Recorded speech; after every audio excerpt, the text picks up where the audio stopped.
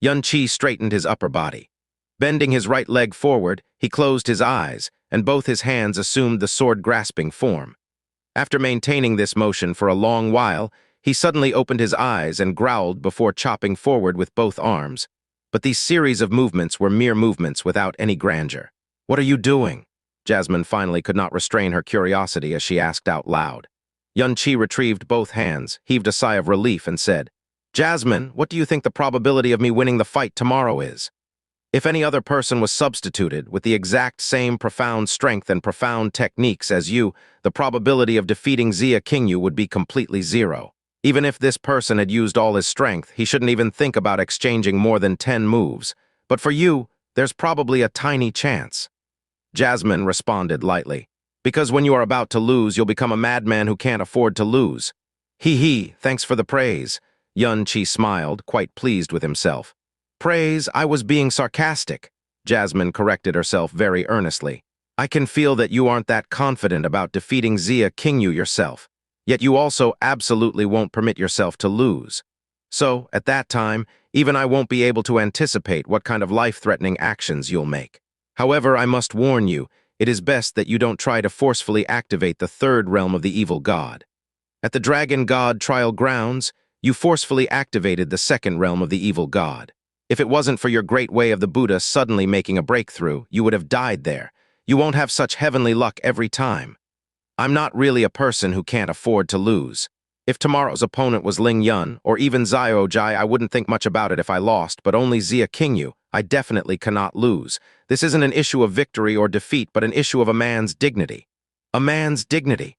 This is a matter between adults. Little kids won't understand it." Yun Qi answered with a grin.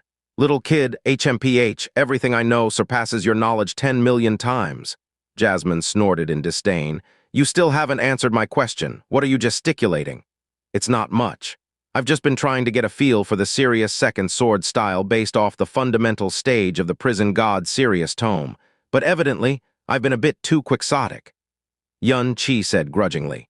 He had tried to do this numerous times, but each time his efforts proved to be fruitless. "Jasmine, do you really not have any impression at all of the serious second sword style?" Yun Qi suddenly asked. Currently, out of all of his attacking profound techniques, Sky Wolf Slash had the greatest power. And Sky Wolf Slash was only the first sword style of the Prison God serious tome, yet it already had such formidable power. The godly might of the following sword styles must be even more frightening. During that time, I had only casually flipped through the Prison God serious tome while Big Brother was training. So I only remember the fundamental stage and the first sword style. Speaking to this point, Jasmine seemed to have thought of something, and after a slight pause, a string of scenes suddenly appeared in Yun Qi's mind. In the scenes, a young man with a handsome figure and unclear facial features was currently brandishing an enormous heavy sword even larger than his body. Every wave of the heavy sword caused the winds and clouds to rumble and the earth to quake.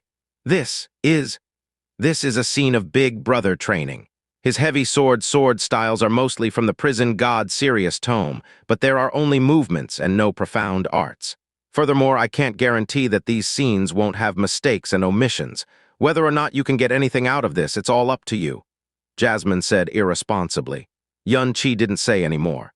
After calming his heart down, he began to silently observe the form of the figure wielding the heavy sword in his mind. Over and over again the next day. Heavenly Sword Villa's Sword Discourse Arena. The sun had yet to rise, but the Sword Discourse Arena was already completely packed. This day was the concluding day of the ranking tournament, and the two parties in the final battle was an unprecedented pair of a young man and woman who were merely 17 years of age. One was Yun Qi, who had the lowest profound strength out of all the participating disciples, yet consecutively defeated opponents with profound strengths far surpassing his, and ultimately, miraculously charged into the final battle. In every one of his fights, he had brought about more or less legendary flair. He was the first ever disciple in the true profound realm to have participated in the ranking tournament, and furthermore, the first ever true profound realm participant to have charged into the finals. And the other one was Xianxia, who had revealed her true strength yesterday, defeated Ling Yun, and astonished everyone present. After yesterday's battle, she had become the Blue Wind Empire's #1 genius. Furthermore, she had replaced Ling Yun and became the #1 of the younger generation. In the future, she would definitely become a king-class expert whose name would shake all of Blue Wind. And Heavenly Sword Villa, which had always taken the leading role of this decisive battle in the past, had been reduced to mere spectators this time. Ling Yuefeng had arrived very early, but he just sat silently the entire time and didn't say a word. Ling Yun, who had lost the fight yesterday, also appeared next to Ling Yuefeng. He was similarly silent, but his expression was very tranquil. At least on the surface, it seemed like he hadn't taken much of a blow from yesterday's loss. Of course, it wasn't that he was too weak, but that his opponent was so powerful she completely exceeded everyone's expectations. Today, there were originally 2 battles scheduled in the Sword Discourse Arena. The first battle was the fight for the 3rd and 4th places, but this fight had directly concluded when Ling Jai conceded the match in advance. Ling Yun, who had originally been expected to take 1st place, thus ranked 3rd. Before the ranking tournament, everyone had made a great deal of predictions as to which competitors would become the top 3, and the only unanimous prediction was that Ling Yun would take 1st place. If he hadn't gone through the fight with Xia Qingyu yesterday, no one would ever think about or even believe this kind of conclusion. The final battle of the ranking tournament, Blue Wind Imperial Family's Yun Qi versus Frozen Cloud Asgard's Xia Qingyu. May both contestants ascend the Sword Discourse Arena, Ling Wugu declared loudly at the center of the Sword Discourse Arena. Junior brother Yun, good luck. Brother-in-law, good luck. Yun Qi stood up and suddenly asked to his side, Yuanba, do you hope that I'll win or hope that your sister will win? Xia Yuanba was stumped. He scratched his head and said, if brother-in-law wins, I'll certainly be happy, and if big sis wins, I'll definitely be happy as well. Having spoken to this point, Xia Yuanba's eyes suddenly began to sparkle. Wow! Before, the ranking tournament could only appear in my dreams, but now big sis and brother-in-law are competing for 1st place. It's as if I'm still inside a dream. However, if I had to compare the 2 of you, I still hope brother-in-law will win. Oh, why? Yun Qi asked with a faint smile. This, because big sis is still a girl, you know, and is also brother-in-law's wife. Being defeated by brother-in-law seems a bit more reasonable. Xia Yuanba answered in a somewhat confused manner. Ha ha ha ha. Yun Qi began to laugh. He reached out and patted Xia Yuanba's shoulder. Yuanba, well spoken. As a man, it's not much if I lose to other people, but I definitely can't lose to my own wife. So what if she's a tigress or a phoenix? I must firmly, ride her. Xia Yuanba stared wide and nodded blankly. Even though he hadn't completely digested Yun Qi's words, he felt that they made a lot of sense. This crooked reasoning by Yun Qi made Kang Yue smile wryly, but she did not rebuke him. These words that were filled with arrogance and machismo ought to have sounded repulsive from a girl's perspective. But coming from Yun Qi's mouth, it didn't make her feel odd and repulsed. Instead, she had a fitting feeling that this belonged to a part of his disposition. Under the gazes of several thousands of people, Yun Qi walked to the center of the Sword Discourse Arena and stood opposing Xia Qingyu. The current Xia Qingyu had an ice veil covering her face, making him unable to see her features even though he was very close. However, that single fleeting glance yesterday was already enough for him to carve it deep into his heart. The 2 silently faced each other. Other than the limited few, no one present would have thought that these 2 people who seemed to be completely unrelated were actually a genuine husband and wife pair. Recalling the bridal greeting, wedding, and sleeping together back then.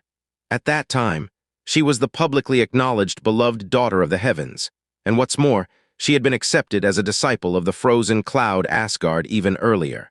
Yet he was only a wastrel with crippled profound veins and no future who was looked down in contempt by everyone. The 2's difference could be said to be as far as heaven and earth. But just with a short few days of interacting, Yun Qi had already cracked a tiny little fissure in Xia Qingyu's cold and indifferent heart. However, the unforeseen event that came right after made them go on their separate ways earlier than expectations. When they met again, the trajectory and height of the 2's lives, both had already turned upside down. The her before was a beloved daughter of the heavens, and the dotings of thousands upon thousands of people concentrated on that one body. The her right now was even more blessed countless times by the heavens, and stood on an unreachable plane that made peers of the same age exclaim in shock. And in Xia Qingyu's eyes, as if a miracle, that youth who was frail and weak yet had a resolute and profound gaze, and was even somewhat bold and audacious in front of her, actually grew into an enormous tree that reached the heavens in less than 2 short years. The him that time could only be oppressed by others and was driven out of his family in the end. Yet the him now could stand on this profound strength stage of the highest level in the Blue Wind Empire with pride, and declare his name at all of Blue Wind Empire's peak experts. It was like an inexplicable setup by fate. This pair of husband and wife that should by no means have crossed each other again had nevertheless simultaneously stood on this stage that represented the pinnacle.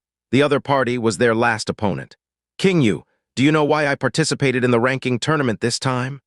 Yun-Chi opened his mouth first while looking into Xia Qingyu's eyes and asked while smiling faintly. Without waiting for Xia Qingyu to inquire, Yun-Chi followed up. "The first reason is to complete senior sister Zuruo's dream. I have already accomplished this. As for the second reason," Yun-Chi extended his right hand forward as a gray light flashed and grasped onto the hilt of Dragon Fault. The tip of the sword, in which a fierce dragon was embedded, naturally drooped down, piercing the ground beneath him with a loud explosion. A gust of thick and domineering imposing force also surged and spread like waves in all directions. "I'll tell you after I defeat you." The instant Dragon Fault was taken out, not in the least unexpected, the might of the Sky Profound sword awed the entire arena.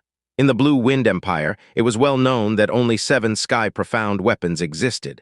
This heavy sword was actually a Sky Profound weapon that had never before been seen. This imposing force is a Sky Profound weapon, and a high-grade Sky Profound weapon at that. Such a Sky Profound weapon actually exists in Blue Wind Empire. Why haven't I ever heard of it?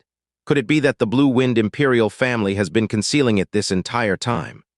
It looks as if it's still a heavy sword, a Sky Profound heavy sword.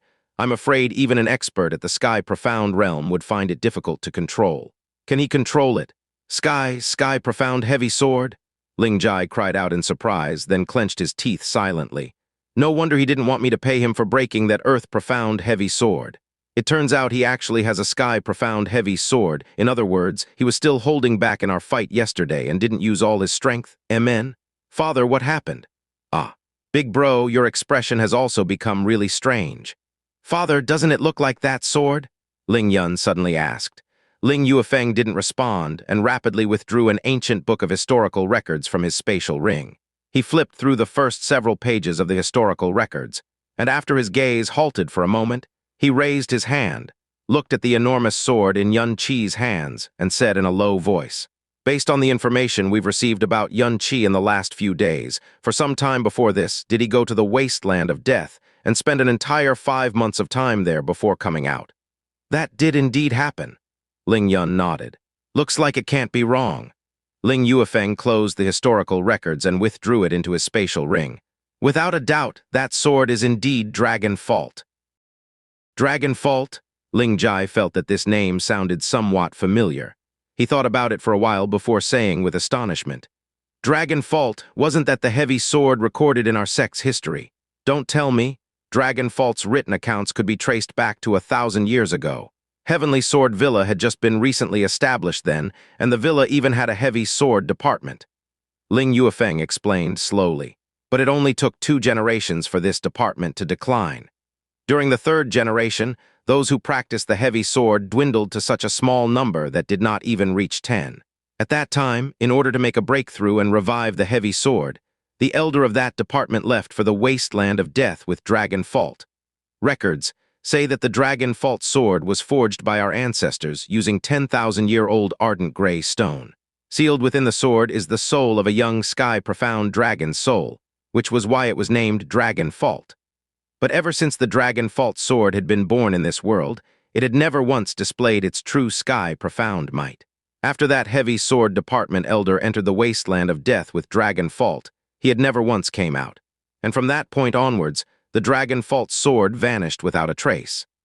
According to the information that I've received, Yun-Chi had once gone deep into the wasteland of death before. The Sky Profound sword in his hands is exactly the same as the Dragon Fault written in our records. Without doubt, that must be Dragon Fault. Ling Yuefeng creased his brows as he said that. He deeply understood what kind of concept it was to have gone deep into the wasteland of death. "Ah, Father, are you thinking of demanding to have the Dragon Fault sword back after the ranking tournament?" Ling Jai probed as he carefully assessed Ling Yuefeng's reaction.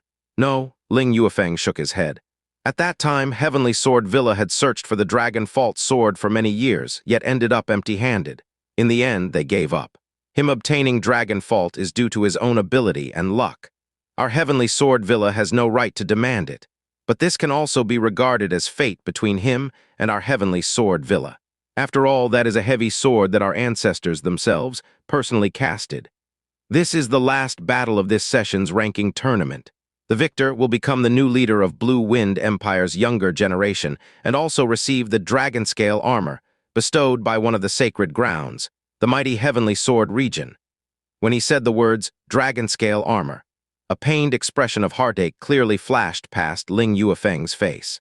A sky-profound protective armor was obviously even more rare and precious than a sky-profound weapon, and this Dragon Scale armor was also the highest of highest grade.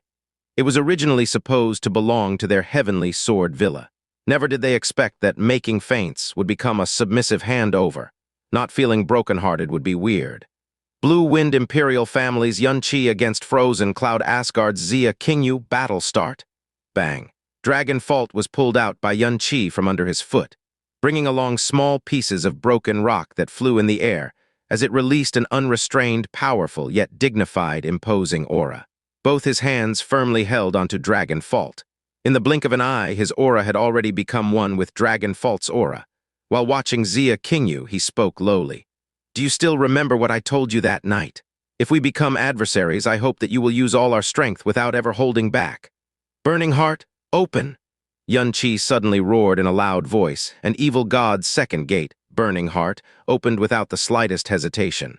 In an instant, the profound energy aura on his body suddenly increased explosively at an incomparably shocking rate.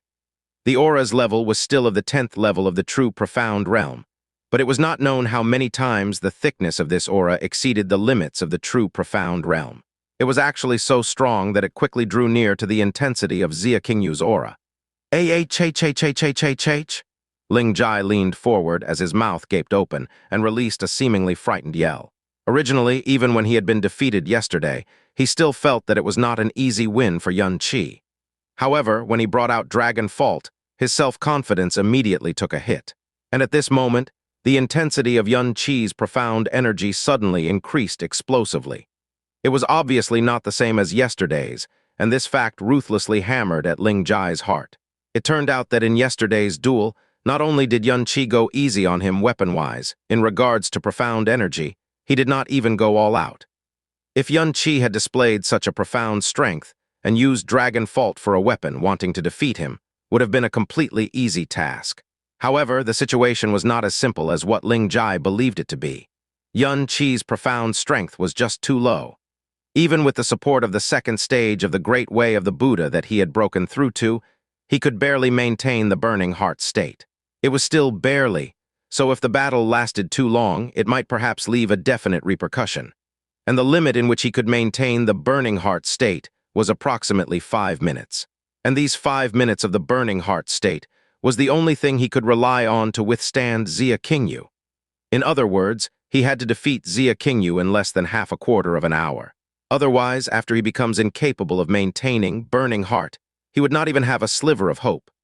Xianxia's sudden dramatic rise of profound energy startled everyone, including Ling Yuefeng and Qin Wusheng.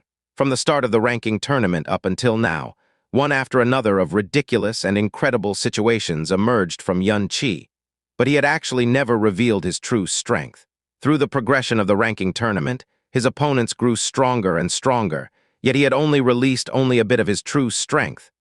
And at this moment, he had truly released all the strength he possessed without reservation. Xianxia horizontally gripped Dragon Fault in front of him. With a loud shout, he suddenly smashed towards Xianxia. Among the enemies in his past life, there were countless foes that far surpassed him. He was the most clear about what to do against an enemy that far surpassed him in strength during a situation in which he could not escape. The most foolish way to hand it would be to contend and attempt to control the other. The best way to handle it would be gather all his strength for a concentrated all-out attack. So once Xianxia approved, he mobilized his full strength without a trace of restraint. Atop the Dragon Fault that weighed more than 4,000 kilos surged the aura of a devil's berserk strength. Boom! The oppressiveness of this strike made Xianxia choose to not block it, and she floated far away. Following a booming sound, the pitiful sword discourse arena suffered a large amount of destruction once again. Xianxia, who had hit empty air, did not stop at all. He suddenly leapt up as another strike shot straight for Xia Qingyu's chest. The heavy sword brought about a howling noise similar to that of an evil spirit's. The Ice Phoenix Snowflower ribbon had also surrounded Xia Qingyu's entire body at this time. Facing against Xianxia's oppressive strike, the Ice Phoenix Snowflower ribbon did not retreat one bit as it made Xianxia's strike miss again. Then, it suddenly scuttled along Dragon Fault and tightly wrapped around it. The Ice Phoenix Snowflower ribbon had once sent Ling Yun's celestial Yuan sword flying, but Xianxia and Dragon Fault were perfectly synchronized, as if it was Xianxia's own arm. Even if it was the Ice Phoenix Snowflower ribbon, sending it flying was a definite impossibility. Right when the Ice Phoenix Snowflower ribbon's tearing force was recently unleashed, Dragon Fault suddenly released a soul-shaking dragon roar. A tyrannical force suddenly exploded and shook the Ice Phoenix Snowflower ribbon open. Xianxia's gaze was as sharp as a sword as Dragon Fault abruptly smashed down. And when Dragon Fault was going down, he activated Star God's broken shadow at the same time, instantly conjuring three figures that looked exactly the same. The third shadow appeared diagonally above Xia Qingyu and struck downwards. Overlord's Fury! The activation of Star God's broken shadow was silent and formless. The broken false shadows and true shadow were entirely identical, and the scariest thing about it was that during its launch, there was no fluctuation in profound energy. One could only depend on the profound energy aura that could be felt after the true shadow shifted to determine its position. But when that happens, it was oftentimes too late. Xia Qingyu's Ice Phoenix Snowflower ribbon unfurled forward with the intent to meet Xianxia's overbearing strike. But weirdly enough, a dangerous aura suddenly came from the behind. Shock was revealed in her eyes as she realized that there was simply not enough time for the Ice Phoenix Snowflower ribbon to defend her rear. She had no choice but to quickly use frozen cloud arts to construct a thick ice crystal barrier. Boom, ping! The three-layered ice crystal barrier was completely shattered consecutively in an instant. As though a storm, an enormous thrusting and explosive force rammed Xia Qingyu flying. Without waiting for Xia Qingyu to regain her balance, Xianxia had already roared. Along with Dragon Fault, which followed his shadow, he immediately rushed towards Xia Qingyu. What? Chu Yueli stood up with wrinkled brows. She had never expected that once they had began to fight, Xianxia was actually the one who took the initiative. The intensity level of that last strike's profound energy fluctuation was enough to make Xia Qingyu receive internal injuries. However, this obviously did not mean that Xianxia's all-out strength topped Xia Qingyu. Rather, it was his approach. The crazed attack was like the sudden attack of a berserk beast that forced Xia Qingyu into a passive state. One Overlord's fury was like a heavy hammer that fell on her shoulder and directly numbed Xia Qingyu's entire left arm. Her internal organs had also suffered light injuries under the profound energy assault, but she did not panic. Instead, her expression had calmed down. With Chu Yuechen's word of advice from last night still beside her ears, the fact that she had to use her entire strength echoed along with it. She slightly concentrated and instantly became as cold and pure as ice and snow. With a slight fluttering spin, she stabilized her balance. Like a streak of white lightning, the Ice Phoenix Snowflower ribbon charged at Xianxia. Boom, boom, boom, boom, boom. Each and every strike from Xianxia all brought along an ear-splitting explosion. Directly engaging against a heavy sword with a frontal attack was the most foolish of decisions. But when facing against Xia Qingyu, Xianxia's heavy sword had met its match. The Ice Phoenix Snowflower ribbon was as soft and flexible as water, and as nimble as a snake. When exchanging attacks with Dragon Fault, its overbearing frozen cloud power actually did not collide with the heavy sword. Instead, the Ice Phoenix Snowflower ribbon used its nature to form a large pulling force, drawing each of the heavy sword's attacks towards empty air every single time. At the same time, an increasingly cold energy silently enveloped towards Xianxia. Then, with a crack sound, a thick layer of ice solidified on both his shoulders. The ice-cold energy bore into the heart with a bone-chilling coldness, as if countless numbers of knives had stabbed into one's body. Xianxia's gaze went cold. After a low growl, a cluster of scarlet-colored flames suddenly combusted on his body and rose to a height that was close to 10 feet in the blink of an eye. Under the scarlet fire, the ice-cold energy was rapidly dispersed. The layer of ice was also quickly melted. Meanwhile, Dragon Fault had also been completely wrapped up in the scarlet phoenix flame and became an enormous flame sword. It brought along dancing sparks as it directly assaulted forward once more. He actually is able to ignite such an intense flame. Looks like his fire attribute profound art is absolutely not as simple as the one he had displayed earlier. It's only the lowest level scarlet fire, the young disciple who had said that suddenly opened his eyes wide at this moment and continued with shock. How is this possible? An innumerable amount of ice crystals from all directions came flying to Xianxia's front and condensed together to become a fantastical light blue ice lotus. The ice lotus slowly rotated and then suddenly dispersed. Each flower petal had transformed into 7 ice crystals that flew at Xianxia. Each ice crystal was as thin as a cicada's wing and was as clear as pure gems, yet it was also bone-piercingly cold. Star-scorching demon lotus! With Xianxia's body at the core, a flame lotus that was at least 10 times as large as Xianxia's ice lotus blossomed from the soaring heat wave like a gigantic flame beast opening its mouth, and completely swallowed up the ice crystals flying there. None of those ice crystals were able to approach Xianxia because they had already disappeared completely. The surrounding audience were all stupefied. Even Ling Yun's sword beams could not shatter Xianxia's ice lotus. So how could it be easy melted by an insignificant scarlet flame? That's Phoenix Flame, Fen Moli said with shock. Ling Yuefeng's gaze immediately turned towards the Blue Wind Imperial family's seats. Does this mean that the sect Xianxia was taught by was actually the Divine Phoenix sect? Not only did the suddenly exploding star-scorching demon lotus easily engulf Xianxia's ice lotus, it enveloped Xianxia within as well. The scorching heat that was far beyond her expectations caused Xianxia's expression to slightly change. In an instant, the ice spirits around her body stirred violently, forming an extremely strong barrier of ice. Her ice phoenix snowflower ribbon waved about quickly as well, sweeping away all of the oncoming phoenix flames as she retreated at the same time. When the star-scorching demon lotus was completely extinguished, Xianxia had already been forced back a distance of close to 100 meters. However, Xianxia did not continue to push his offensive like before. He looked at Xianxia in the eye and said with a frown, "I shall say this again, use your full strength. What I wish to defeat is the you at full strength, and not the current you." Xianxia's speedy attacks, the might of his heavy sword, and the flames erupting from his body caused Xianxia to feel astonished and taken by surprise. In the few collisions they had, she was actually the one who was at a slight disadvantage. Looking at Xianxia's current expression, what she could capture from it was a sort of arrogance that was imprinted in his bones. And this arrogance was not the sort of natural arrogance one would usually have, but was simply targeted at her.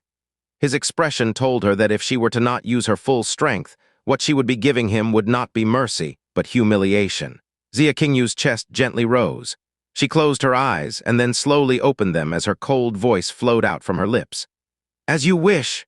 A cold wind blew from all 4 directions, and the ice spirits surrounding Xianxia fluttered erratically as they gently brought her body up to the air.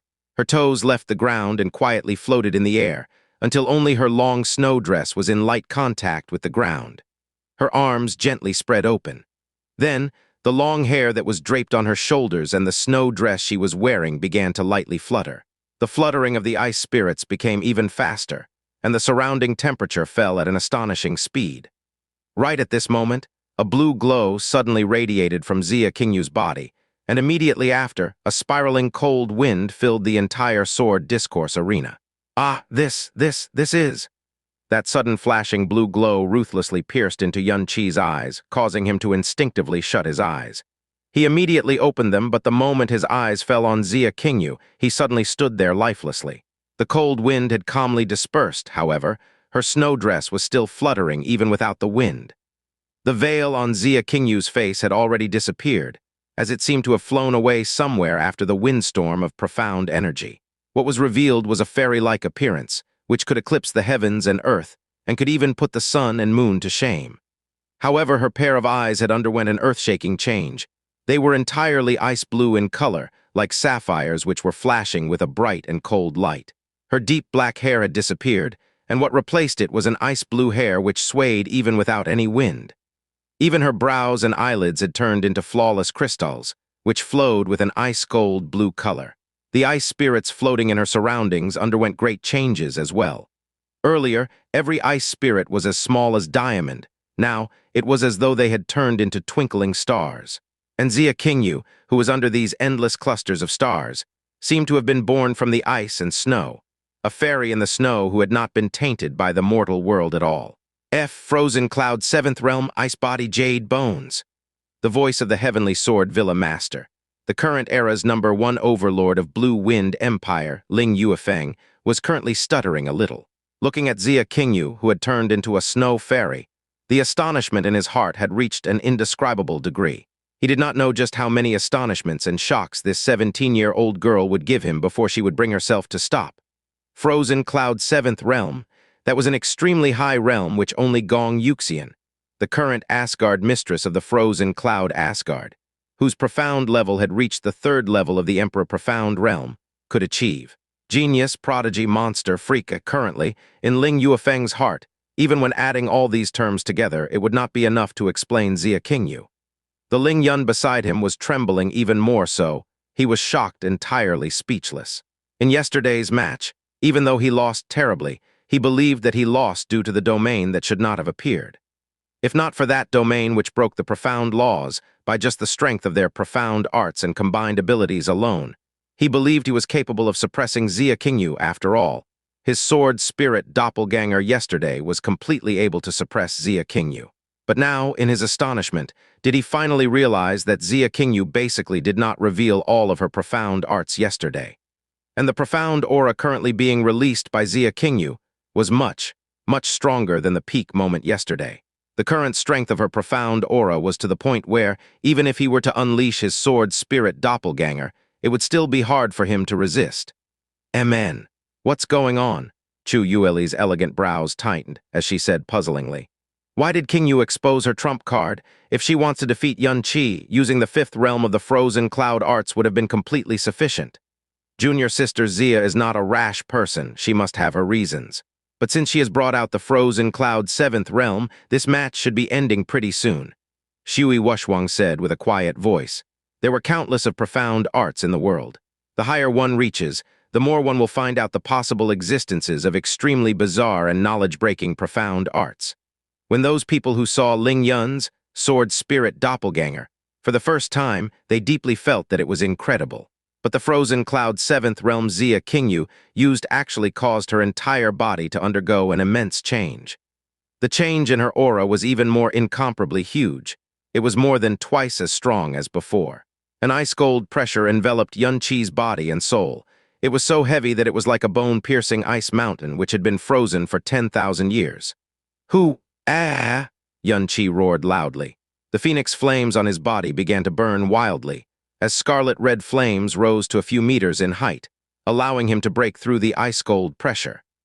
In his body, the 3 drops of the phoenix blood burned wildly, as flames that contained the might of a phoenix spread throughout his every meridian and every drop of fresh blood. Just by strength alone, Yun Qi's profound fire was obviously incomparable to Xianxia's frozen cloud, and the difference was not just by bits. However, Yun Qi's flames were not just regular profound flames, but phoenix flames originating from 3 drops of phoenix blood. By levels alone, it undoubtedly suppressed her frozen cloud. The divine phoenix sect was able to dominate the world with just the first 4 stages of the world ode of the phoenix, allowing them to become the imperial family of a country, which also allowed them to become the #1 powerhouse, excluding the 4 great sacred grounds in the profound sky continent. Naturally, it was not something Frozen Cloud Asgard's Frozen Cloud art could compete with. Hence, even if his strength fell far from Xianxia's, it still possessed the qualification to barely resist against her. The ice-cold wind and searing wind constantly collided against each other, emitting out constant tearing shrieks. Bathed in flames, Yun Qi's hair flew wildly and his clothes fluttered. His gaze was as sharp as lightning, and his 2 hands held onto his dark gray heavy sword, which looked especially terrifying. He slowly pointed it to the front.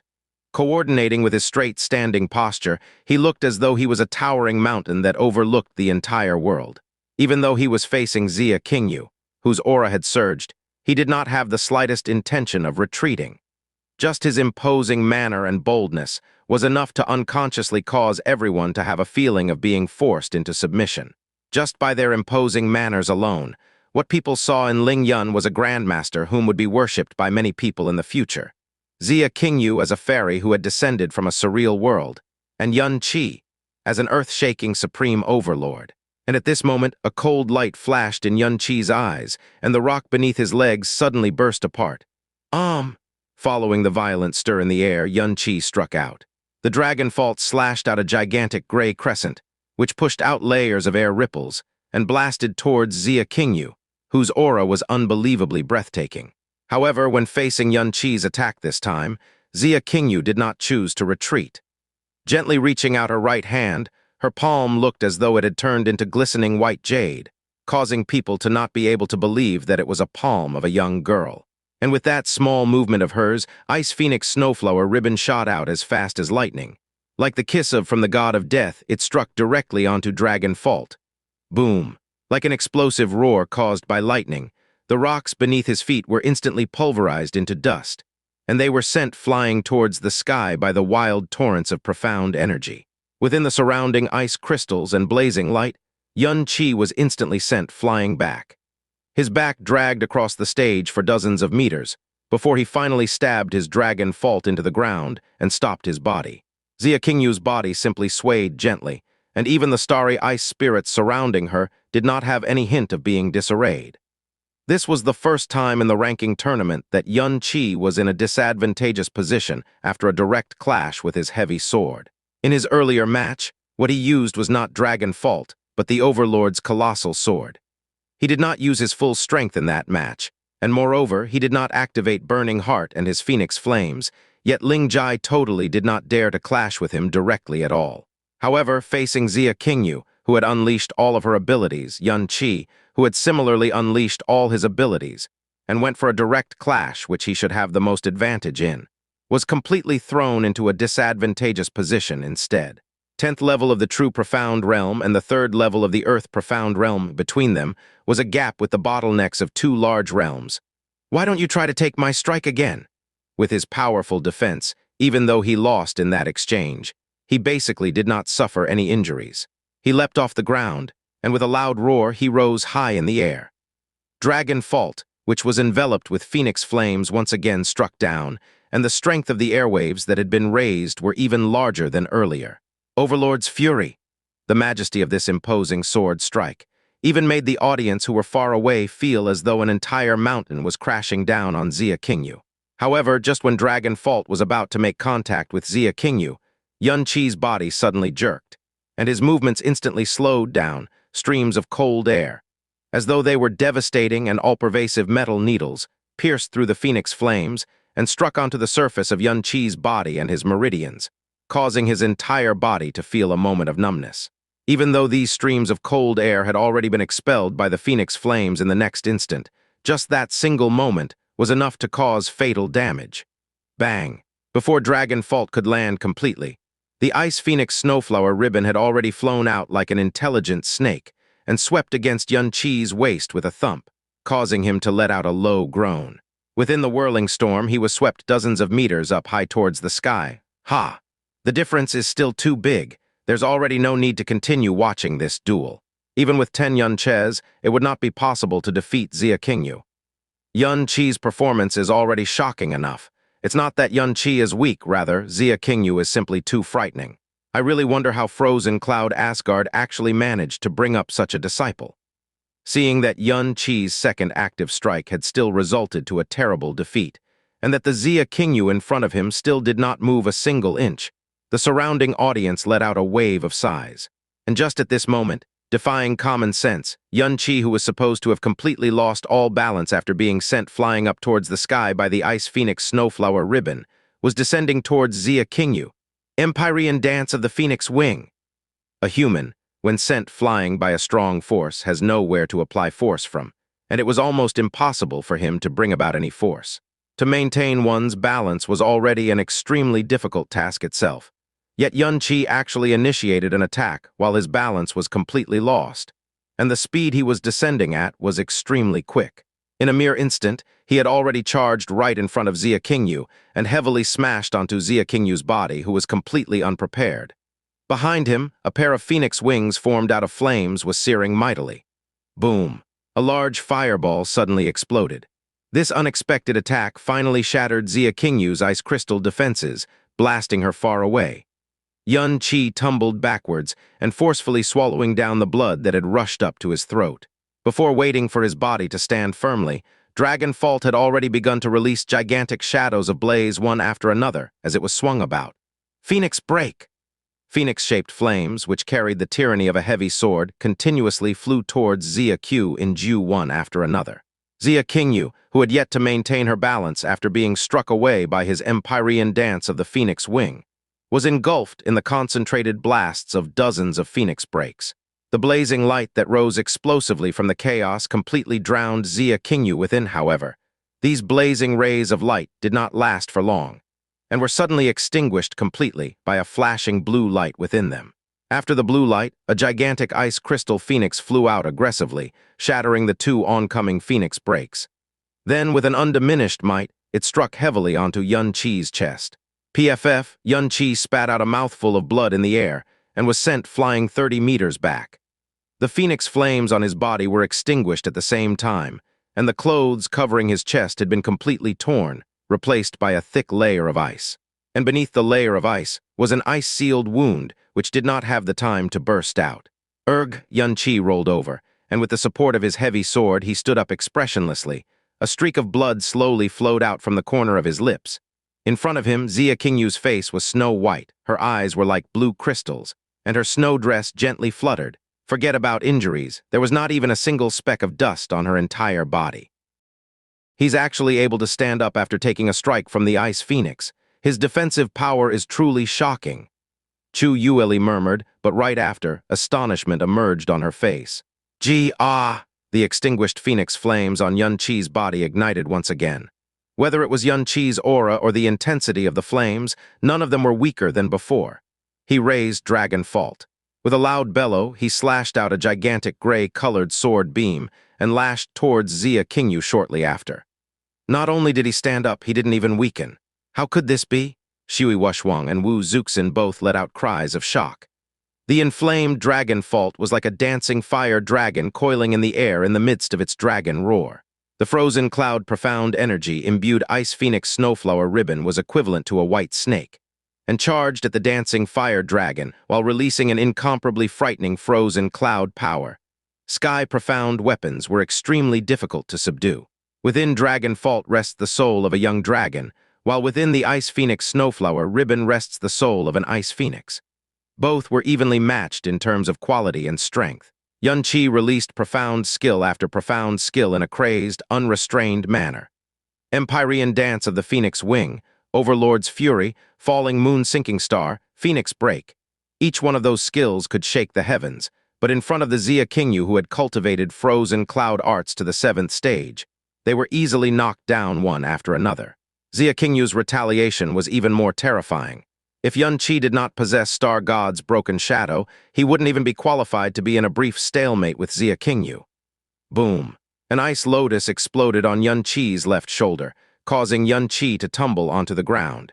His left shoulder was completely bloody and damaged, but he acted as if nothing happened and suddenly leapt up from the ground. He once again reignited his phoenix flames and attacked. The heavy sword swung widely without the slightest weakening in power. Bang!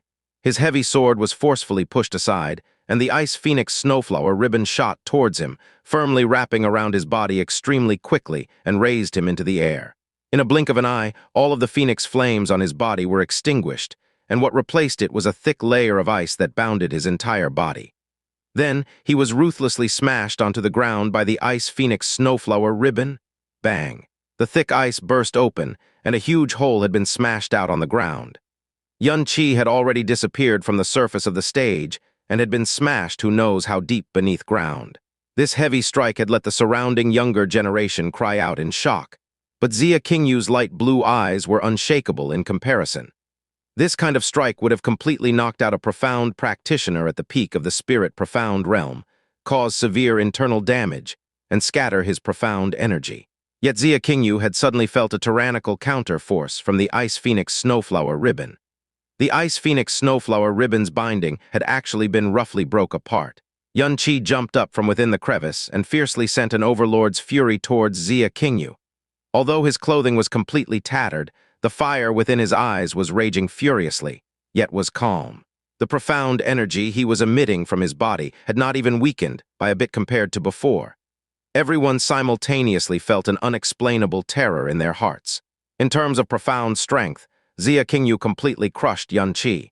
In Yun Qi and her exchanges, he was at a complete disadvantage and mostly ended with bruises. Having trained in the great way of the Buddha, and having his body fortified by the dragon god's blood, aside from profound strength, his body's fierceness and intensity was by no means weaker than a true dragon. Even though Xia Qingyu possessed an overwhelming strength that allowed her to successively wound him more than 10 times, she had never caused any real damage to him. Each time he had taken strikes from the frozen cloud techniques, Yun Qi would always stand up. Even if his entire body was covered with injuries, both his aura and his momentum had never reduced. The audience could only stare with shock. Although Xia Qingyu's profound strength had reached the 3rd level of the Earth Profound Realm, keeping up the frozen cloud art's 7th stage with this kind of profound strength was unquestionably extremely taxing. The burden put upon Xia Qingyu's body in order to conjure the frozen cloud 7th realm was by no means less than Yun Qi's burning heart. Yun Qi was knocked down once and once again, but the strength of his aura did not weaken throughout the match. It was instead Xia Qingyu, whose aura had always been gradually and evenly decreasing. Do not assume that victory is in your hands. When you pressure him to his limits, that is when he is at the most terrifying. He can bring out power from his soul. Looking at the Yun Qi who stood up once again and imbued himself with phoenix flames, those words that Chu Yuechen spoke resounded by Xia Qingyu's ears. And at this time, all of the ice spirits around her body had already started to become slightly fainter. Her breathing had also gotten slightly heavier. The Yun Qi before her was originally not supposed to pose any threat to her, yet she was now feeling a faint pressure from Yun Qi. Deep within her heart, a voice was telling her that she had to quickly finish this duel. Otherwise, if this dragged on even longer, it was unknown just what unexpected events might occur. Let's end this. Xia Qingyu's lips slightly moved, and her snow-white hands slowly clasped together before her body. In an instant, all of the surrounding cold energy within several kilos of radius swarmed in and concentrated into an enormous whirlpool of frozen cloud before her. Yun Qi was just about to advance towards her, but suddenly stopped in his steps. The aura force on Xia Qingyu's body surged up, and the frozen cloud whirlpool grew bigger and bigger. Then it suddenly transformed and condensed into a gigantic ice crystal phoenix. At the same time, a chilling cold pressure engulfed the entire arena and made everyone's heart shudder. The ice crystal phoenix faced the heavens and let out a cry. Extending out its huge wings, it charged towards Yun Qi with a cold energy that could freeze the surrounding 50 kilometers. Wherever it passed, it caused the air to condense by the inch. Wahhh, it's over, it's over. Be careful, brother-in-law. Xia Yuanba clenched both of his fists tightly while shouting in panic. Even though Xia Qingyu had used all of her power, she had mostly been defending and counterattacking during their exchanges. She had never taken the initiative to attack. She understood Yun Qi's mindset very well and knew that if she had beaten him too quickly, she would severely hurt his pride. At the moment, after finally deciding to attack, she had unleashed a frighteningly large ice phoenix imbued with frozen cloud power, capable of shaking the entire arena. Even the observing Xia Yuanba was able to feel how terrifying this ice phoenix was. At Heavenly Sword Villa's seats, Ling Yun was also equally shocked, because blocking just the oppressive power of the cold energy contained within this ice phoenix would be extremely difficult even if he had used his sword spirit doppelganger to transform into 2 Ling Yuns. As a terrifying level of pressure came charging towards him from the front, Yun Qi retreated extremely quickly, his steps as fast as lightning. As the phoenix flames on his body burned and the ice phoenix approached, a flash of madness could be seen within Yun Qi's eyes. He imbued all of his profound energy and phoenix flame into Dragon Fault and created a gigantic visage of a fire phoenix. Following his roar, with a swing of his hands, Dragon Fault flew towards the ice phoenix, carrying the visage of the enormous fire phoenix with it. The ice phoenix and fire phoenix violently collided in midair, and both Phoenix Fire and Frozen Cloud profound energy exploded at the same time. The cries of both phoenixes resonated throughout the sky as they clashed. The profound energy barrier shattered once more as the sky was completely enveloped by azure and scarlet light. Half of it was frozen, and the other half was burned into distortion. Without the obstruction of the profound energy barrier, the spectators on the eastern side felt like they had fallen into an icy hole as their entire body stiffened. As for those in the west, they felt as if they were about to combust from being roasted by the fire. Only after they immediately started releasing profound energy did they barely manage to protect themselves. The shock in their hearts had subsequently increased by several folds. Just the residue of their strength was already this shocking, so it was imaginable as to how truly terrifying Xia Qingyu's frozen cloud and Yun Qi's flame had been. Even though Xia Qingyu, who had such power from conjuring the 7th stage of the frozen cloud art, was astonishing, it was not too unexpected. Whereas Yun Qi, he was actually able to contend against this kind of frozen cloud using flames supported by profound energy of the 10th level of the true profound realm. However, this kind of balance did not maintain for a long time. Ice and fire were both natural counters to each other. Fire cowled melt ice, while ice could thwart fire.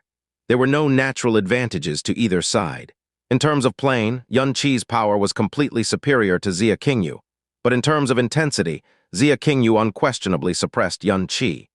The Fire Phoenix and Ice Phoenix intensely clashed and rampaged in midair. The interweaving ice blue and scarlet red radiances interweaved and covered the entirety of the Sword Discourse arena. After the chaotic radiances lasted for a few breaths of time, the radiance of the Ice Phoenix slightly surpassed that of the Fire Phoenix. But if an advantage forms, it would become irreversible like a broken dam. In the blink of an eye, the Fire Phoenix became smaller and smaller. In the end, it was completely devoured by the Ice Phoenix, and all that was left was a frozen dragon fault in midair. The phoenix that only shrunk by 1/3 of its size fiercely rushed forward and dove at Yun Qi amidst a cold and long cry.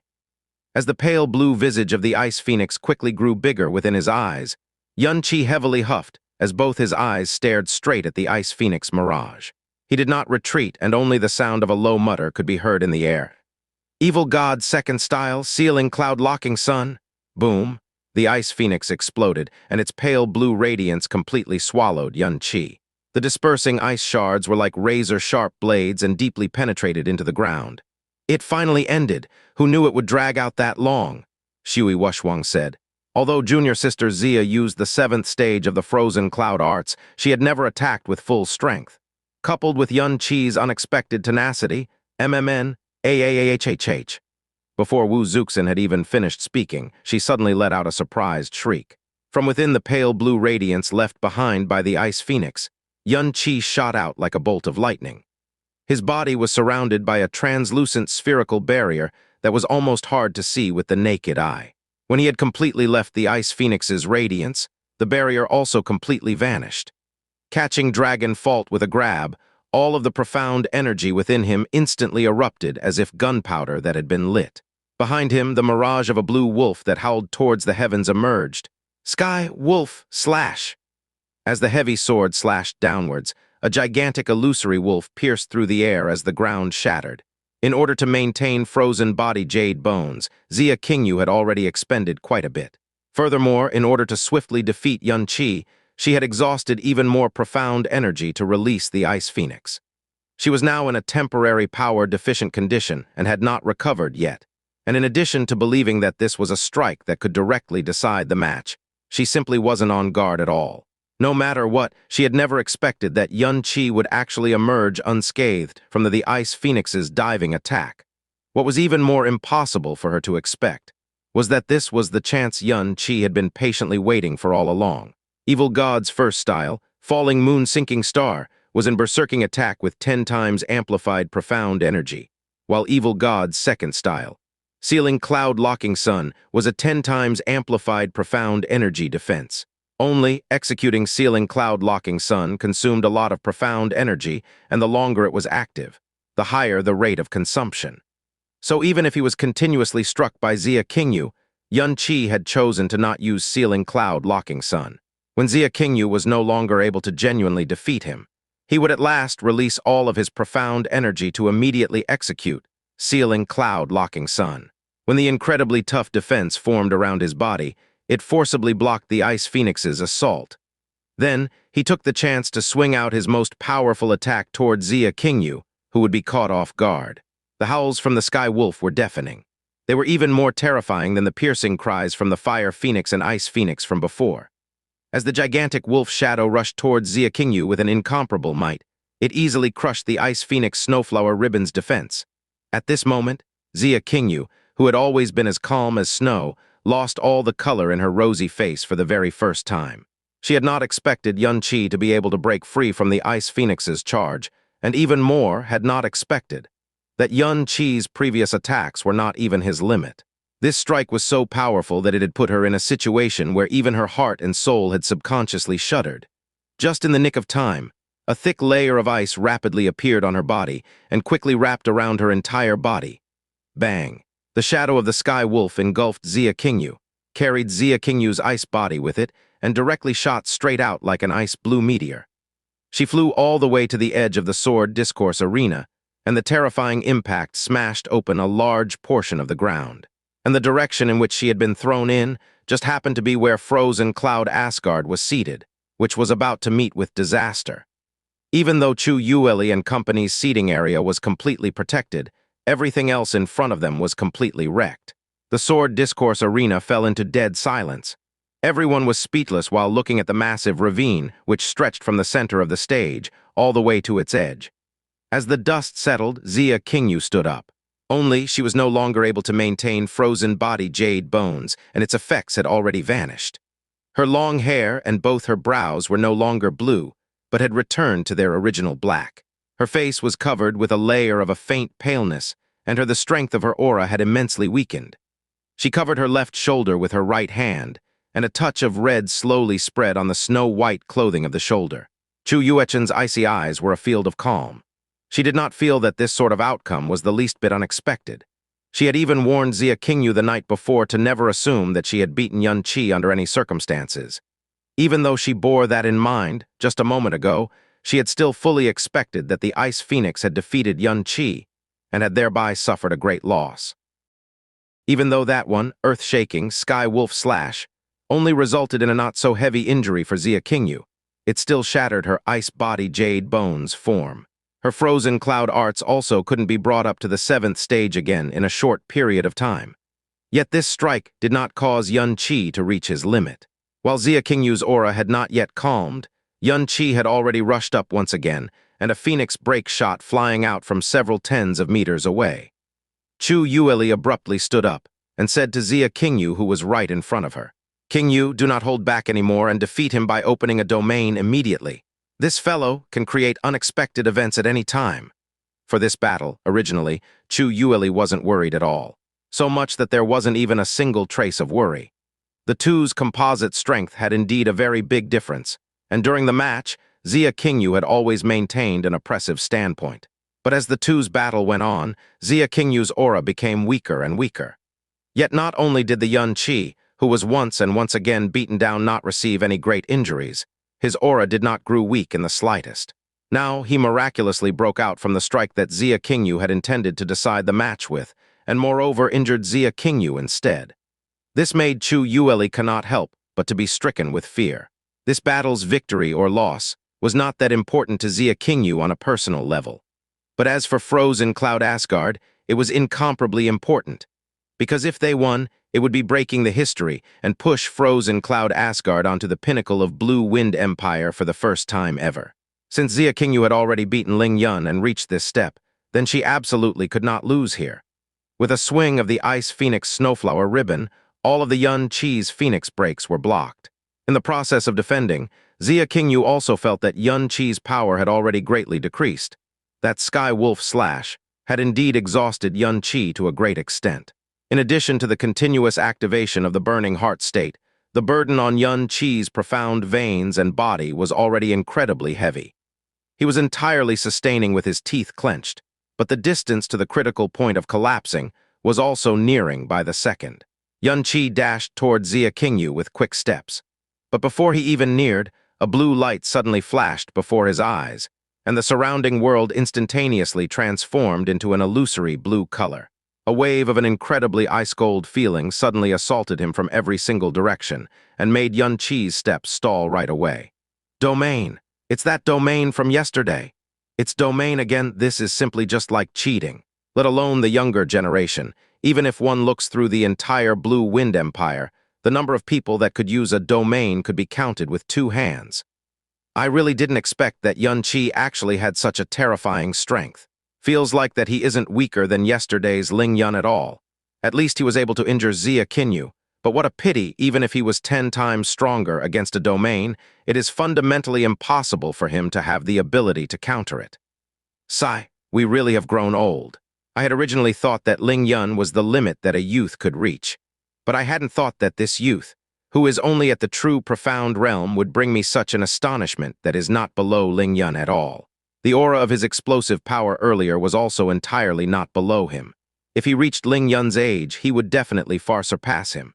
But as for this girl named Xianxia, she has entirely flipped my common sense upside down. To reach this point, Xianxia can already shake the entire world with his name and astonish everyone. But unfortunately, other than him, there is also a Xianxia in this world. The domain she released that transcended the natural law is simple impossible to resist against for anyone below the sky profound realm. Cold wind blew from all directions. As an overwhelming amount of snowflakes floated from above, the ground was quickly covered with a layer of frost.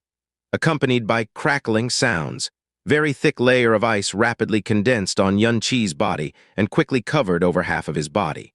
This frozen cloud domain was somewhat smaller than the one yesterday. After all, Xianxia had conjured the 7th stage of the frozen cloud art earlier and took a sky wolf slash from Xianxia as well. The expenditure was huge. The moment the frozen cloud domain opened, Xianxia felt as if countless steel needles had stabbed into his entire body. His body, as well as his limbs, were all rapidly numbing under the extreme cold. Let alone dashing, even merely taking steps had become exceptionally difficult.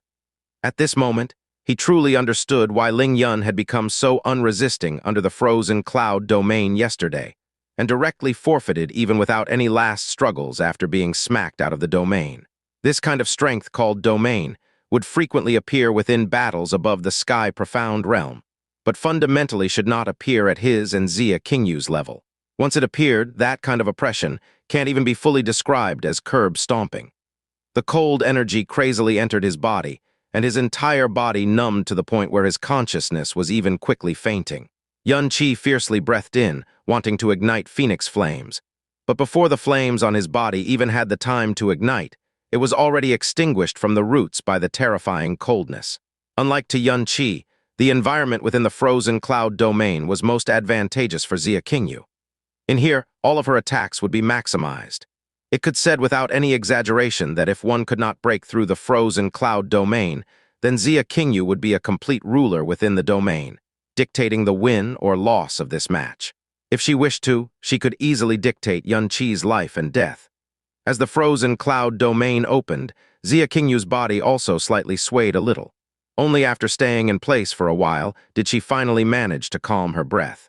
Seeing the Xianxia who stood in place with clenched teeth, yet could not take a single step forward for a long time, she took up the Ice Phoenix Snowflower ribbon and walked before him with slow steps. An extremely quiet voice came from her mouth. "Sorry."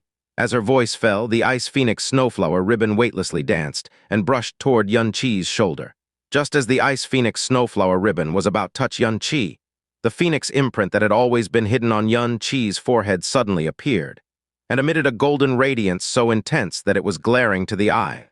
This sudden change made Xianxia's movement pause, and subconsciously retract the Ice Phoenix Snowflower ribbon. And in the next moment, 3 drops of golden brilliant flames poured out from the place where the golden phoenix imprint flashed. Those were 3 drops of phoenix blood Xianxia had released out of his body. Looking at these 3 drops of golden-colored blood, Xianxia tightly clenched his teeth, and an incomparably overcast voice sounded from his throat. "Phoenix blood, for me, burn to your heart's content." The phoenix flames he normally burned used the phoenix blood as the source. But this time, he forced out the phoenix blood to directly burn these 3 drops of phoenix blood. He understood very clearly the consequences of this action. After completely burning these 3 drops of Phoenix Blood's divine power to exhaustion, it was unknown just how long it would take for them to recover. Moreover, before their divine Phoenix power recovers, he would only be able to ignite normal profound flames, and won't be able to use the Phoenix flame again until then. However, this was the only method he could think of that may break through the frozen cloud domain. As the 3 drops of Phoenix Blood came out, an incomparably enormous imposing air shrouded the entire Sword Discourse arena, and even all of those experts of Sky Profound and Emperor Profound realm that stood on the pinnacle felt a sort of heavy pressure. Even though it was just 3 drops of blood, it after all contained true divine power, and its imposing air was one that came from the Phoenix divine beast. Xianxia, who was the closest, also felt the heaviest pressure. At the same time, she more so felt a type of danger that was fatal. This kind of danger made her retreat backwards with her fastest speed possible without even taking the time to think. Rumble, amidst Xianxia's low roar, the 3 drops of Phoenix Blood started to burn at the same time. From 3 dots of tiny luminescence, in just an instant, it expanded to become a monstrous fire that was several tens of meters high. The frozen cloud domain's cold aura was bone-piercing, but how could it defend against the intense burning of the divine beast's blood? No matter what kind of flame, they would all need a medium to burn. The Phoenix flames Xianxia emitted used profound energy as the medium to burn, yet the combustion medium for the Phoenix Blood's divine power was precisely this frozen cloud domain. The attribute of the frozen cloud domain was ice, and could be said as the most improbable thing to combust in the world. Yet under the Phoenix Blood's divine power, they burned and dispersed like the purest of kerosenes with an incredibly astonishing speed. Before everyone had even recovered from the shock when the flames appeared and could react, the entirely red blaze had already filled up every single corner of the frozen cloud domain. The domain that was azure in color was burned into a scarlet-colored purgatory of flames. Even though these flames did not touch the surrounding audiences, the overly scorching heat wave had still affected them. It made them abruptly suffocate, and their entire bodies felt as if they would ignite from the torridness. And right after, the clothes on their bodies suddenly ignited along with their hair, driving them into chaos amidst their panicked shouts as they quickly fled. Only until over a dozen experts of the Heavenly Sword Villa jumped out and blocked in front of them did the situation finally ease. WH, what is going on here? Chu Yueli stood up. Her pair of charming eyes was filled with deep shock. Don't tell me that this domain was actually broken by Xianxia's fire. Using fire to burn down frozen cloud domain, how is this possible? As the fire spread, the frozen cloud domain disappeared.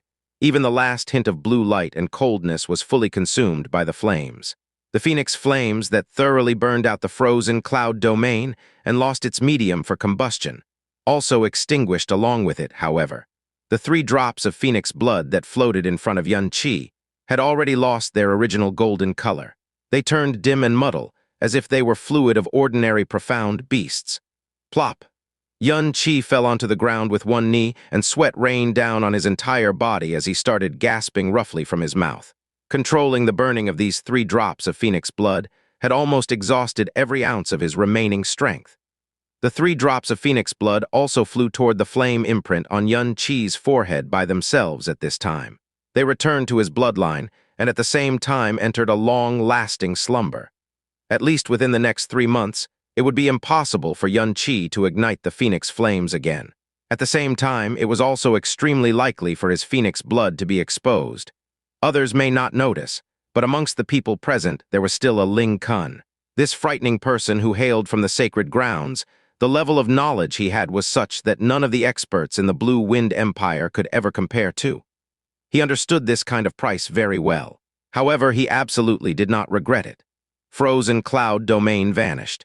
It totally and completely disappeared. The entire Sword Discourse arena was deathly silent as though it was a ghost house, and only bursts of gasping and gulping sounds from the throat could be heard. Everyone had already stood up and dumbfoundedly looked at the two on the arena. Extreme shock was clearly written on their distorted facial features. Phoenix blood? Ling Kun's eyebrows sunk. A mutter came from his mouth as a surprised expression flashed across his face. Phoenix blood? Wasn't it already extinct from a long time ago? The Phoenix bloodline now are all inherited from their ancestors. His Phoenix blood could actually separate from the bloodline, which proves that the Phoenix blood is incomparably pure. The Phoenix Flame skills he used is also completely different from the Divine Phoenix sect. HMPH. How really interesting. I wonder what kind of reaction the Divine Phoenix sect would have after they get a hold of this. Ling Kun's indifferent gaze swept across the entire arena, and he slightly made a cold smile. With so many people present, some are bound to leak these things to the Divine Phoenix sect. This youth's aptitude is extraordinary, and even if he comes to the mighty Heavenly Sword region, he will be qualified to become the bottom of the barrel. He also seems to have had fortuitous encounters before. But unfortunately, he is destined to be short-lived, and I'm afraid he won't live to see the day he joins my mighty Heavenly Sword region. Chu Yueli was not just shocked, she was already completely speechless. The amount of astonishment she felt in her heart even greatly exceeded that of what others felt. This was because she most clearly knew what Yun Qi's condition was like 18 months ago.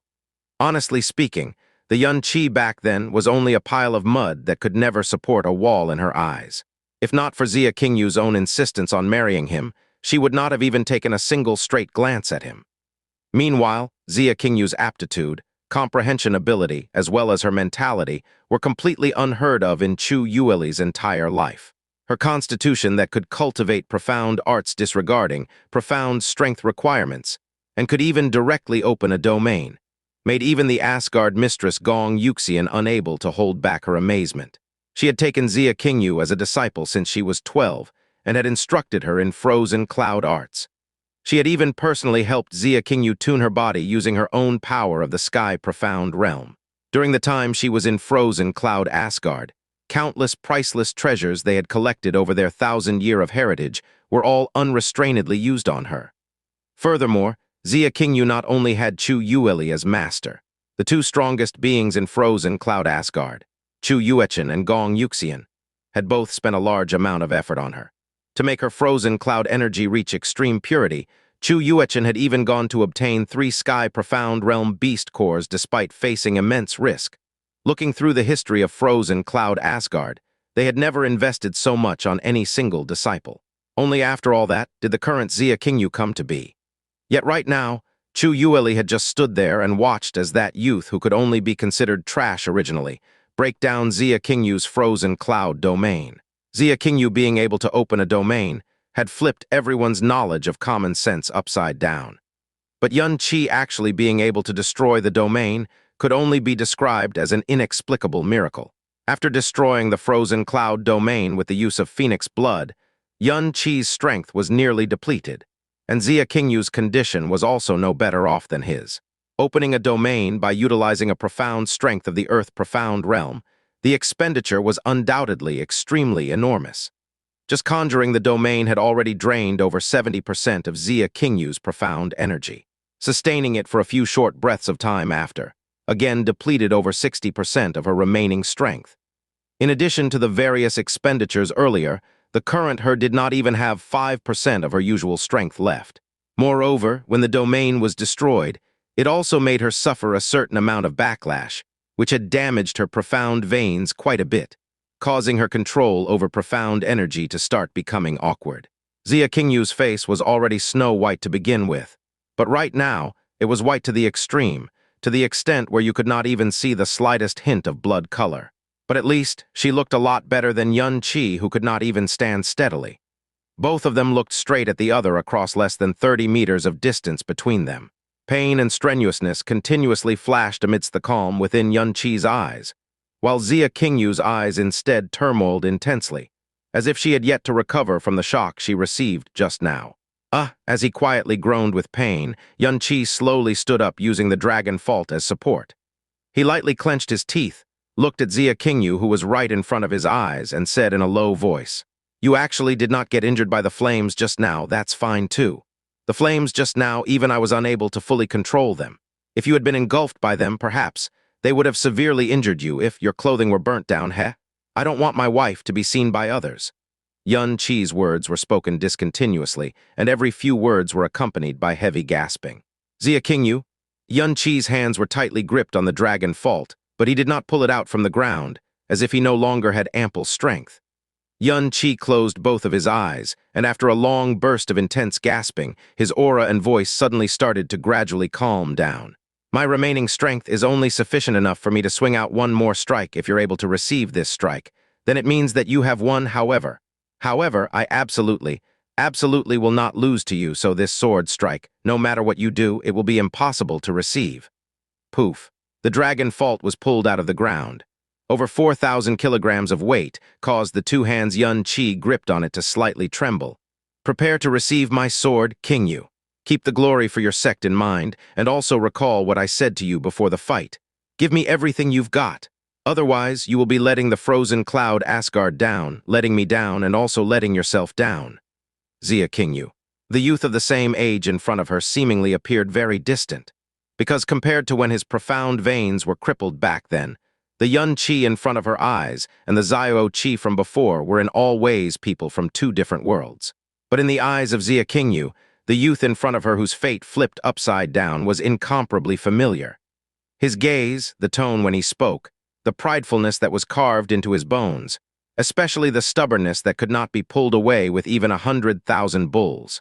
They were all exactly the same as the Yun Qi she had got to know after those short few days and nights with him. Xianxia Yu did not say anything, but the ice spirits that had originally disappeared once again appeared and floated around her. Behind her, a gigantic ice lotus gradually bloomed. The ice phoenix snowflower ribbon floated in front of her and displayed a strange S shape. An extremely dangerous aura was released and emitted from every single centimeter and inch of the ice phoenix snowflower ribbon, exerting an extremely heavy pressure towards Yun Qi. This is Frozen Cloud Ultimate Skill, Ode of the Crescent Moon's elementary style. Junior sister Zia's presence is extremely weak right now. Can she still execute this skill? Looking at Xianxia Yu's condition, Shui Wushwang worriedly said, It's barely possible. Looks like King Yu is also going to give it her all. This move is not something that's possible for Yun Qi defend against. Chu Yueli said, but when she spoke those words, she more or less lacked confidence. Although the current Yun Qi didn't seem to be able to even keep his balance. The various things he displayed from him before, especially the flames that burnt through even the frozen cloud domain, made Chu Yueli no longer dare to look down on this seemingly unthreatening young man at all. She already did not dare guess what earth-shaking feat he would do next. The dragon fault was gradually raised by Yun Qi above his head. The 54 evil gods' profound entrances speedily expanded, madly gathering all of the remaining profound energy in his body. Suddenly, he let out a loud roar as the surface of the ground under his feet shattered. And just as he leapt from the ground, the heavy sword soared through the air and heavily slashed downwards. Overlord's fury! Although the power behind this sword strike was much weaker than the previous one at the start, it was still very frightening. Xianxia Yu also jumped upwards. All of the ice spirits around her flashed with a chaotic brilliance. Her ice phoenix snowflower ribbon turned softness into resilience and folded into a snow-white crescent moon. While being imbued with frozen cloud energy, it glimmered with a blinding radiance of ice crystals and fiercely clashed in midair with the dragon fault. With a loud sound, an enormous ring of spatial distortion rippled out far away from where Dragon Fault and Ice Phoenix Snowflower ribbon clashed. The incomparably cold aura completely engulfed Yun Qi, and the enormous power that came from the Ice Phoenix Snowflower ribbon forcefully smashed the dragon's fault into a crescent moon shape. Yue Qi's eyes were widened abruptly. In that instant of collision, his hands became almost completely numb. He unyieldingly clenched his teeth and channeled all of his power into the dragon fault. But his remaining power was too far off from Xianxia Yu's strike of full strength. The power of the Overlord's fury was completely blocked, and even the power's residue were being rapidly engulfed, and a burst of icy cold power which could thoroughly defeat him pounced towards his face. So there was no choice but to use that. After all, this kind of situation did not surprise Yue Qi in the slightest. After all, he understood his own current situation better than anyone else. Feeling that his own power being completely suppressed, he took a sudden breath and let out a beast-like howl from his mouth. My profound veins and body, you must hold on. Evil God's third realm. Purgatory, following Yun Qi's internal silent chant. The evil God's profound veins third gate, Purgatory, opened for the first time. In the instant Purgatory opened, a strange, demonic red light was suddenly released from the third gate, illuminating the entirety of the profound veins with crimson red as if they were dyed in fresh blood. The red light did not only exist within the profound veins, and also gushed out from the profound veins, forming a layer of blood-red radiance around Yue Qi's body. The whites in both of Yun Qi's eyes completely disappeared, and replacing them were two pupils that turned completely blood-red. An wicked and malicious aura akin to that coming from the purgatory was also suddenly emanated from his body, causing Xianxia to completely suffocate in an instant. Evil God's third style, destroying sky, decimating earth. Boom. This was an explosive rumble as if the sky and earth had collapsed. The entire sword discourse arena trembled with incomparable intensity, and even the entire area of the ground started to sway, as if a terrifying natural disaster had suddenly descended. Within the huge explosive sound, some lower-leveled profound practitioners' ears immediately lost their ability to hear.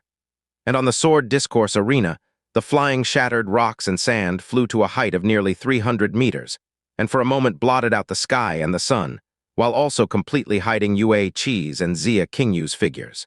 Screams of fear resounded throughout the entire sword discourse arena, and incomparable astonishment emerged onto every single person's face once again.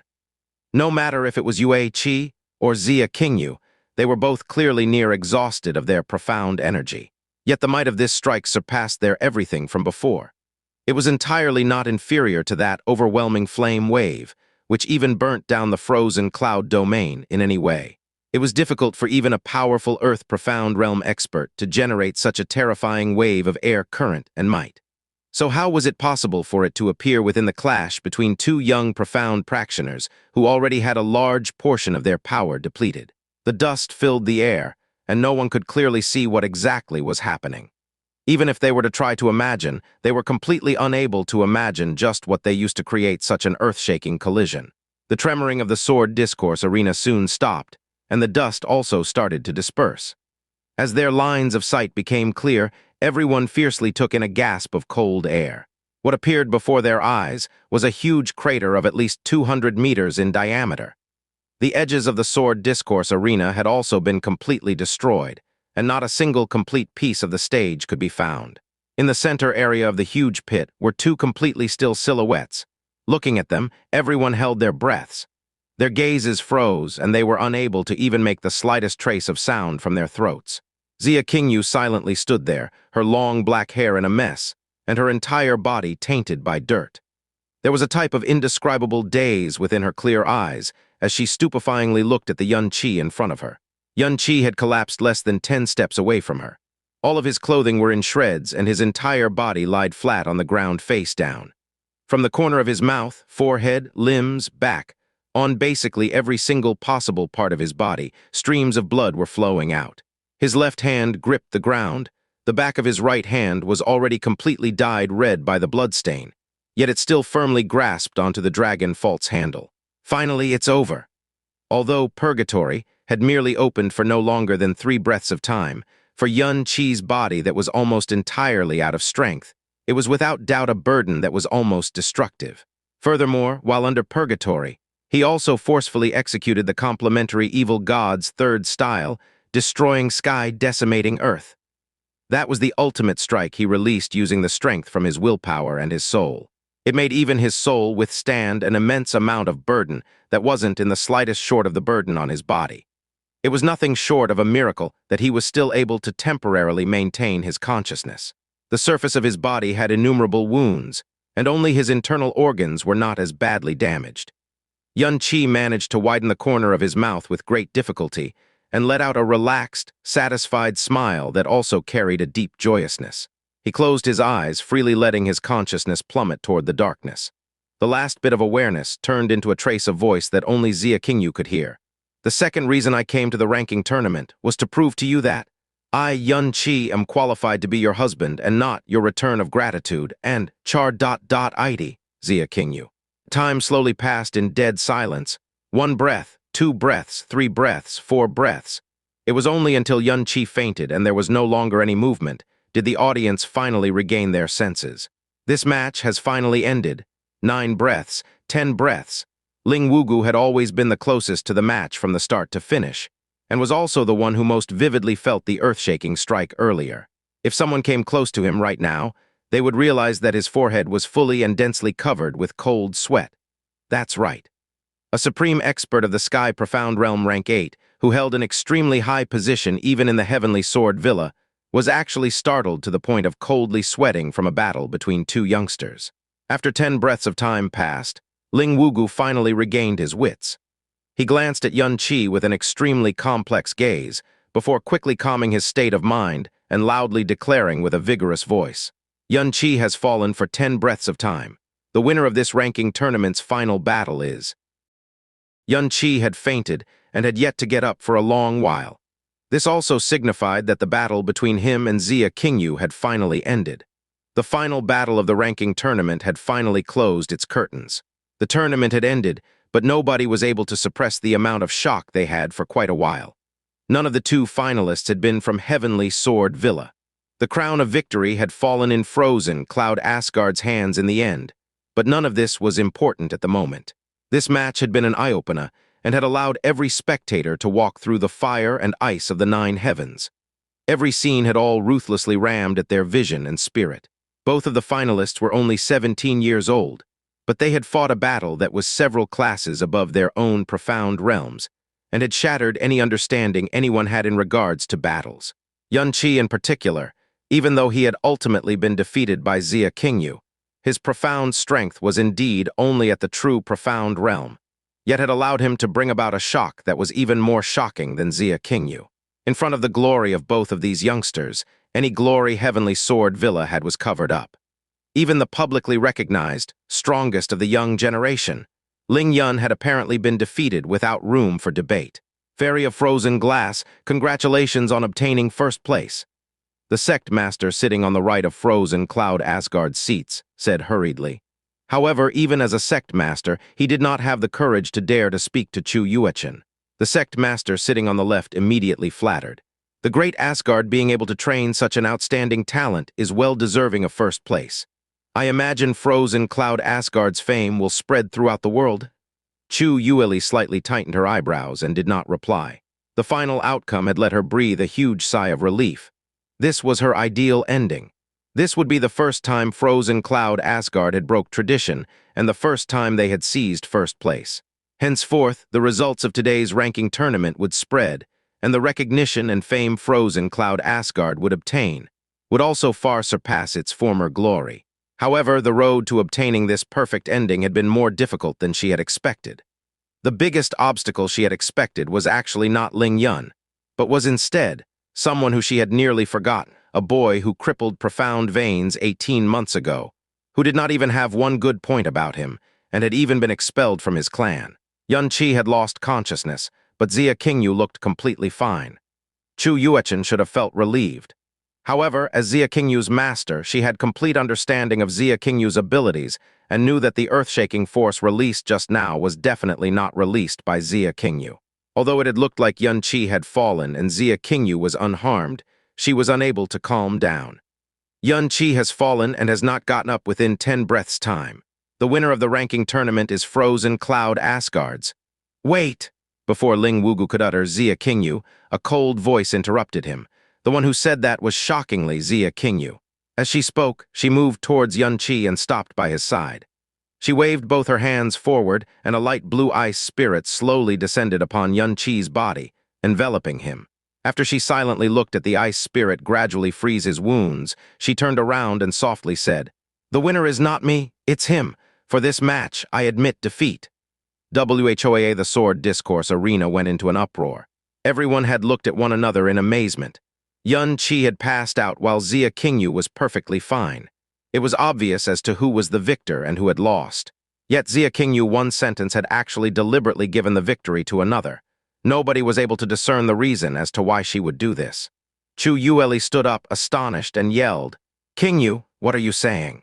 Immediately retract what you've just said." Chu Yuechen suddenly coldly said, "Look up." Chu Yueli subconsciously raised her head and then froze. Her expression, too, had froze in place. She was speechless. At this time, a long white ribbon slowly fell from the sky.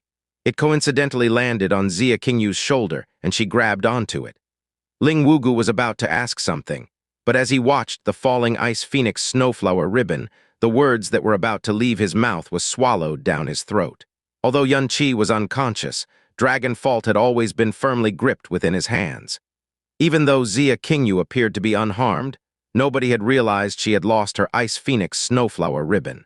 It had taken until now for the Ice Phoenix Snowflower ribbon to fall from the sky. One could only imagine how high it had been knocked up. He had unleashed his last strike upon my Ice Phoenix Snowflower ribbon. If he had chosen to do so on me, I would have probably died. He has rightfully won this. I've lost. Chu Yueli was startled for a while before letting off a long sigh. She closed eyes and did not speak for a long while. Even though the outcome had been flipped over due to Xia Qingyu's admittance of defeat, the results of the match may have been unchanged even with that. After all, everyone present had witnessed Yun Qi passing out. Even Ling Wugu, as the referee, may not accept the obvious victor's admittance of defeat. However, from the descending Ice Phoenix Snowflower ribbon and what Xia Qingyu had said, everyone had understood who the true victor was. Ling Wugu nodded and did not try to question Xia Qingyu again. He raised his hands once again and loudly proclaimed, "Xia Qingyu has admitted defeat. The champion of the ranking tournament is Blue Wind Imperial Family's Yun Qi."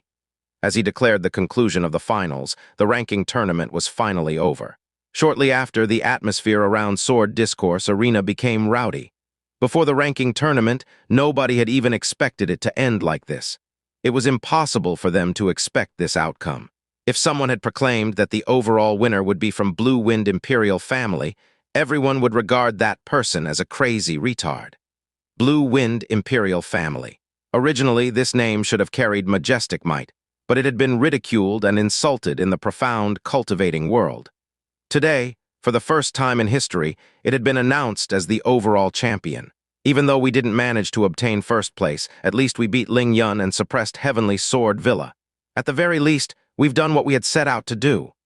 After a brief period of disappointment, Chu Yueli said while slightly smiling. Her expression had resumed its former tranquil state. Unexpectedly, the biggest surprise this ranking tournament has brought me was Qingyu's husband. Fate is truly the most mysterious thing in this world. Chu Yuechen did not speak. With eyes like ice crystals, nobody could understand what she was thinking of. Too awesome, too great, as expected of my boss. To be able to be the boss of me, Ling Jai, you have to at least be able to do something like this. Ling Jai clasped both his hands tightly while shouting. To Ling Jai, who had already bragged to others that he was Yun Qi's younger brother, he had felt considerably honored. He had long forgotten that Heavenly Sword Villa had met with defeat yesterday. On the side of the Blue Wind Imperial Family, there were no shouts of joy. After Ling Wugu had announced the results, Kang Yue had loudly shouted, "Junior Brother Yun," disregarded everything else, and rushed towards at the Sword Discourse Arena in the quickest speed possible. Xia Yuanba was closely behind her with a face full of terror. While Qin Wusheng had been somewhat slower to react, his speed was naturally quicker than both of them. He reached Yun Qi's side in a flash and quickly began examining his wounds. How is Junior Brother Yun?" Kang Yue stretched out both of her hands, but she did not dare to touch Yun Qi. Tears were already flowing on her face. As Qin Wusheng's hands left Yun Qi, his face revealed a relieved expression and said, "Rest assured, Princess. Although his wounds look terrible, they are all external wounds. If he recuperates for at most a month, he will be able to fully recover. He has only suffered light internal injuries, and the only cause of concern would be that he had overly stressed his profound veins. While that will take time to heal, that is not impossible to make a full recovery from. Only, Sai, I'm afraid he won't be able to explore the Heaven Basin's secret realm in his current condition." Hearing this, Kang Yue could finally calm down a little. She tightly gripped Yun Qi's hand and refused to let go.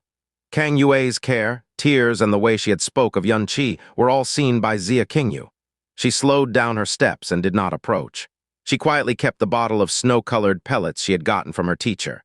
"Palace Chief Qin, 10,000 congratulations," Ling Wugu said. Even though Heavenly Sword Villa had been defeated and lost the first position that has always belonged to them, Ling Wugu remained very calm and took the initiative to congratulate Qin Wusheng. Without waiting for him to reply, he added, "Palace Chief Qin need not reply. I'll lead you to the Heaven Returning Pavilion." Qin Wusheng nodded and carried Yun Qi.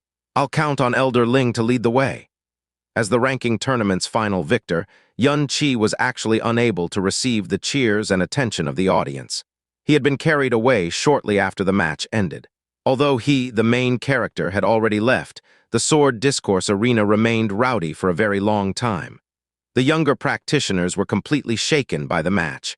They had lost all of the arrogance that they once had. Before, they had all proudly proclaimed that they were talented individuals. But today, they had seen that before a truly talented individual, they were not worth anything. This had been the most special ranking tournament yet. It had defied over 30 years of history. Its process and conclusion were filled with excitement and surprises. This ranking tournament was expected to spread throughout the Blue Wind Empire like a giant wave and be discussed for a very long time. Of course, there were also people who were upset about the conclusion. A good example would be the Burning Heaven clan. They had been badly beaten, and even their great elder had lost control and had been shamed by Xianxia. Another example would be the Heavenly Spear Thunderfire Fortress who had been rude towards Xianxia. Although, compared to the Burning Heaven sect, the Heavenly Spear Thunderfire Fortress were restless. Mu Tianbei had not expected that Xianxia's true power would be this terrifying. Even more so, he had not expected him to be the ranking tournament's champion. A talent like this would definitely grow up to become one of the Blue Wind Empire's thrones. In the hundreds of years of history of the Heavenly Spear Thunderfire Fortress, they had yet to produce a throne, nor did they dare to invite a throne. Thinking of this, Mu Tianbei was unable to calm down. Cold sweat flowed down onto his back while his face was green with regret. Blue Wind Imperial Family, the Emperor's Chambers. Even as the current emperor of the Blue Wind Empire, Kang Wan's face was flushed red and the light in his eyes was faint, as if he was dreaming. Even Kang Wan himself had thought he was dreaming. He had received Qin Wushang's sound transmission. Blue Wind Imperial Family had obtained first place in the ranking tournament. Immediately, he also received a sound transmission from his daughter. Blue Wind Imperial Family had obtained first place in the ranking tournament. While holding the sound transmission Jade, Kang Wan had been left in a muddled state. Even after half a day, he hadn't regained his wits. He trusted Qin Wushang, he trusted Kang Yue even more, but he didn't dare to believe what they had told him, even though it had been the same thing. Because that would be too fantastical, too unreal, as if these were the voices within his dreams about a fantasy. Rapid footsteps resounded from outside. Very quickly, his personal eunuch had rushed into the chamber and kneeled before him, loudly shouting in a hoarse voice, "Congratulations, Your Majesty! Congratulations! The ranking tournament has finally ended today, and our Imperial family, has actually gotten first place. First place!" Kang Wan's mouth twitched, trembling while asking, "This news, are you sure this is true?" "That is the news that Heavenly Sword Villa has released. It's definitely true. Right now, the same message is being spread all over the Empire. Not a word is false," the eunuch continued in extreme excitement.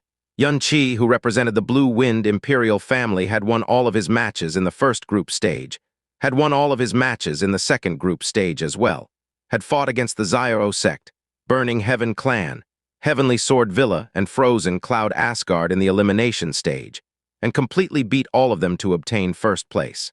If even half of this is false, may the heavens strike this servant with lightning. Kang Wan's face became even redder as excitement rushed throughout the entirety of his body. Good, good, good. Ha-ha, ha-ha-ha, ha-ha-ha-ha-ha. Kang Wan started to heartily laugh with an incomparable jubilance. He had been in power for over 10 years, and this was the first time he had ever been this carefree. It was as if all the pent-up frustration and worries over the years had been released through this unreserved laugh. This is the glory my Blue Wind Imperial family deserves. This is what it truly means to look down upon the world from above. Send an imperial order to all related parties. Say, from today onwards, for the next 3 years, the resources given to each profound palace will increase. Blue Wind Profound Palace's reward will be proclaimed another day. From today onwards, we will prepare the greatest banquet in the Blue Wind Palace's main hall. We want to personally receive Xianxia when they return. As for Xianxia's reward, I will proclaim it at a later date. This servant has received the order. Wait, serve me some good wine immediately. I want to properly enjoy a drink, ha-ha-ha. Kang Wan usually had bad appetite, but because he was in a good mood today, his appetite was good.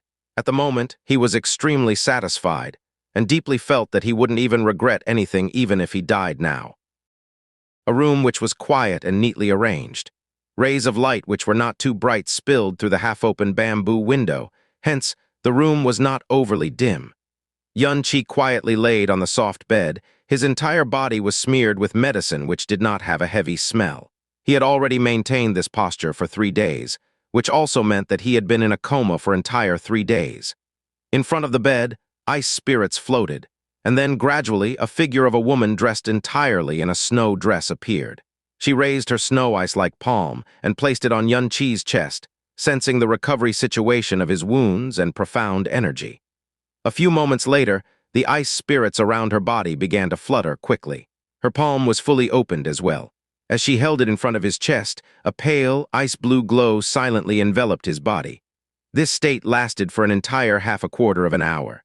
At this moment, footsteps that were intentionally made light could be heard from outside the door. The woman retracted her palm.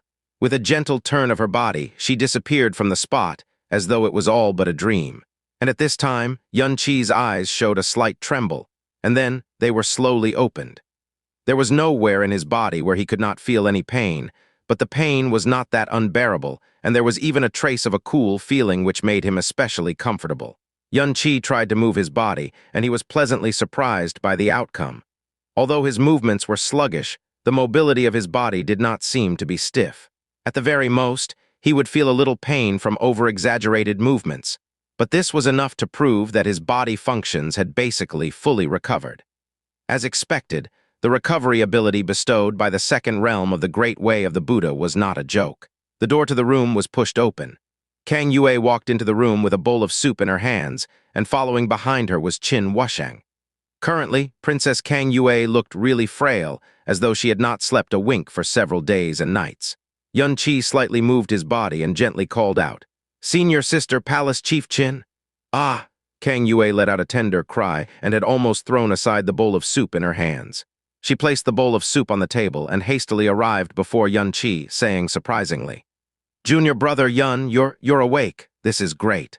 Grandmother Jiumu said you might have to be in a coma for dozens of days, but I knew that you would definitely be safe and sound much sooner." The grandmother Jiumu, Kang Yue set out, was referring to the #1 genius doctor in Heavenly Sword Villa, who had lived in the Heaven Returning Pavilion for quite a while. "I'm already fine. I'm sorry I had to cause Senior Sister to worry." Seeing Kang Yue's expression, Xianxia answered with a pained heart. As he was speaking, he even raised out the right hand he could already freely move to grab onto Kang Yue's small hand, to prove to her that he was really all right. "Ho, it's good that you're awake. This way the princess and I can finally feel at ease." Qin Wusheng nodded and laughed as a relaxed expression revealed on his face. "Xianxia, do you know? Currently, you're already famous throughout the world, and you're even titled as #1 among the younger generation this year. And you are entirely worthy indeed of this title. But I believe that with your character you wouldn't overly care about such fame. Things like titles, though they sound nice, there are many a time they can be a form of burden." Xianxia smiled indifferently, and then he asked, "Senior Sister, how long have I been asleep for?" "It's already been 3 days, Kang Yue replied. "Junior brother Yun, how do you feel right now? Do you feel especially uncomfortable anywhere?" "Don't worry, I feel that my body has already recovered to a certain extent. 3 days. Xianxia suddenly recalled something and hurriedly asked, "When is the exploration of the Heaven Basin Secret Realm going to be conducted?" "The Heaven Basin Secret Basin will open on the day after tomorrow." Qin Wusheng sighed. "But in your current state, you should be unable to participate in the exploration this time.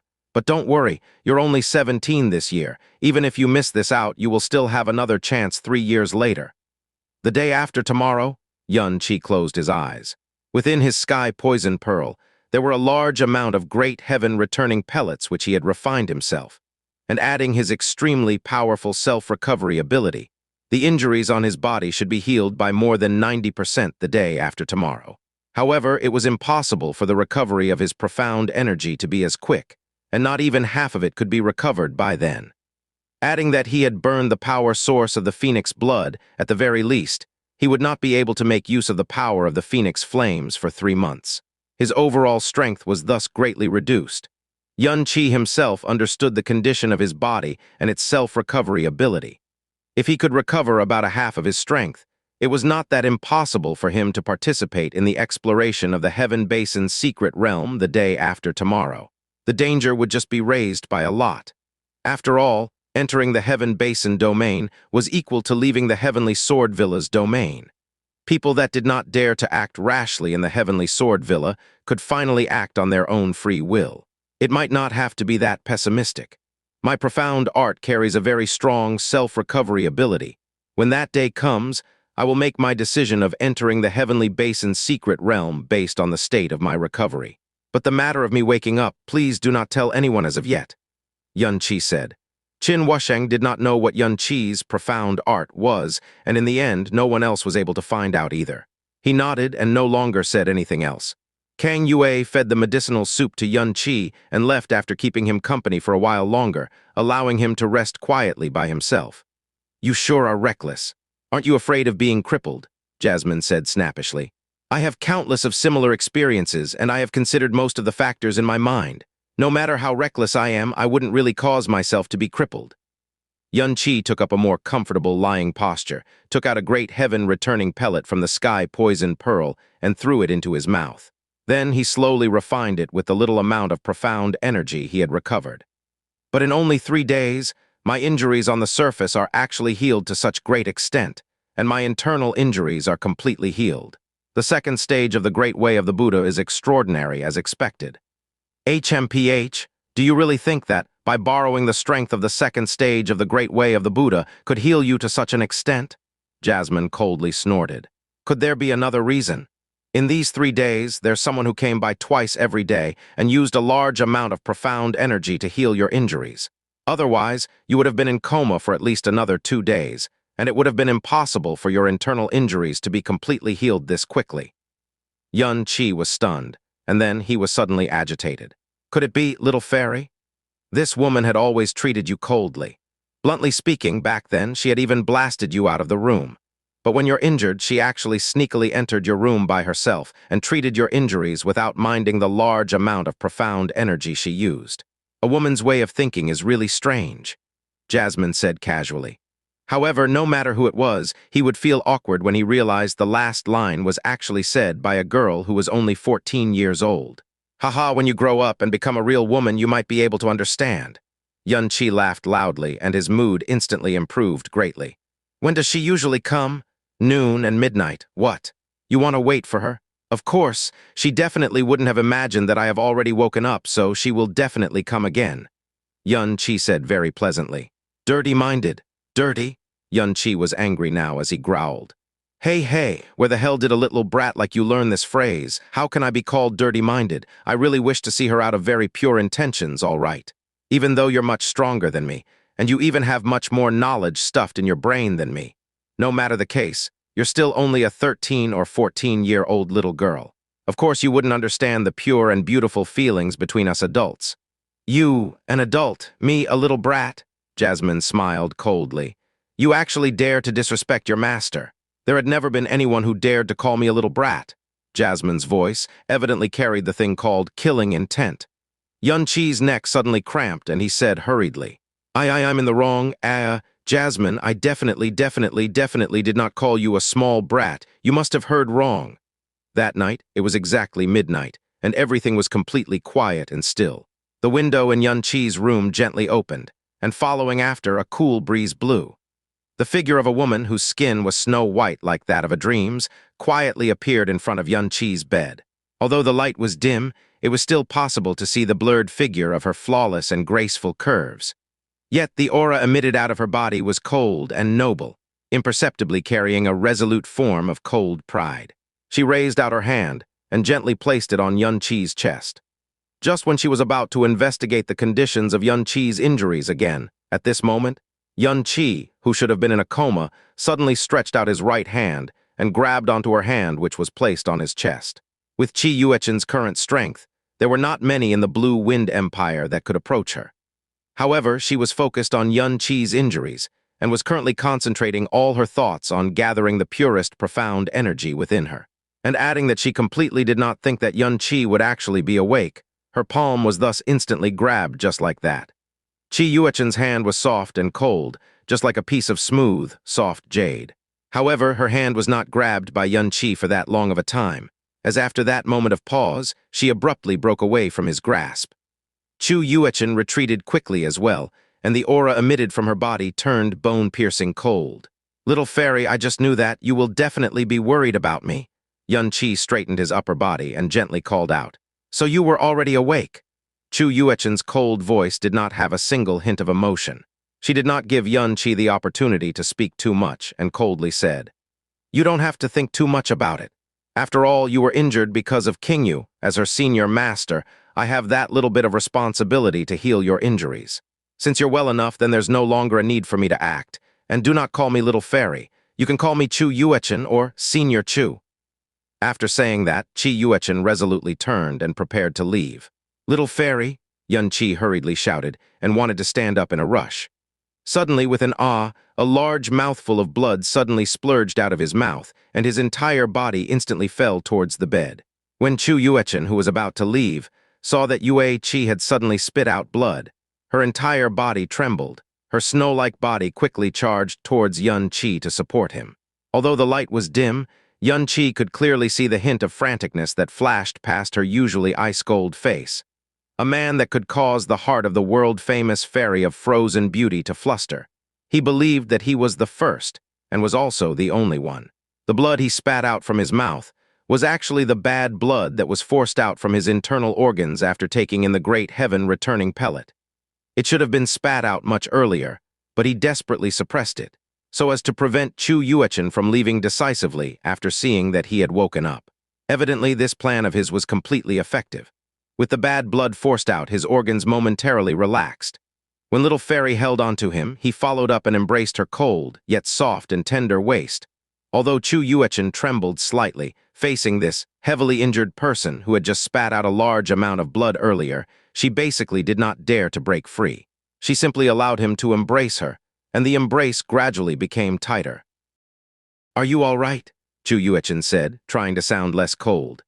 However, because she was being hugged, her heartbeat had gone out of control and she had to make use of the frozen cloud arts to calm herself. Over the past 5 months, she had constantly been embraced by him. She could not possibly be more familiar with his touch.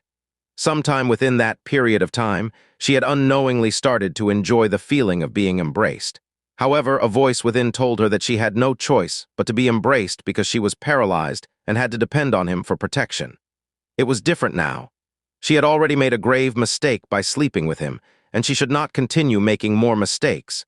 Yun Chi pressed the entirety of his body weight onto Chu Yuechen, looking very feeble in a half-dead manner. He said in a very weak voice, I'm okay. Little Fairy, don't leave me." Chu Yuechen could not reply. Hearing Yun Chi speak with such a weak voice had sent pain equivalent to needles piercing through her heart. She couldn't bear to push Yun Chi aside. She could only quietly be embraced by him. She had actually tried to steel herself to push him aside, but she couldn't bear to do so in the end. "It's already very late. There's only the 2 of us here, and there'll be nobody around to disturb us. He's also badly wounded. I'll give in this once. It'll be the last time." This was what Chu Yuechen constantly repeated in her heart to console and convince herself. It was only until Chu Yuechen had sent her profound energy into Yun Chi's body to check Yun Chi's current condition. Bang! The moment Yun Chi had been pushed away by Chu Yuechen, his back hit the wall and he grimaced in pain and shouted, "Ah, it hurts, it hurts. You actually dare to deceive me in this manner?" Chu Yuechen coldly said, her face still as cold as ever but her eyes showing her sullen mood. Although on the surface she was angry, she had felt relief in her heart upon knowing that his wounds were taking a turn for the better. However, this sort of relieved feeling had caused her mind to go into disorder. She was not supposed to be able to feel this way. Yun Chi rubbed his back with his hands and said in a pitiful manner, "I thought my little fairy would have just left like that. Little Fairy, I know that for the past few days you have always. You're not allowed to continue talking." Chu Yuechen's chest was trembling as she interrupted Yun Chi with a cold tone. She turned around and said with a cold voice devoid of emotion, "What has happened between you and I was a mistake. I have almost forgotten about it. I hope that you will do the same. If you're unable to forget about it, then just pretend it was all but a dream. Please do not attempt to make it a reality." "Yun Chi, what has happened between you and I cannot be known by outsiders. If you do not wish to encounter difficulties because of it, please do not reveal the 6 stages of the frozen cloud arts that you have obtained. You are Qingyu's husband. If you do not wish for her and frozen cloud Asgard to become the laughing stock of the world and be questioned about their morals ethics, please forget about me." Chu Yuechen closed both of her eyes, and the ice spirits around her body floated around her in a crazed manner.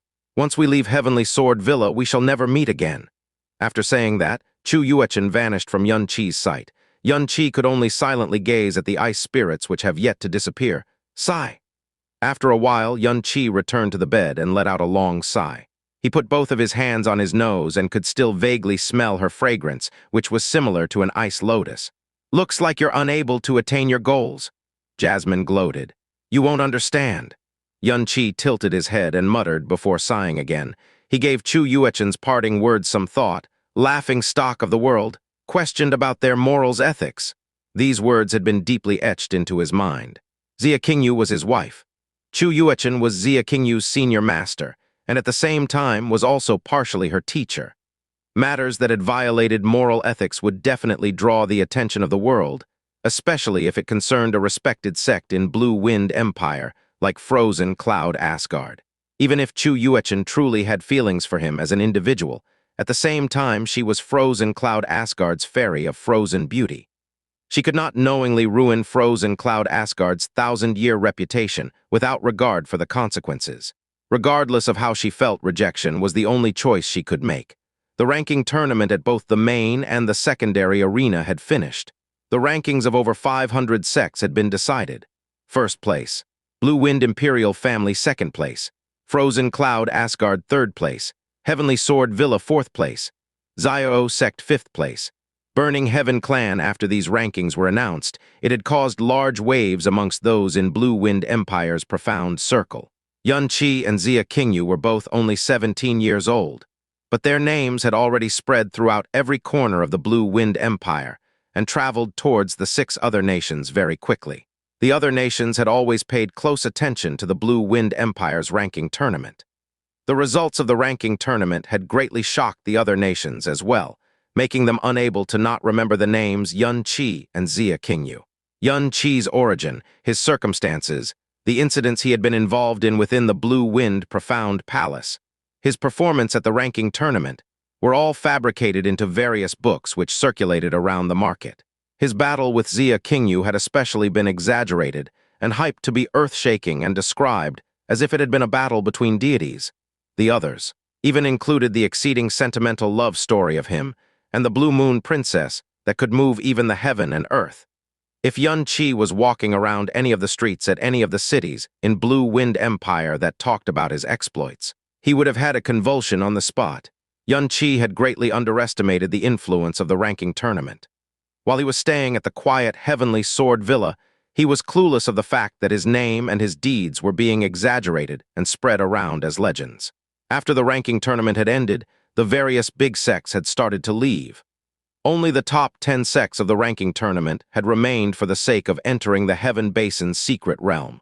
None of them were willing to pass this chance up. As the days passed, the day when the entrance to the Heaven Basin's secret realm would open quickly approached. After Xianxia had awakened, the recovery of his wounds had considerably sped up. He did not go anywhere during the next 2 days and had quietly nursed his wounds. Based on his injuries on the Sword Discourse Arena the other day, nobody would believe that he had already woke up. Furthermore, his wounds were already mostly healed. The night before the opening of the Heaven Basin's secret realm, Ling Yuefeng stood under an ancient tree in his courtyard, gazing at the crescent moon in the night sky. His clothes had gotten moist from the misty night atmosphere. It had shown that he had been standing here for a long time. Sigh. Ling Yuefeng suddenly let out a very long sigh. Yuefeng, what has happened has already happened. There's no point in dwelling on it. Even though we had lost, it doesn't mean that our Heavenly Sword Villa's disciples are weak. Both Xianxia and Xia Qingyu being this strong was unexpected. Our loss was not without justifiable reason. Xuanyuan Yufeng walked over and consoled him. Ling Yuefeng continued to gaze at the crescent moon while deep in thought. He had not realized that Xuanyuan Yufeng was nearby. He had a complex look in his eyes as he turned around and sighed, while saying, "It has been about 1,200 years since our ancestors had constructed Heavenly Sword Villa. Nobody had ever challenged our position as the #1 sect. But during my time as Villa Master, I have been trying to calmly accept the facts, but I am unable to let go. I have let our ancestors down. I have let the 1,000-year history of Heavenly Sword Villa down." "Don't put it like that," Xuanyuan Yufeng consoled. "You've taken up the heavy responsibility of Villa Master since you were young. It has been 21 years since then. I've been with you throughout. We've watched Heavenly Sword Villa grow. We've watched Yuner and Jir get strong under your care and surpass the younger you. We've already done enough to be proud of ourselves. Although we didn't perform as expected during the ranking tournament, the ranking tournament is only a competition between the younger generation. Whether it is our foundation, resources, prestige, or overall strength, we wouldn't lose even if you put the 9 other ranked sects together. Why can't you just let go if that's the case? Xuanyuan Yufeng's words had greatly calmed Ling Yufeng down. He embraced Xuanyuan Yufeng and said with emotion, "My wife, you're right. To be wed to you in this lifetime is my, Ling Yufeng's greatest blessing. What can't I let go?" Xuanyuan Yufeng gently smiled and leaned on her husband's shoulder. Ling Yufeng shifted his gaze, looked into the distance, and said, "There's still light in Yunar's room. Sai, I can tell that he has been very restless lately. I believe the one who will have the hardest time letting go would be Yunar. I'm worried that his self-confidence and love towards swordsmanship will take a hit. I should pay him a visit and talk to him about this." Xuanyuan Yufeng stood up and slowly shook her head. "Yunar's restlessness has nothing to do with his defeat the other day." "You mean," Xuanyuan Yufeng said, "that's good too. Yufeng, go ahead and pay him a visit. Let him speak of his troubles and maybe you can give him some advice. He will know what to do from then on." Ling Yufeng nodded, then walked out of the courtyard slowly, towards the direction of Ling Yun's courtyard. Xuanyuan Yufeng returned to her room. Not long later, someone had knocked on the door. "Yufeng, it's me." Hearing that, Xuanyuan Yufeng immediately went to open the door. Surprisingly, it was Ling Kun. Ling Kun sat down upon entering the room. He looked at Xuanyuan Yufeng for a bit before saying, "Yufeng, how have you been for the past years? Did that Ling Yufeng brat ever mistreat you?" "Yufeng has always treated me well. Thank you for the concern, uncle," Xuanyuan Yufeng replied with a smile. She poured a cup of tea for Ling Kun before sitting down opposite him. She asked sullenly, "I wanted to meet uncle this late at night because I wanted to know if my father is he still mad at me?" "Heh heh."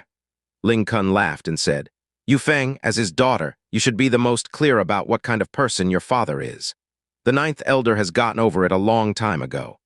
Do you really think that the relationship between mighty Heavenly Sword Region and Heavenly Sword Villa could be facilitated by a lowly aide like myself?"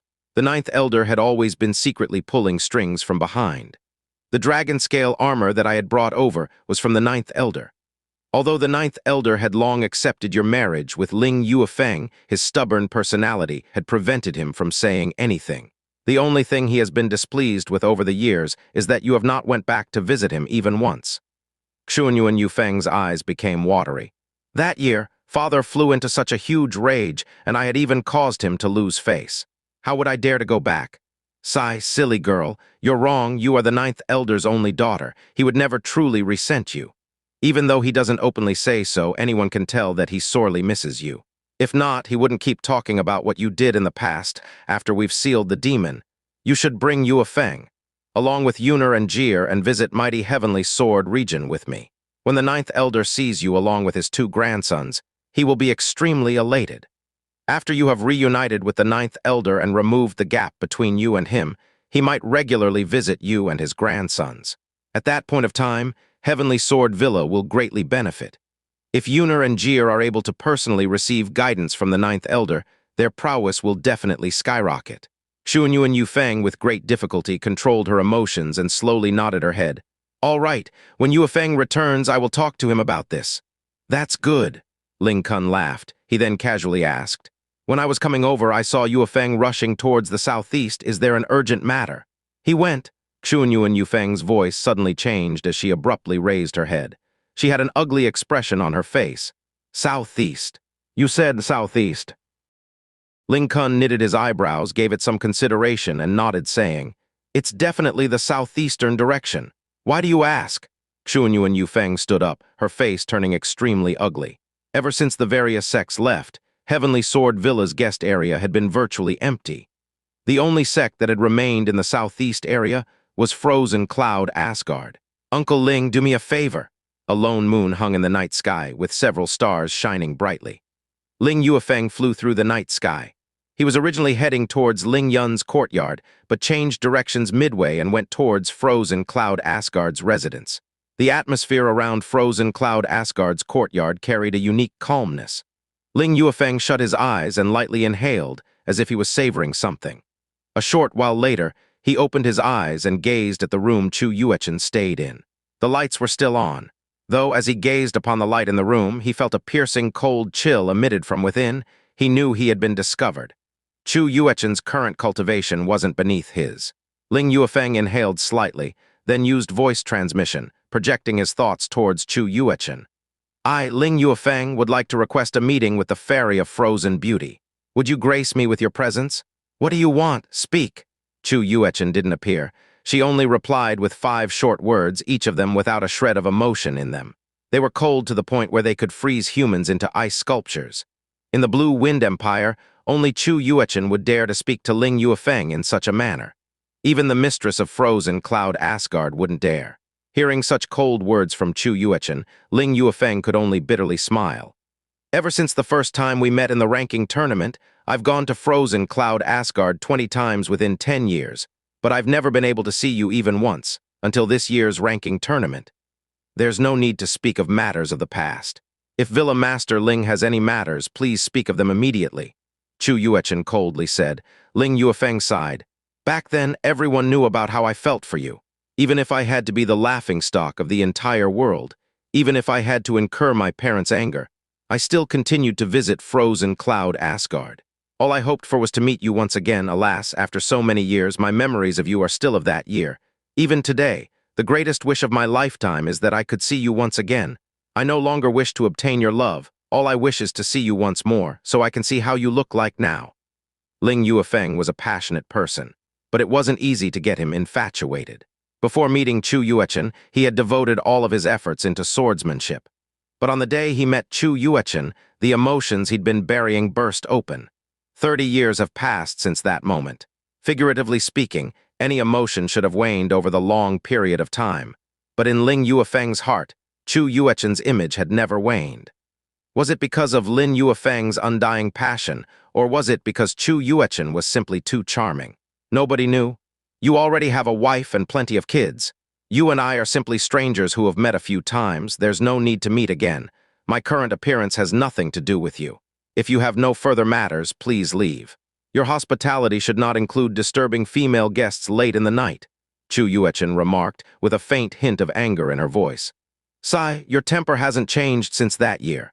All I wish is to see you once more so I can put aside my wish. I have no other hidden agendas. Once I've seen you, I will immediately leave. I will not bother you for as long as I live after that. Rip! Following a slight tearing sound, an icicle came out of nowhere and flew directly towards Ling Yuefeng. Ling Yuefeng stuck his hand out and grasped the icicle. The icicle's freezing feeling quickly spread throughout his hands into his heart. Without bidding Chu Yuechen farewell, without having said anything, Ling Yuefeng left. His lonely figure vanished in the night sky very quickly. That year, he was not only the young Villa Master of Heavenly Sword Villa, but also an incomparably outstanding youth. The amount of female admirers he had was not few, but he had blindly fell in love with one he wasn't supposed to. With his strength, in the Blue Wind Empire, he could obtain fame and power easily. There was nothing he couldn't obtain within his lifetime, with the sole exception of Chu Yuechen. The heavens had blessed her with the most beautiful outer appearance, but had given her an icy, cold heart. She was the only missing piece in Ling Yuefeng's life. Not far away at a dark corner, Xianxia Yufeng was trembling with a very ugly expression on her face. Under Ling Kun's profound strength's isolation, neither Ling Yuefeng nor Chu Yuechen were able to sense their presence. Although they have been communicating using voice transmission, everything they've said had been silently tapped by Ling Kun. Xianxia Yufeng was only trying her luck originally, but when she had heard everything Ling Yuefeng had said to Chu Yuechen with her own ears, she exploded with rage. Ling Yuefeng, you really are a passionate man. It has already been 30 years, 30 damn years, but you're still unable to forget that woman. I thought you were unable to accept what happened in the ranking tournament, so I comforted you for half a day. But who knew you were actually thinking of that woman? You even dared to ask to meet her in secret. Xianxia Yufeng uttered each word with deep hate and rage. I, Xianxia Yufeng, shortchanged myself, shamed my family, and married into this meager Heavenly Sword Villa for more than 20 years. Yet I am still not equivalent to a woman who had made a fool out of you in front of the world, who refuses to even meet you. Ling Yuefeng, you've really outdone yourself. When a woman had sufficient hate and envy, she would transform into the most terrifying demon. Ling Yuefeng and Ling Kun were still members of the same clan, so Ling Kun didn't want this matter to continue spiraling out of control. He immediately urged, Yu Feng, you don't have to get this angry. You've already been with Yu Feng for more than 20 years and should know his personality. What he has said just now was very clear. All he wanted was to see Chu Yuechen one last time. From then onwards, he wouldn't think about her again. I've heard that in the past, in order to obtain her love, he's made many visits to frozen Cloud Asgard within a span of 10 years, but has never succeeded. All he's doing now is to fulfill what he was unable to do in the past, to see her again. Rightfully speaking, as the Villa Master of Heavenly Sword Villa, nobody would dare to humiliate him and not give him face. But today, that woman treated him coldly, without giving him any face. As his wife, this is where you should feel bad for him. If instead you return and start quarreling with him, all you would be doing is creating discord between the both of you. However, if you do not stop him from doing what he's doing and treat him as per normal, he might feel guilty because of what he's doing. If that's what happens, you would benefit instead, right? Not stop him. How can I not stop him? Xuanyuan Yufeng's chest shook while saying so, but the anger in her voice was already half gone. She stared at the light within Chu Yuechen's room and softly said, Uncle Ling's words have enlightened me. I should not be blaming Yu Feng. The fact that he hasn't forgotten that woman also shows that he's honest to his feelings. If this woman no longer existed, what I wouldn't want to see wouldn't happen. While Chu Yuechen has harmed Yu Feng, someone else is doing the same to Yuner. Yuner hasn't been himself as of late. I suspect he'll make the same choices as his father once did. You're talking about Xia Qingyu. I'm going to destroy frozen Cloud Asgard for causing harm to my husband and son. Xuanyuan Yufeng colded remarked. Ling Kun furrowed his eyebrows as a strange light flighted past his eyes. Towards Xuanyuan Yufeng's proclamation out of envy and hate, he had not only not stopped her, but instead nodded, saying, If you really intend to do so, there's no reason for me not to help you. Except, frozen Cloud Asgard is not a normal, easy-to-destroy sect. The fact that it has existed for 1,000 years shows its considerable influence. How about you return to mighty Heavenly Sword region with me and let the 9th Elder know of this matter? He has missed you for so many years and would not reject any request from you. At that time, I will personally volunteer myself to carry out this mission. Within 3 years, we'll make frozen Cloud Asgard vanish, never to be seen again. Nobody will know that mighty Heavenly Sword region was behind this. How about it? Xuanyuan Yufeng had only said that she wanted to destroy frozen Cloud Asgard in a moment of rage. Who knew that Ling Kun had actually agreed to do so? If one of the 4 great sacred grounds had agreed to help, getting rid of frozen Cloud Asgard was as easy as squashing an ant. Bearing great hate towards frozen Cloud Asgard, how could Xuanyuan Yufeng disagree? She nodded, saying, We'll do as Uncle Ling had advised. Yufeng thanks Uncle Ling.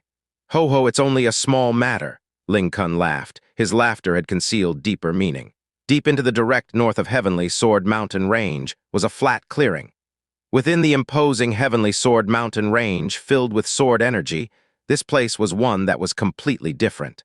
The atmosphere was calm and quiet, and even the sounds of the wind were exceptionally soothing. At noon, a group of people arrived.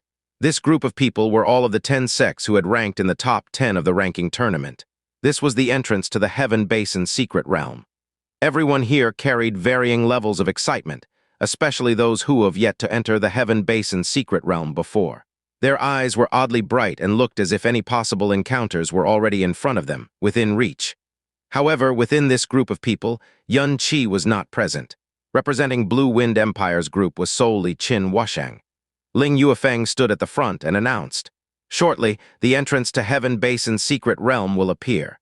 Before that happens, I will need to remind all of you of some things. Heaven Basin's Secret Realm can only take at most 50 people at a time. With that said, each sect can only send 5 representatives. As for which 5 you are free to choose.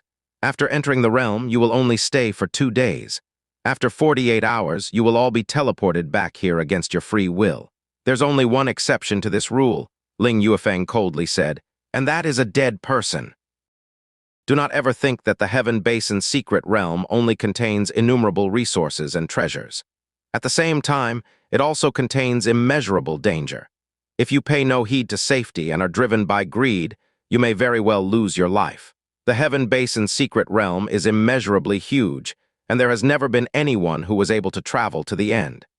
At the same time, what you see within the secret realm changes every single time. Even if you've once traveled deep into the secret realm, you might see a completely new world this time around. While exploring the secret realm, you can choose to travel alone or travel in a group. But in order to truly gain experience, the young and older generation should split up. Ling Yuefeng's speech had left everyone in deep thought. If the younger generation still needed the older generation's protection, that would wasting this precious training opportunity and incur the embarrassment. Within the secret realm, sound transmission does not work. Nobody will be able to communicate via sound transmission. The secret realm is a place for exploration and training. It's not for settling grudges. If you wish to settle your grudge within the secret realm, I would advise you to not do so. Do not waste this precious chance to train. Especially the older generation, I hope that you wouldn't stoop that low and disregard your dignity and attack someone of the younger generation. If I happen to find out, you wouldn't like the outcome, Ling Yuefeng distinctively said. Even if there's conflict between the younger generation due to a treasure found at the same time, the older generation is not allowed to intervene. The deeper you go into the secret realm, the higher the danger. If you are not strong enough, do not try to push your luck. Even the season within the secret realm is not fixed. Sometimes we'll get the warm spring season, sometimes we'll get a cool summer season, but if luck is not on our side, we might get a harsh winter. The younger generation, who did not have experience entering the secret realm, earnestly listened to Ling Yuefeng's long speech and took them to heart. At this time, a zizzy sound came from behind Ling Yuefeng, beckoning people to look towards the sound. To their surprise, a spatial distortion had formed behind Ling Yuefeng. Its surface was just like a stormy wave, with layers and layers of constantly forming ripples. The spatial ripples started to speed up its vibrations and began to revolve at high speed until it formed a gigantic swirling vortex. The surrounding air currents around the vortex were sucked towards it, giving rise to the howling of the wind. Eventually, the revolution of vortex started to slow down, and when it completely stopped, it became a jet black hole which was almost 3 meters long in diameter. Through the jet black hole that floated in midair, nothing could be seen other than complete darkness. This is the entrance into the Heaven Basin's secret realm. Ling Yuefeng stood in front of the entrance, looked at the crowd who had faces of astonishment and excitement, and said, "Each time the secret realm has been accessed, on average there will be 2 or 3 people who get left within the realm, never to return. Now that the entrance to the secret realm has opened, it will only stay open for 7.5 minutes. Anyone who wishes to back out may choose to do so now." There were none who wished to back out. Those who were afraid of death were meant to never become truly strong.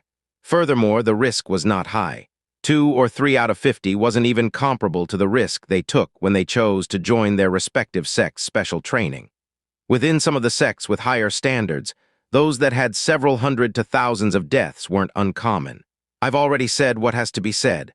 Let us enter the secret realm based on the results of the ranking tournament. Our friends from Blue Wind Imperial Family shall enter first.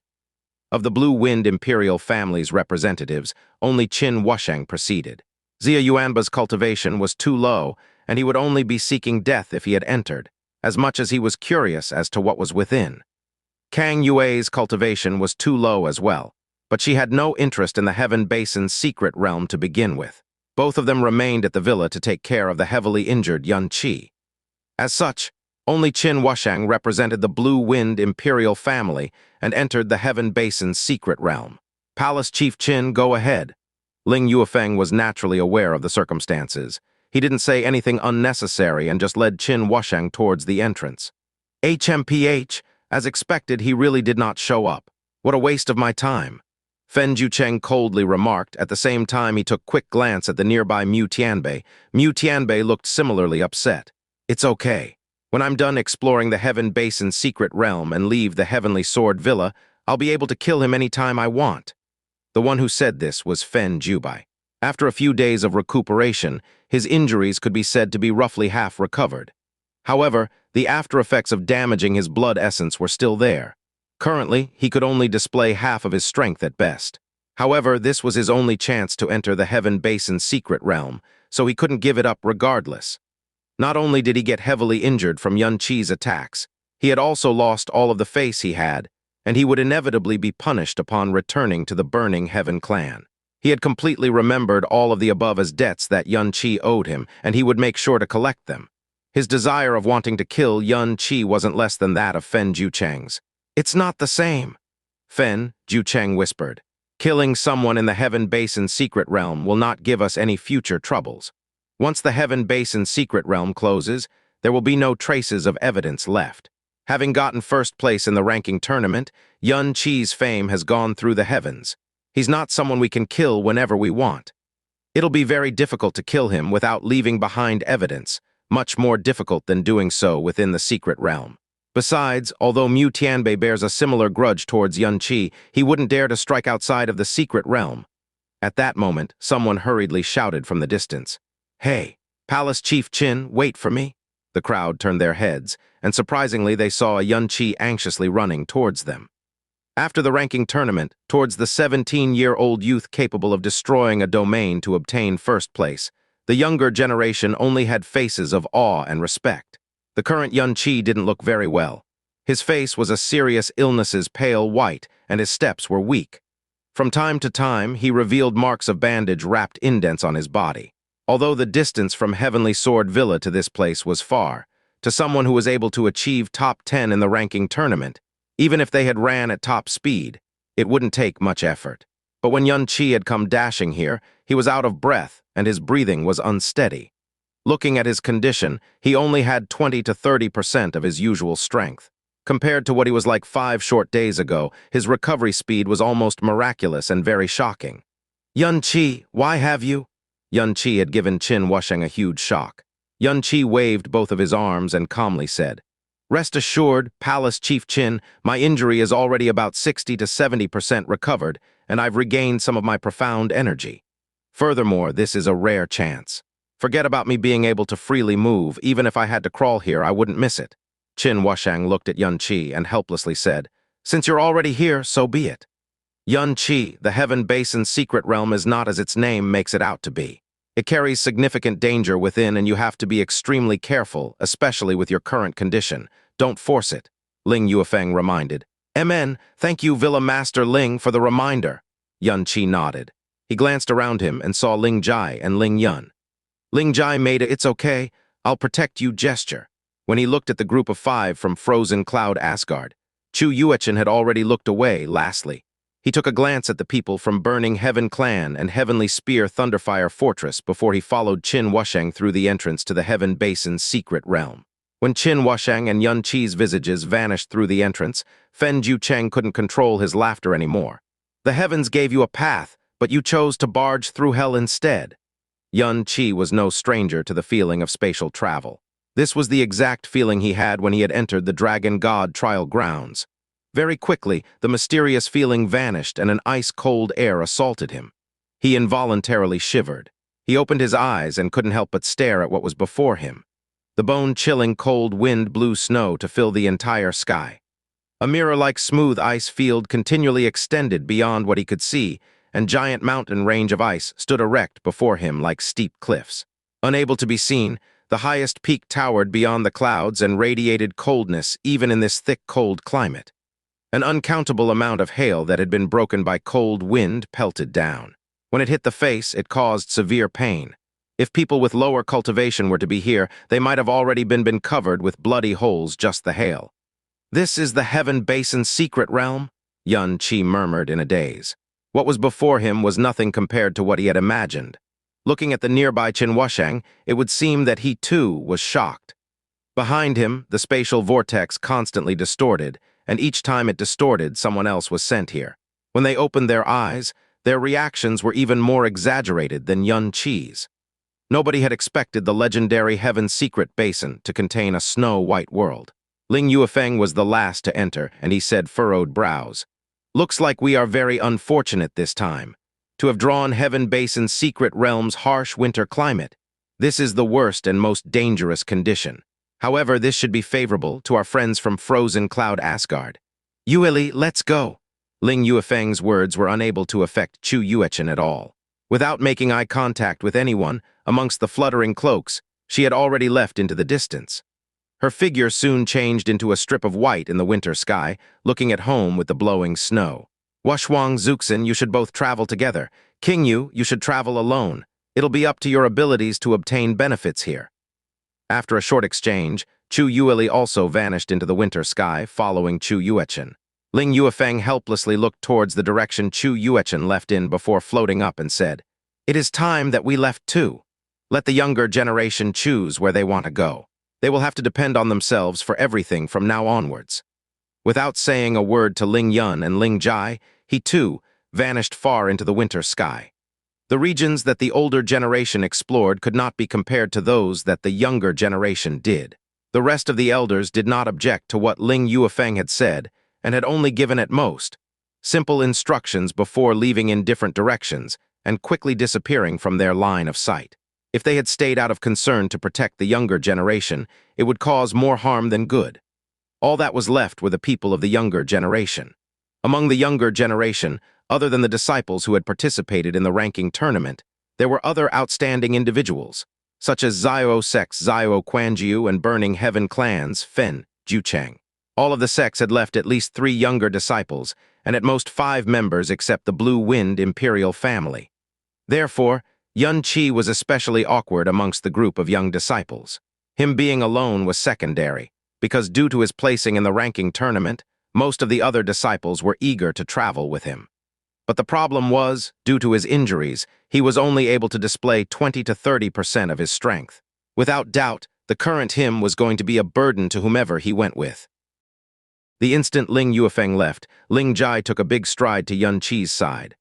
"Boss, what do you say, let's form a group? Even though it's my first time entering this place, my old man has told me a lot regarding this place. Much of it will come in handy. I guarantee that I won't drag boss down." While he said, "I won't drag you down," it was evident his real intention was to protect Yun Qi. After all, it would be way too dangerous if he traveled alone in the state he was currently showing. Yun Qi was naturally moved by Ling Jai's kind intentions, but he actually waved him off and said, "It's all right. Since this is training through experience, it's still better to travel alone. Especially you, little Jai. Though your talent is pretty good, and your sword intent and sword heart are first class, you've always resided within the Heavenly Sword Villa. What you're missing the most is training through experience in dangerous situations. If you were to travel with me, the results of your training will be greatly diminished." But, there are no buts." Yun Qi extended a hand and pinched his chin. "You personally agreed to be my little brother. What, you're not even going to listen to my first decision?" "Eh?" Ling Jai, who had an innocent mind and a head not really capable of making turns, was held up by Yun Qi's words. After being confused for quite a while, he could only reply, "Fine. Boss, you must be careful. My old man really wasn't trying to frighten you guys with his words just now. Don't worry, I'm not the kind of person to die easily. Furthermore, I'm currently wearing the dragon scale armor." Yun Qi pinched the corner of his clothes, revealing a sheet of dragon scales, which reflected an icy cold light, as the reward for placing first in the ranking tournament. Although the Heavenly Sword Villa was extremely reluctant to part with it, they had no choice but to give the sky-profound armor to Qin Wusheng while clenching their teeth and resisting the pain. Qin Wusheng had given this dragon scale armor to him yesterday, and he directly wore it today. The dragon scale armor only had one very thin layer. When one wore it, it wasn't cold nor cumbersome. Moreover, it would automatically adjust itself to fit the build of the wearer. This armor was entirely worthy of being a life-protecting tool. As he had expected, the instant he revealed the dragon scale armor, several tens of surrounding gazes filled with greed and jealousy instantly shot in his direction. Ling Jai turned around and said to Ling Yun, "Big bro, boss said it's best for me to travel alone, so I won't go with you. I'll be leaving first, boss, you must be careful. Otherwise, my beautiful princess sis will be all alone, I'm off." Ling Jai called out the celestial yang sword, puffed his chest, and walked forward by himself in an imposing manner.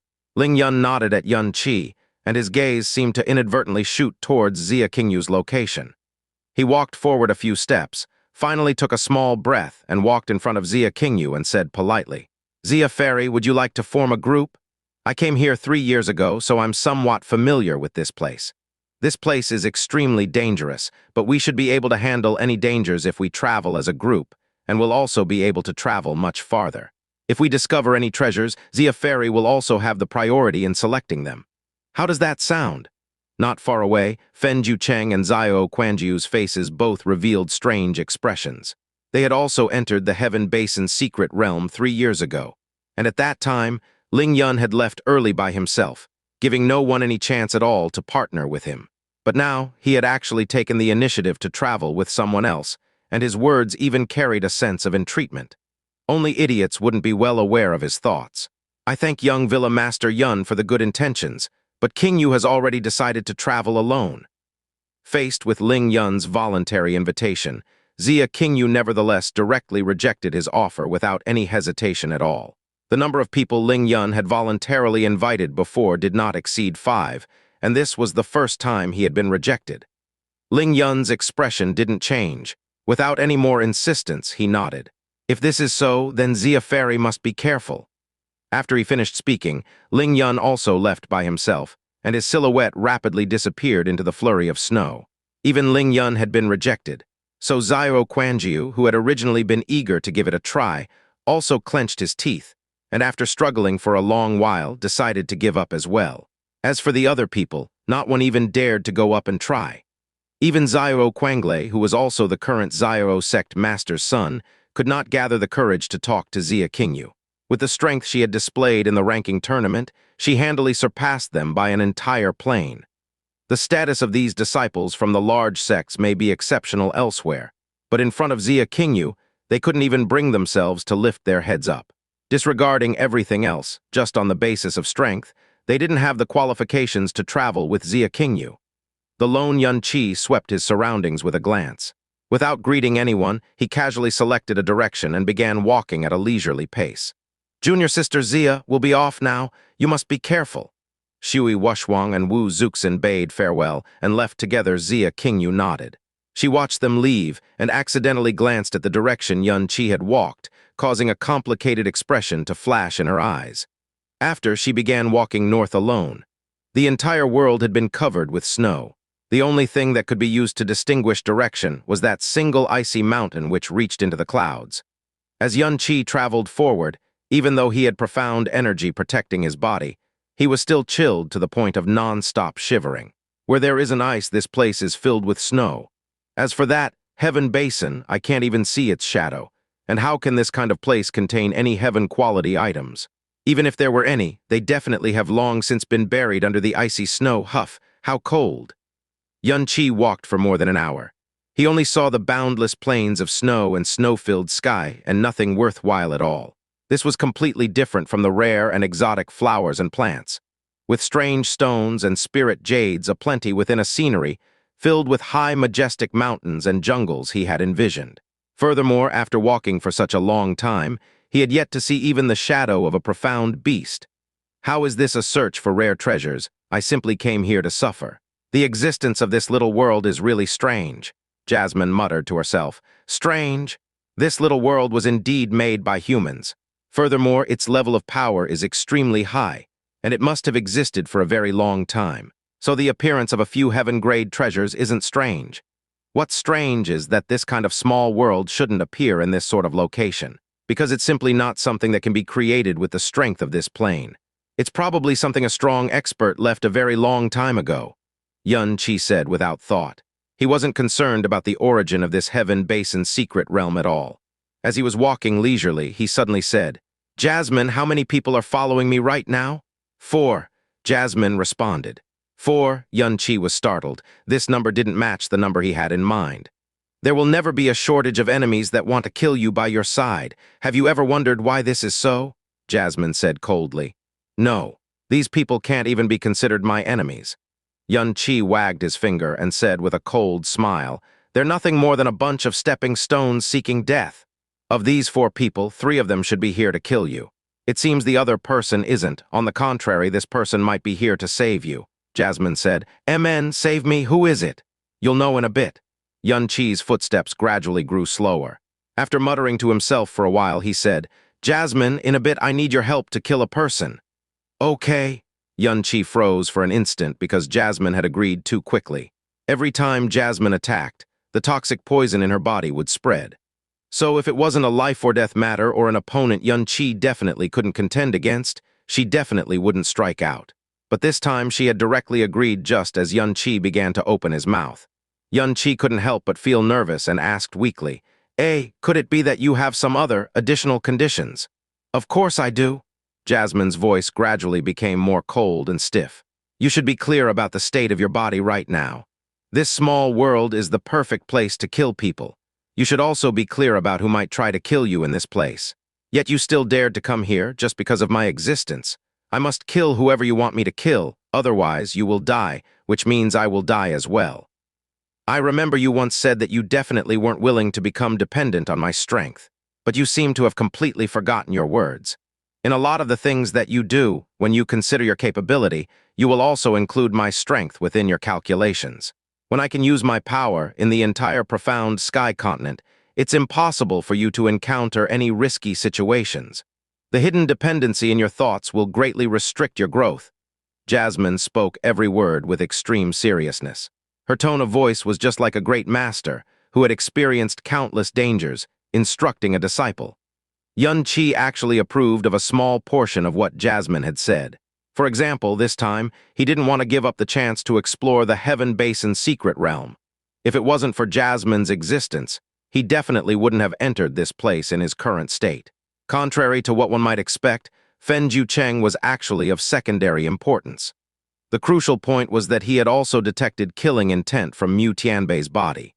Mu Tianbei, as the fortress master of the Heavenly Spear Thunderfire Fortress, was definitely not inferior to Qin Wusheng in terms of strength. I'll help you kill one last person. After, I'll self-seal my profound strength for a very long time and focus on detoxifying the poison in my body in the Sky Poison Pearl. In the future, you can only rely on yourself for everything you do. Don't even consider hoping for my help, Jasmine said coldly. There's no need to be this absolute, right? Xianxia's heart shook. What'll happen when I encounter some life-threatening danger I'm unable to withstand? If I die, you will also die. So you're not afraid. HMPH. After attaching myself to the Sky Poison Pearl for such a long time, the poison has flared up numerous times because I've forcefully activated my strength. Up until now, barely any poison has dispersed since I first met you. Rather than suffering through these poison flares again and again, and being unable to see any hope of recovering, it might actually be better to end it all with death, Jasmine said snappily. Xianxia opened his mouth, contemplated silently for a moment, then nodded slowly. All right, I understand. Furthermore, I wholeheartedly approve of your decision. At this time, in the midst of the endless snow, two blurred silhouettes suddenly appeared. Following Xianxia's leisurely strides forward, these two silhouettes gradually grew clearer. When he could see the two people clearly, Xianxia stopped walking. He revealed an expression of pleasant surprise, as if he had met an old friend. He jogged over and greeted. Isn't this the Burning Heaven clan's young clan master and Jubai chap? What are you two doing here? For us to meet in this boundless Heaven Basin secret region, who wouldn't agree that this is a beautiful heaven-fated destiny? Seeing Xianxia's appearance, Fen Jubai nearly laughed out loud. He narrowed his eyes and edged closer step by step with Fen Jiucheng. Indeed, what a coincidence it is for us to meet in this boundless land. However, you don't look very well right now. You've only walked to here after such a long time. It looks like you haven't recovered much from your previous injuries. There's no point in wasting words with him, Fen Jiucheng said coldly. He looked at Xianxia gloomily and sneered indifferently. Xianxia, do you really believe our meeting here was a coincidence? Could it be that it wasn't? Xianxia froze, then exclaimed suddenly. Oh, I know you must have thought this place was too dangerous and wanted to travel with me, right? That's certainly not a problem. No, we're only here to send you somewhere. Traveling together is unnecessary. Fen Jiucheng smiled even more darkly. Send me somewhere. Xianxia's face revealed some doubt. Where? The Yellow Springs Road. Fen Jiucheng laughed coldly. A red light flashed in his hand as he grasped a deep red longsword. The tip of the sword carried a scorching, killing intent and pointed straight at Xianxia. A look of fright flashed in Xianxia's eyes. He stepped backwards rapidly and even spoke with a small stutter. Why, young Burning Clan master, in the past we've had no grievances nor enmity. What do you mean by this? Ha ha ha ha. Seeing Xianxia's frightened appearance, Fen Jubai laughed heartily. No prior grievances? You're actually innocently stupid. All right, seeing as you're about to become a dead man, I'll explain why I want you dead. In the ranking tournament, you dealt several severe injuries to me. It's nothing if I just lost face, but the Blue Moon Princess is a woman my big bro has taken an interest to, and you actually dare to touch her. You truly don't know how death is written. Ah, Xianxia stared wide and revealed an expression of incredulity. That can't be. Princess Kang Yue and I are a harmonious couple. In these past several years, how come I've never heard her say you were interested in her? I understand, this is probably only young Burning Clan master's wishful thinking. My Princess Kang Yue doesn't even pay attention to you. That only means that young Burning Clan master doesn't have enough charm. What does that have to do with me? You! Fen Jiucheng furrowed his brow ferociously as his face flushed with anger. Yun Qi seemed as if he hadn't noticed his overflowing anger at all and continued. Moreover, even if you do kill me today, what do you think will happen? Forgive me for my blunt words, but young Burning Clan master has absolutely nothing to deserve my Kang Yue. My Kang Yue is the majestic princess of the imperial family. In terms of status and respect, there's not one woman in the Blue Wind Empire that can compare to her. Yet you, young Burning Clan master, is but a young clan master. There is only one princess in the Blue Wind Empire, but there are thousands of young clan masters, as many as there are stones in a dung pit. It's practically the difference between a white cloud and mud. Furthermore, in terms of appearance, my Kang Yue looks like a fairy. Look at you. A donkey's face and a monkey's nose, an ox's head and a horse's mouth, and a face full of malevolence. Forget about just being ugly. You have a face full of vile air, and my life shortens every time I look at you. Even I, a man, pity you.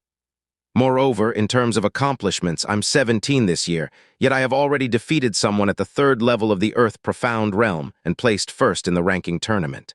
You're 23 or 4 this year, yet you appear as if you're only at the 2nd level of the Earth Profound Realm.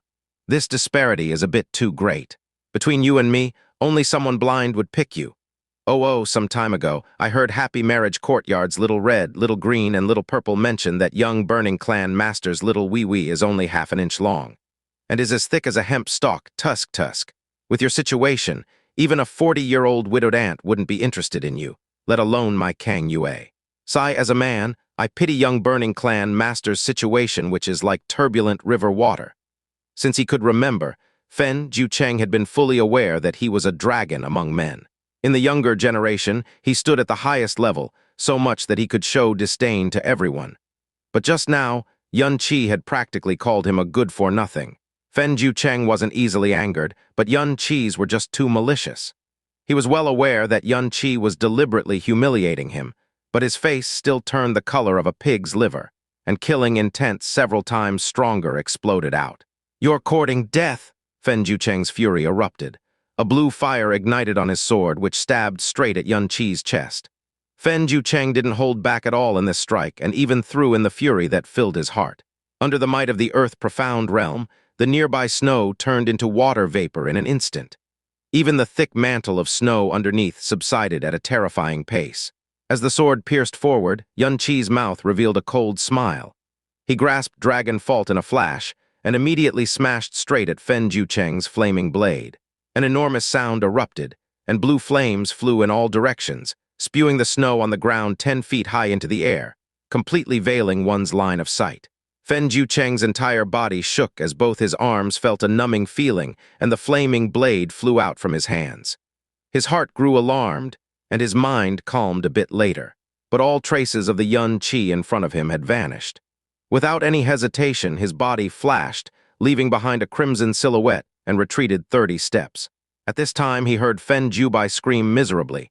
When the snow which filled the sky descended, Yun Qi's silhouette appeared. He was carrying Dragon Fault and beaming as he stood in place. Under his foot was shockingly a step on Fen Jiubai. Dragon Fault, which weighed over 4,000 kilograms, completely pressed Fen Jiubai's body down along with Yun Qi's trampling, causing his eyes to turn white and complexion to turn green as he howled with incomparable pain. Fen Jiucheng's complexion changed abruptly, and his expression became incomparably overcast. Your injuries are actually... That's right, I faked them. Yun Qi's foot moved from Fen Jiubai's back to his waist and pressed till he shrieked like a pig about to be slaughtered. In order to wait for a few trash that overestimated their own capabilities to voluntarily send themselves up for death. The recovery ability brought by the Great Way of the Buddha was not something an ordinary person could imagine. Currently, Yun Qi's internal and external injuries had recovered completely, and he had recovered around 70% of his profound strength. Though dealing with Fen Jiucheng would be a bit too difficult, messing with the heavily injured Fen Jiubai was as easy as turning his hand.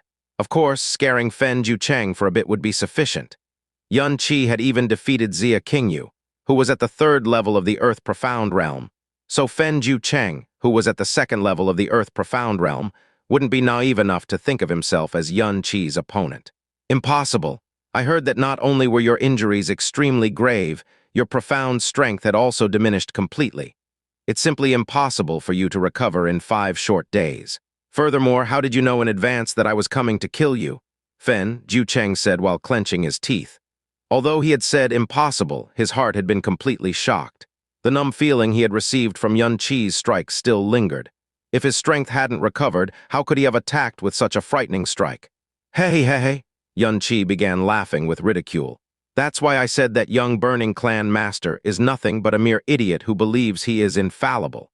Once this Heaven Basin's secret realm closes, all traces will vanish. For you two, this is the perfect place to kill someone, but it's the same for me as well. To the people I want to kill, I never show even a hint of mercy, so let's start with your pathetic little brother. Before the sound of his words descended, the power under Yun Qi's foot increased suddenly, causing Fen Jiubai to emit a blood-curdling shriek again, as his 5 viscera and 6 bowels warped under the great pressure. Although Fen Jiubai's strength wasn't weak, he was but a dish of food in the face of Yun Qi, let alone the fact that he had several grave injuries and his strength had diminished greatly. Fen Jiucheng's face became as overcast as a dark cloud as he fumed with rage between gritted teeth.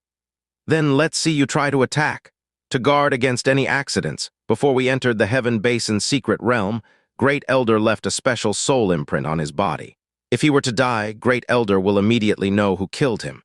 At that time, you, and everyone related to you, will receive the wrath of the entire Burning Heaven clan. Every one of them will die in the most miserable way possible. Right, you can't kill me. If you dare to kill me, Great Elder will know you can't kill me. As the son of the Burning Heaven clan master, Fen Jiubai had never been trampled by anyone before. Moreover, this was the first time he had actually faced the menace of death. This kind of person was often someone who fears death the most. At this moment, Fen Jiubai's face was a deathly white color and his lips were ashen. Half of his condition was due to a relapse in injuries from Yun Qi's beating, and the other half was due to fright. What he says is actually true. Detection imprints have indeed been left on both of their bodies. If they were to die, the person who left the imprint will immediately know who killed them, Jasmine said. Really? Yun Qi's expression didn't change. On the contrary, he started laughing coldly at Fen Jiucheng. Do you really believe I wouldn't dare kill you because of that? Do you really think I'm afraid of your Burning Heaven clan? As he spoke, Dragon Fault in Yun Qi's hands suddenly dropped and smashed onto Fen Jiubai's right leg without any mercy. Only a snap sound could be heard, and the bones in Fen Jiubai's right leg snapped. An incomparably mournful sound akin to the wail of ghosts and the howl of wolves spread outwards. Even though the sky was filled with snow, the sound still traveled a great distance. Fen Jiucheng didn't think Yun Qi would actually be this vicious and merciless. He had executed this strike that was capable of permanently handicapping Fen Jiubai without any hesitation at all. Fen Jiubai's mournful shriek had caused his entire facial expression to warp, as the joints in both his hands made cracking sounds. 70% of Yun Qi's profound strength recovering didn't equate to 70% of Yun Qi's actual strength recovering. Because he had forcefully burned the phoenix blood, he wouldn't be able to utilize the strength of the phoenix flame for 3 months, causing his overall strength to diminish significantly. With his current state, there was absolutely no possibility of him defeating Fen Jiucheng. But Yun Qi's expression remained incomparably confident. The head-on exchange had also let Fen Jiucheng's heart give birth to fear. And in front of Fen Jiucheng, he was not worried in the slightest and had instead quickly crippled Fen Jiubai. It was clear that he was not afraid of angering him. On the contrary, it seemed as if he was trying to anger him on purpose. This infuriated Fen Jiucheng to no end, yet made him even more cautious about daring to act without thinking. Not only did he not dare to advance, he was completely on guard and had even made preparations to withdraw at full strength, as to evade the chance of Yun Qi suddenly attacking him.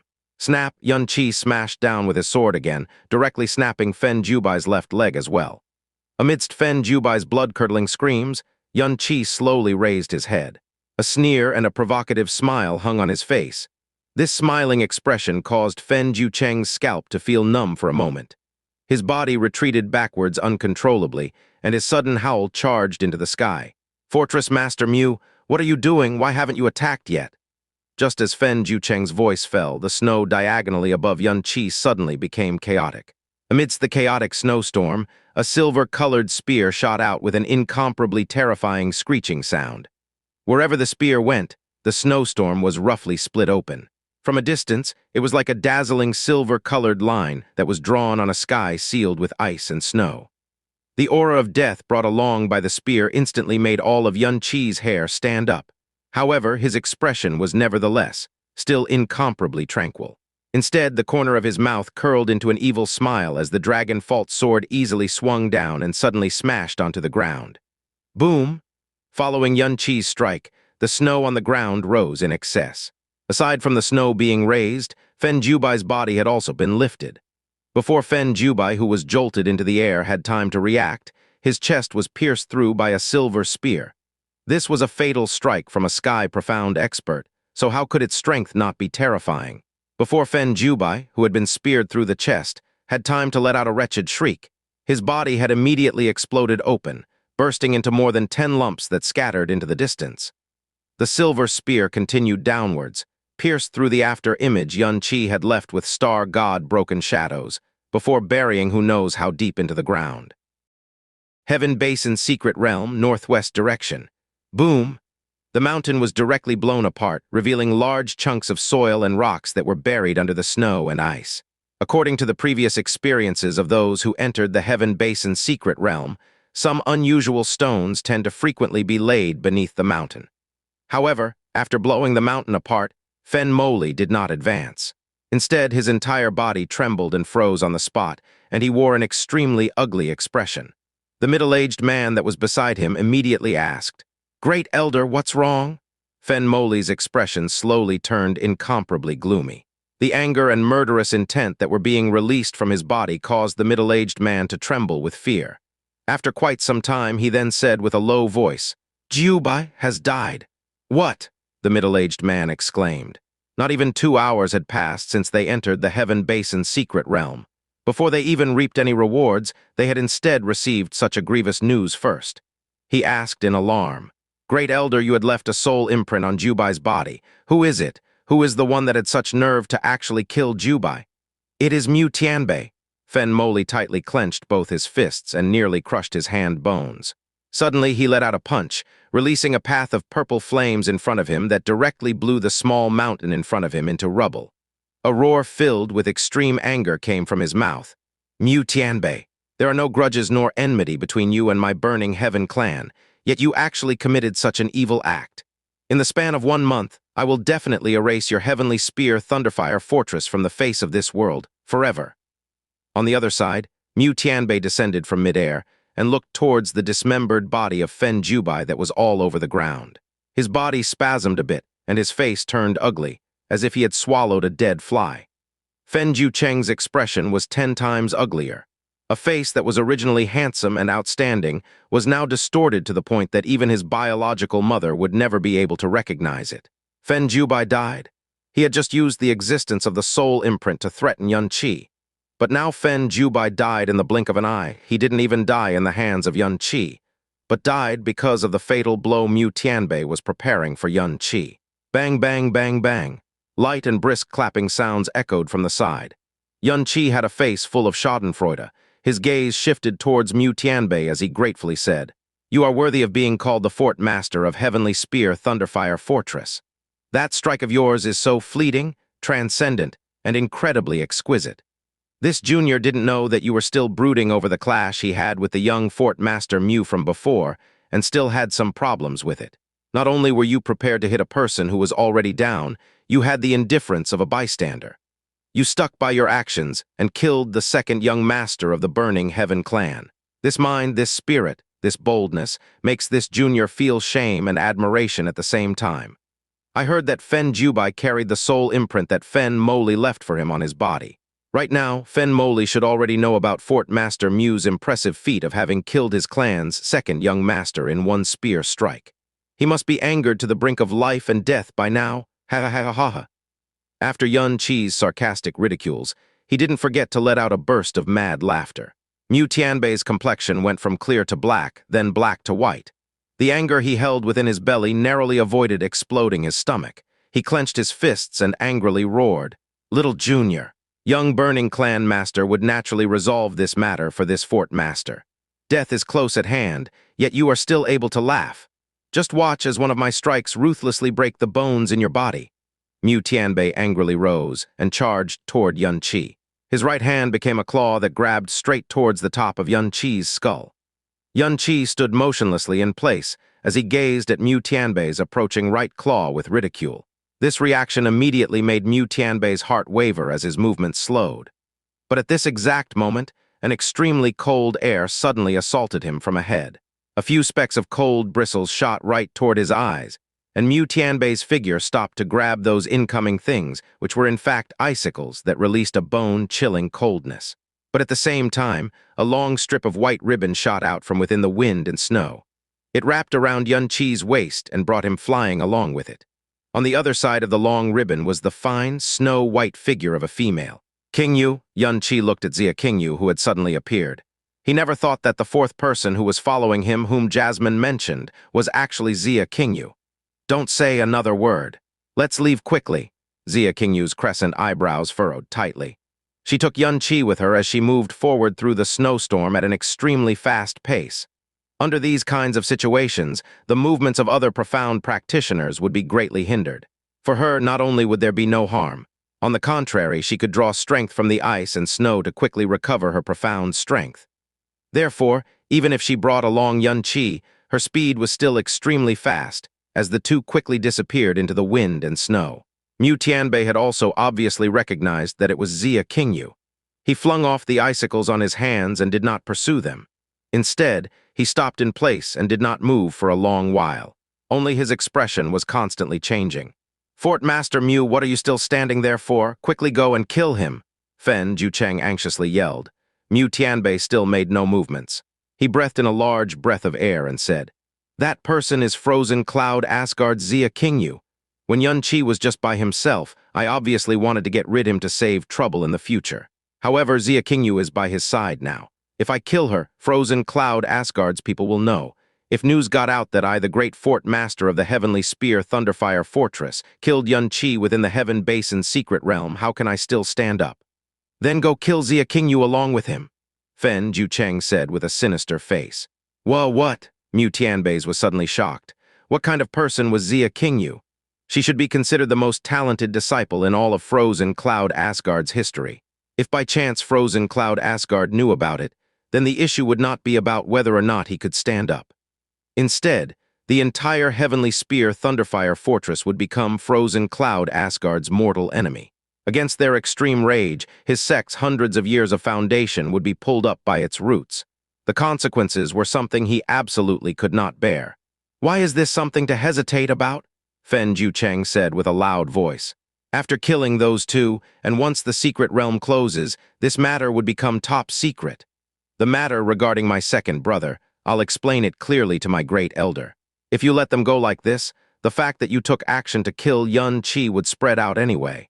The reputation of you, Mu Tianbei, would suffer in the future just the same. You've seen how very fiery Yun Qi's temper was. You provoked him earlier, and just now, you acted with the intent of taking his life. When he matures in the future, do you feel that your Heavenly Spear Thunderfire Fortress would still have peaceful times? The ones to suffer would be more than just yourself.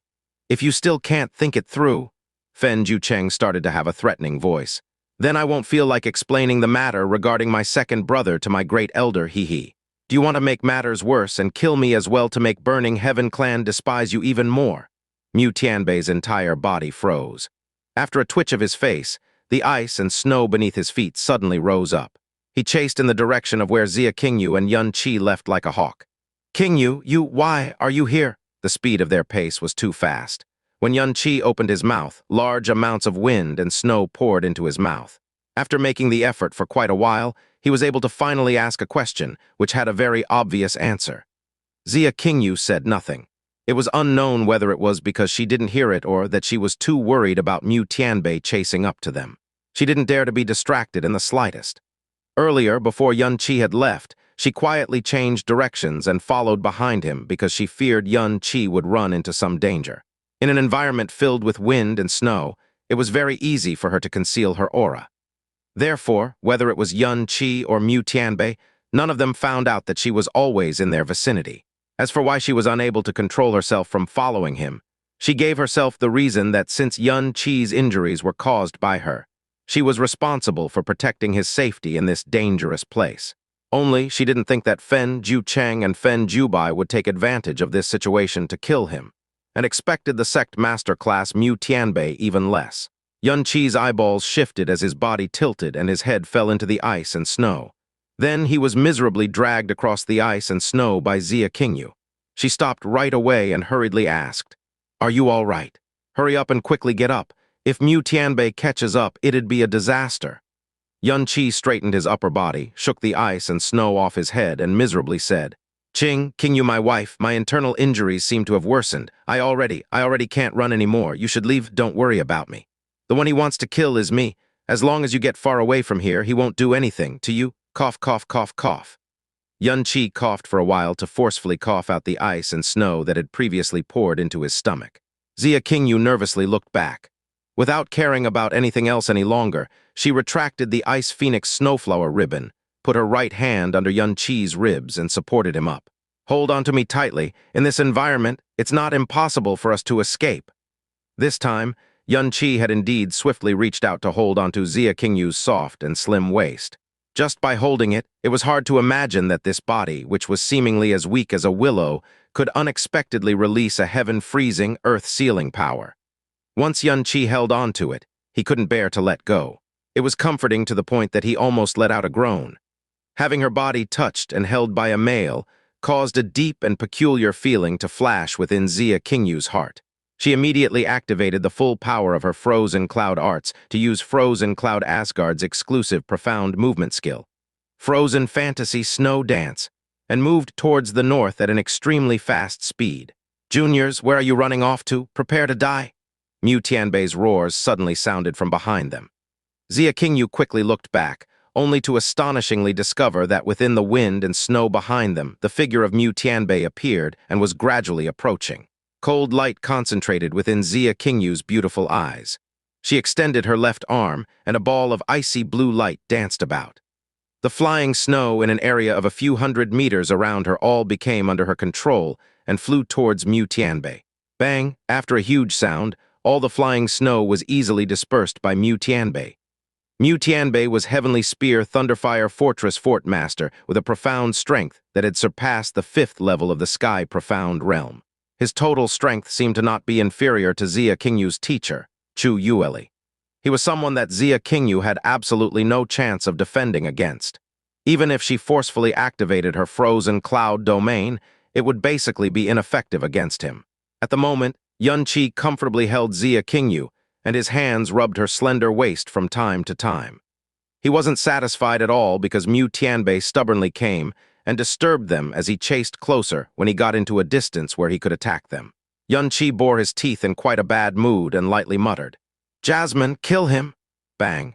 There was clearly nothing ahead of him, and Mu Tianbei, who saw that he would soon overtake Xia Qingyu and Xianxia, suddenly collided into an incredibly tough thing that made him dizzy.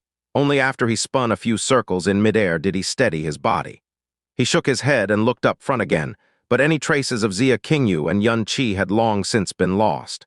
What calmly floated in front of him was a little girl clothed in a cute, red-colored princess dress. Flying snow fell down in great packs and flooded every corner of the surrounding, but not a trace of snowflake landed on the body of the little girl. Mu Tianbei stared blankly for a long while as he looked at her, because this little girl was too refined. Practically 100 times more refined than the highest quality porcelain's dolls meticulously sculpted by the top artisans of the Blue Wind Empire. It was exactly this excessively refined little face that hung a completely grim expression which didn't match her age and lovely figure at all. She extended her finger, which was more tender than snow, and pointed towards Mu Tianbei. Her crystalline eyes emitted a bloody ray of light. "How do you want to die?" Who are you?" Mu Tianbei had never thought that there would ever come a day where he would be frightened by a little girl, to the point where his entire body spasmed. For Jasmine, who was currently only in a half-soul form, her strength was not even 10,000th of her normal form. However, to Mu Tianbei, it was still a nightmare-like pressure. Even though in front of him was just a little girl whose beauty could not be described, he felt as though he was looking at the abyss of death. Every part of his body was uncontrollably trembling crazily. Jasmine's tender lips slightly tilted, revealing an ice-cold light smile. This princess has already given you a chance to choose your method of death. Since you refuse to choose, then this princess shall choose on your behalf. Disappear. Jasmine's small hand gently sliced the empty air. Bang! A gentle, explosive sound rang. Before this sound could travel too far, it had already been submerged completely into the snowstorm. In this slight commotion, Mu Tianbei's body instantly burst. To be more exact, his body was instantly broken down. His body broke down into countless of extremely small fragments. And then, these fragments continued to break down, and they broke down into fragments even smaller than dust, until the fragments completely disappeared. Not even a trace of his body was left, as it was taken over by complete nothingness. As she watched Mu Tianbei disappear in front of her eyes, Jasmine's expression was completely indifferent. Her two hands held in front of her chest, and following the flipping of her palms, she cast a mystical profound formation. This profound formation spiraled at high speed and disappeared within her chest. After that, Jasmine's figure disappeared from the spot. With Mu Tianbei nearing their backs, Xianxia initially thought that they no longer had any possibility to escape. Just when she was about to forcefully open her frozen cloud domain, she was surprised to feel that the pressure coming from Mu Tianbei had suddenly disappeared. When she turned to look, she could no longer see Mu Tianbei's figure as well. Although she was surprised, she did not dare to stop even for a single moment as she brought Xianxia further and further away at an incredible speed. Unconsciously, she had already went past one ice mountain after another. Sensing that Jasmine had returned, Xianxia immediately asked, "Is the deed done? Do you really believe that he can escape alive under my hands?" Jasmine said snappily. "Then what about Fen Jucheng? Did you deal with him as well? I only told you that I will help you kill a single person. I don't have the mood to care about some Fen Jucheng. Shit, if Fen Jucheng isn't dead, then didn't I kill Fen Jubai for nothing? He only has to tell Fen Moli, and whole world will know that I was the one who killed Fen Jubai. If that's the case, I might as well kill Fen Jubai personally with my hands back then." "That's your problem. What does that have to do with me?" Xianxia's face cramped for a moment. He could only take a deep breath and helplessly said, "Never mind, where's Mu Tianbei's corpse? Is it still at the place where he almost caught up to us earlier? I have already made sure that he completely disappeared from this world. Forget about a corpse, not even a single speck of ash is left. What did you want to do with his corpse?" "FCK?" Xianxia almost leapt out of Xianxia's body. "Mu Tianbei is the fort master of the Heavenly Spear Thunderfire Fortress, the fort master, you know. There's definitely a large amount of sect treasures in his spatial ring. Or he might even have some sort of world-shocking secret, and you actually made him to vanish just like that. It would have been great if you had casually sliced him into half. It would have saved you time and effort as well. Why you? You will definitely be a spoiled woman when you grow up in the future." Jasmine coldly snorted. "You don't have the capability to kill him yourself and had me deal with him instead, so stop with all this nonsense." Xianxia had no words to rebut her with. Turning back to give another glance, Xianxia could only swallow down the thought of turning back to kill Fen Jucheng. In the vast snowfield, it was basically impossible to determine one's direction. When Xianxia sprinted, she did not leave any trace, and even if there were some traces left behind, they would have already been covered by the snowstorm. The possibility of turning back to find them was basically none. Currently, I have already sealed my profound energy. In the next very long period of time, my strength will only be used to expel the poison, and it cannot be released outside. A seal like this is something I can't even remove myself. When you once again encounter some danger, just pray for the best," Jasmine said, and her words were definitely not a joke. She had seriously sealed her own profound energy. However, a seal like this did not prevent her from circulating profound energy, rather, it prevented her from releasing her profound energy outside her body. "A very long period of time. How long is that? It is a sealing profound formation that I casually casted. I don't know how long the seal will last either. The shortest is a single year, while the longest might be a few dozen years." After continuously proceeding forward for more than 2 hours, and after confirming that Mu Tianbei would not be chasing after them, Xianxia's mind finally relaxed as she fell onto the patch of snow with Xianxia. As though he had been startled, Xianxia let out a "Aya" sound. His body was suddenly thrown forward. He instantly landed on Xia Qingyu's body and hugged her really tightly. After sprinting with her full strength for so long, a large majority of Xia Qingyu's profound energy was used up. She steadied her breathing for a moment, and then, neither lightly nor heavily, raised her hand to push away Yun Qi, who was on her body. Then she stood up, and her breathing had slowly calmed down as well. Her expression was even more calm, with not even a hint of emotions on her face. "Stand up. There's no need to act anymore. I know that your internal injuries never acted up in the first place." Looking at Yun Qi, who she had pushed into the pile of snow, Xia Qingyu spoke with an indifferent expression. Yun Qi stood up from the pile of snow and casually patted off the snow on his body. Just when he was about to speak up, he was suddenly stunned for a moment. Earlier, when Xia Qingyu had brought him to flee with all her strength, the veil on her face had long fell off somewhere along the way. A beautiful face, so absolutely beautiful to the point of causing people to hold their breaths, was revealed before him at such a close distance. Her snow dress fluttered, bathing within the snowstorm. A charm like this, even the legendary Snow Woman would pale in comparison. Seeing that he did not say anything for a long while, and was instead looking at her own face while in a slight daze, Xia Qingyu reached out her hand to touch her own cheek. Only then did she realize that her veil had gone missing. Her brows slightly twitched. She slanted her face to the side and lightly asked, "The reason why Fen Jiucheng and Fen Moli wished to kill you is because of Princess Kang Yue. But why did Mu Tianbei want to kill you?" Evidently, she had heard the conversation between Yun Qi, Fen Jiucheng, and Fen Jiubai. Yun Qi regained his senses, slightly curled his lips, and said, "Mu Tianbei had once invited me to join Heavenly Spear Thunderfire Fortress, and even ridiculed the Blue Wind Profound Palace. Then he was sent back by my ridiculing comments, and I even harmed his core disciple, hence he held a grudge against me. It was just something like that." Xia Qingyu softly said, "Mu Tianbei is #1 in the northern passes, and no one would dare to offend to him. People like him would never tolerate even a little bit of offense that come their way, and I had heard from Master once that he had always been prideful and egoistic. People like him, it's best that you don't offend them in the future." I had never taken the initiative to offend someone. All of them were the ones who came to offend me. It's just that I have learnt to never be polite and tolerate people who offend me," Yun Qi said without a care. Looking at the side view of Xia Qingyu's perfect face, he smiled. "Qingyu, my wife, it's good that you're here this time. Otherwise, I would have definitely died in Mu Tianbei's hands. But you're my wife after all, so I won't say thank you. Speaking of which, why were you nearby back then?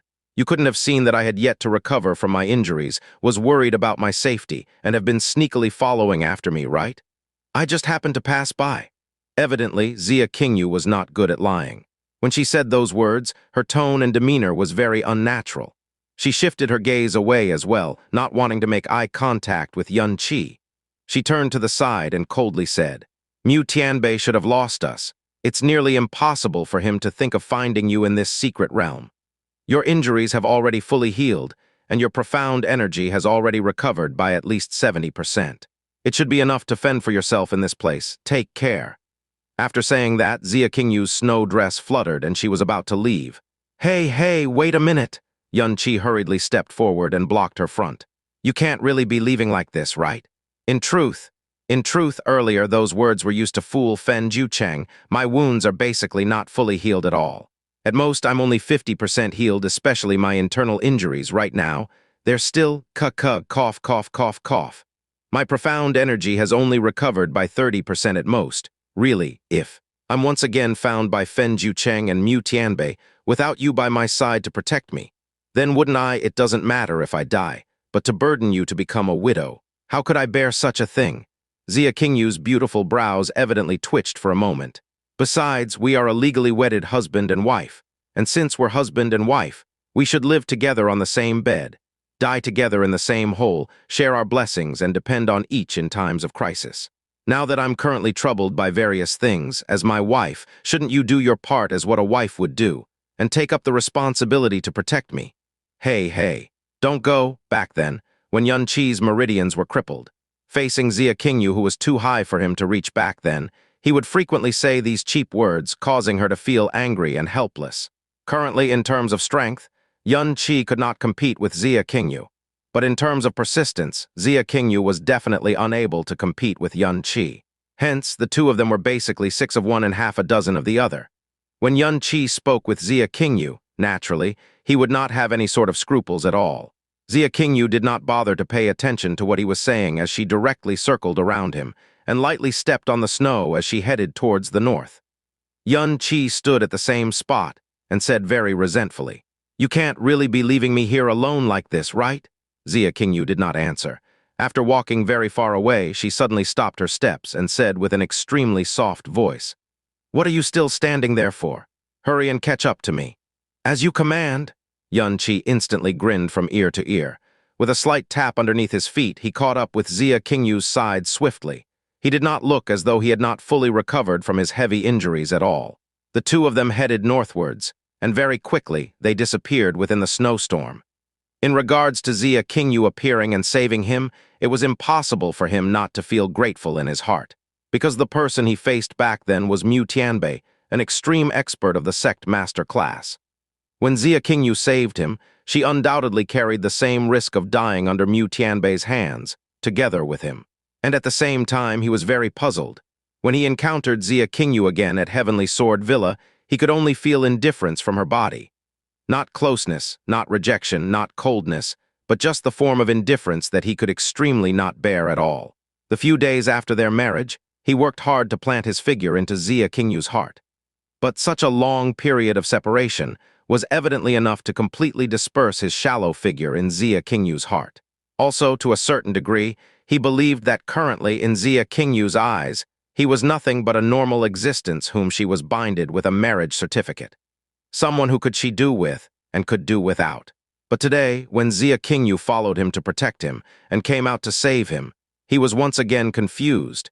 He completely unable to figure out what kind of place he currently had in her heart. To a man, if there was something in the world that he would never be able to understand, it would undoubtedly be a woman's heart. Xianxia and Xianxia journeyed together just like that. The two of them were unquestionably the strongest combination among Blue Wind Empire's younger generation. The two of them continued straight north. To speak more precisely, they didn't know what direction laid ahead of them either. Only boundless snow-covered plains and blizzard could be seen. There weren't any rewards, nor did they meet any danger. Not even half a silhouette of profound beasts was seen. Xianxia kept on chattering endlessly, asking Xianxia various questions, and then self-servingly told her about Xia Yuanba's situation from back then to now. Xianxia's response was always impeccably indifferent, and only occasionally replied nonchalantly. Her hands continuously waved, sweeping away the ice and snow on the ground, but never found anything throughout the process. "King Yu, my wife, don't you have anything you want to ask me? Like, have I been well after you left? What places have I been to? And was I bullied by anyone? With your personality, it would already be good if you didn't bully others. Who could truly be able to bully you?" Xianxia expressionlessly replied with her charming eyes looking toward the front. After that, the light in her eyes moved, and she finally voluntarily asked him a question. "But I want to know, during this period of time, just how did you grow to such an extent?" Xianxia had finally taken the initiative to ask him a question. Xianxia's expression immediately became serious, and he spoke. "This matter is my secret, and I absolutely would not tell other people. But since you are my wife, so that's a different story. Amen. I met a master. She allowed my profound veins to grow anew and also taught me a bunch of random things. Furthermore, I've also had some special encounters during this period of time. That is how I came to be today." "Your master?" A hint of surprise flashed through Xianxia's eyes. "To be able to bring you up to such a height within such a short period of time, your master is definitely a supremely extraordinary person." Xianxia waited for a bit but didn't hear any further questions. He instantly said, "Don't you want to ask me who this master of mine is?" "That is your privacy. I have no right to probe," Xianxia replied with indifference. Xianxia pondered a little and said while smiling, "This master of mine, indeed, is a supremely remarkable being. But you definitely won't be able to guess just exactly why she is remarkable. She is even more amazing than you imagined and also completely changed my fate. However, she definitely isn't a good master. Because, to be precise, she didn't truly teach me anything and had just always stuffed a bunch of things directly into my head. Then, she made me comprehend and practice them myself. But I, as the disciple, had never disappointed her, all right? Everything she stuffed into me, I would always comprehend them in a very short amount of time. That's how the present me came to be. HMPH, you narcissist? In his mind resounded Jasmine's voice that was full of contempt. At this time, an eccentric feeling suddenly came from Yun-Chi's left hand's palm. He immediately lifted up his left hand, and shockingly discovered that his palm was currently flashing with a green brilliance that belonged to the Sky Poison Pearl. This is the Sky Poison Pearl's reaction toward treasures. And to make the Sky Poison Pearl react, it certainly wasn't just any ordinary treasure either. At the very least, it would be at the rank of the star-concealing grass. After coming back to the Blue Wind Empire, the Sky Poison Pearl had a total of 2 detection reactions. The first time had discovered the star-concealing grass, and the second time had detected the existence of the evil god's fire seed. And this third time, the direction that the reaction pointed at just happened to be directly ahead of them. What happened? Xianxia saw that he stopped moving and asked while turning her head back. I'm guessing that we will have an enormous reward very soon. Yun-Chi clasped his palms. Let's go continue forward. The blizzard did not have any hint of stopping, and it was unknown just how long this blizzard had been going on. The ice and snow under their feet also thickened to an unimaginable extent. The two of them continued traveling forward for more than 4 hours. The Sky Poison Pearl's reaction was still there, but nothing was gained yet. This did not disappoint Yun-Chi, and the inside of his heart instead became even more excited. To make the Sky Poison Pearl have a reaction across such a long distance, the thing that it discovered must be no trivial thing. At the very least, it would be much more rare than the star-concealing grass. Just what would it be? The temperature of this place was frighteningly low. After walking for so long under this sky and earth of ice in order to defend against the acute cold, the profound energy expenditure speed was also extremely fast. Even for Yun-Chi, who had a body not inferior to a true dragon, this was also starting to become a little unbearable. So it could be imagined how much more unbearable this was for the other young profound practitioners with slightly weaker profound strength. He shrunk his neck a little as his gaze looked toward the front with care, and then asked on a whim, King Yu, my wife, your master and senior master should have come here many times before. What rewards did they usually obtain? Xianxia thought for a bit and said, Master had come to this place twice before and was rewarded plentifully every time. The first time, she acquired 3 pieces of pure cloud jade and 2 10,000-year-old blood risey. The second time, she obtained a chunk of purple-veined heaven crystal, 3 drops of profound spirit jade dew, and a chunk of an enormous beast's bone. Master said that there are a total of 3 seasons here, and the seasons' characteristics are exhibited to an extreme. Amongst them, the most unlucky would be encountering winter. It is because the winter's blizzard would cover everything tightly, thus, it would be very difficult to obtain anything rewarding. Very unfortunately, Yun-Chi and Xianxia encountered the cold winter with overwhelming flying snow on their first time entering the Heaven Basin's secret realm. That's right. Any and everything was tightly covered by the ice and snow. Let alone treasures, even a chunk of rock could not be seen. What is the best thing that someone who entered this Heaven Basin's secret realm had found? Yun-Chi asked. As he spoke till here, he suddenly stopped in his tracks. Xianxia also stopped right after and slightly nodded. I don't know. If someone really found anything great, they normally would stay quiet about it. However, I had heard my master bring up that more than 400 years ago, someone had found an Emperor Awakening Heart Lotus in the Heaven Basin before. Emperor Awakening Heart Lotus? Yun-Chi had a surprised face. Out of all the grasses and herbs in the world, the ones that Yun-Chi did not know could be counted with one hand. Yet he had never heard his master bring up the name Emperor Awakening Heart Lotus.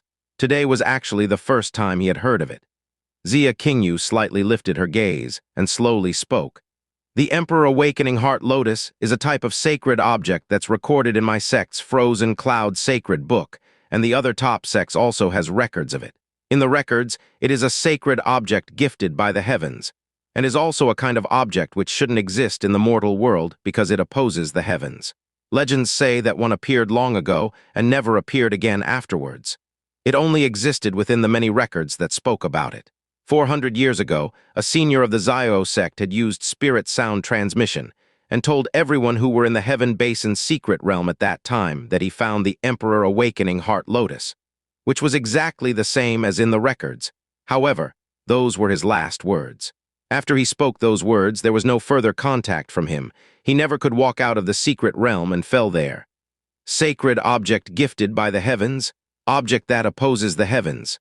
All of these descriptive words that came from Xianxia hinted at how shocking of an existence the Emperor Awakening Heart Lotus was. Yun Qi followed up and asked, just how exactly does this Emperor Awakening Heart Lotus oppose the natural law? Don't tell me that one would become immortal after eating it or something. No one had actually seen it, so everything about it are only from the records. Xianxia said with a light voice. I heard my master say that after consuming the Emperor Awakening Heart Lotus, it could make someone without any profound strength step into the earth profound realm in a day's time. With my current realm, if I were to consume the Emperor Awakening Heart Lotus, I could step into the sky profound realm with a single step. Furthermore, the power hidden inside Emperor Awakening Heart Lotus is extremely gentle and absolutely would not cause a situation where the person who consumed it cannot endure the change and become injured to appear. It's that amazing! Yun Qi's mouth flew wide open. To make someone without any profound strength at all to directly step into the earth profound realm, and allow a profound practitioner of the earth profound realm to enter the sky profound realm, that the vast majority would not even dare to peek at, with a single step. It was simply hard to believe that there existed something like that in this world. If one could acquire it, one could climb to a height that others may not achieve even if they worked hard for their entire lives. The words object that opposes the heavens was not at all an exaggeration for it. And this kind of thing that breaks the balance too much should indeed not exist in this world. Speaking of which, what does that Emperor Awakening Heart Lotus look like? Yun Qi's hand tapped his chin as his face revealed an extremely odd complexion. His gaze was also somewhat erratic. Xianxia's pink lips slightly opened and said vividly, I have seen the records regarding Emperor Awakening Heart Lotus before. It is much larger than a normal lotus flower, and its diameter when blooming is as long as 5 feet. On its petals is a somewhat eccentric light blue color. Is it a blue color like a blue crystal? Every single petal also had the luster of glazed glass like crystals. The stamen in the center of the flower is a scarlet red, and even glows. The flower stem that supports it is also blue, a type of illusory blue that's much deeper than the petal's color. Yun Qi stared at Xianxia and spoke sentence by sentence with an odd expression. A hint of surprise condensed in Xianxia's charming eyes. So you actually had seen the records about it before? No, definitely not. Yun Qi extended his finger and probingly pointed behind her. What I am talking about is that lotus flower behind you. Xianxia suddenly turned around, and then her fragrant lips slightly opened as her entire being froze there. In a place no more than 50 steps away from them appeared a light blue-colored silhouette. That's right. That was a lotus, an enormous lotus flower.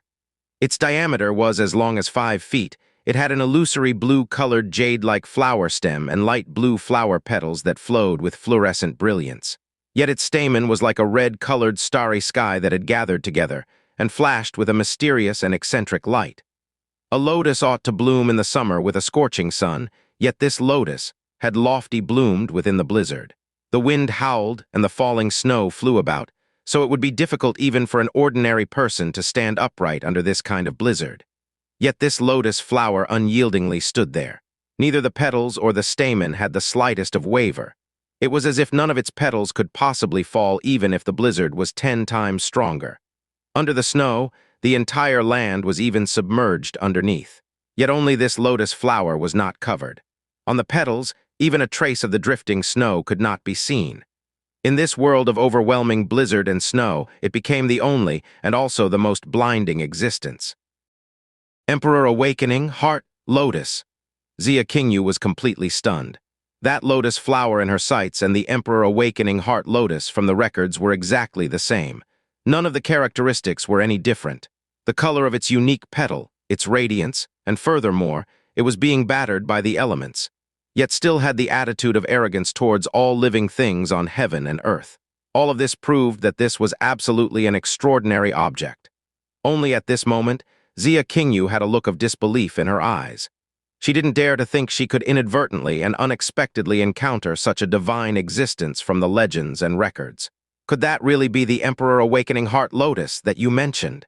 Hearing Xianxia's disillusioned murmurs, Yun Qi's expression was similar, stirred in a peculiar manner. This was the one of the divine objects from legends, the heaven-opposing lotus. Found just like this? So quaint? So simple? So lucky? Wait, lotus flowers all bloomed in the water. The person who discovered the Emperor Awakening Heart Lotus on the verge of the death 400 years ago told everyone that when he discovered it, he was within the Heaven Basin. Could it be that he himself and Xia Qingyu just happened to step onto the Heaven Basin, on the Heaven Basin which had frozen over? There's no mistake, it's exactly the same as the records. Yun-Chi saw an extremely rare expression of excitement from Xia Qingyu's face. Such a divine object from legends just suddenly appeared right in front of their eyes. Let alone her, even Chu Yuechen would probably have difficulty maintaining her composure as well. Xia Qingyu took some steps forward and prepared to approach that blue lotus, but she was blocked by Yun-Chi's hands right way. Wait, don't go near it yet. If that event from 400 years ago is real, then the one which that person discovered was perhaps this exact one. In other words, right now we are already standing on the Heaven Basin. After that person discovered it, he left behind a note before death, to state that it was extremely likely that a huge, hidden danger hid behind this lotus flower. Xia Qingyu withdrew her footsteps and slowly nodded. The rarer the object, the more likely it was protected by a powerful, profound beast. Naturally, it wasn't because those profound beasts were looking out for its safety, but it was for the powerful strength it contained. It would nourish the growth of the profound beast, and at a suitable time, the profound beast guarding it would consume it in order to advance its strength by leaps and bounds. Therefore, it would guard it with its life and absolutely did not let another person approach and touch it. Jasmine, are there auras of powerful, profound beasts nearby? Yun-Chi calmed down and asked Jasmine. But he waited a good while, but still did not hear a response from Jasmine. Yun-Chi shut his eyes and entered into the sky poison pearl, but discovered that Jasmine peacefully laid down on her white jade bed with a tranquil look over her snow-white face. Her hands intersected over her chest and formed a very strange gesture. Around her body, green light flickered from time to time. Could she be detoxifying herself? Yun-Chi didn't dare to bother Jasmine and exited from the sky poison pearl. He then concentrated and spread his senses in all 4 directions, but was in fact unable to detect the existence of any dangerous auras. He then muttered hesitantly to himself, "It's so empty here, if a profound beast was here, then I could probably spot it right away."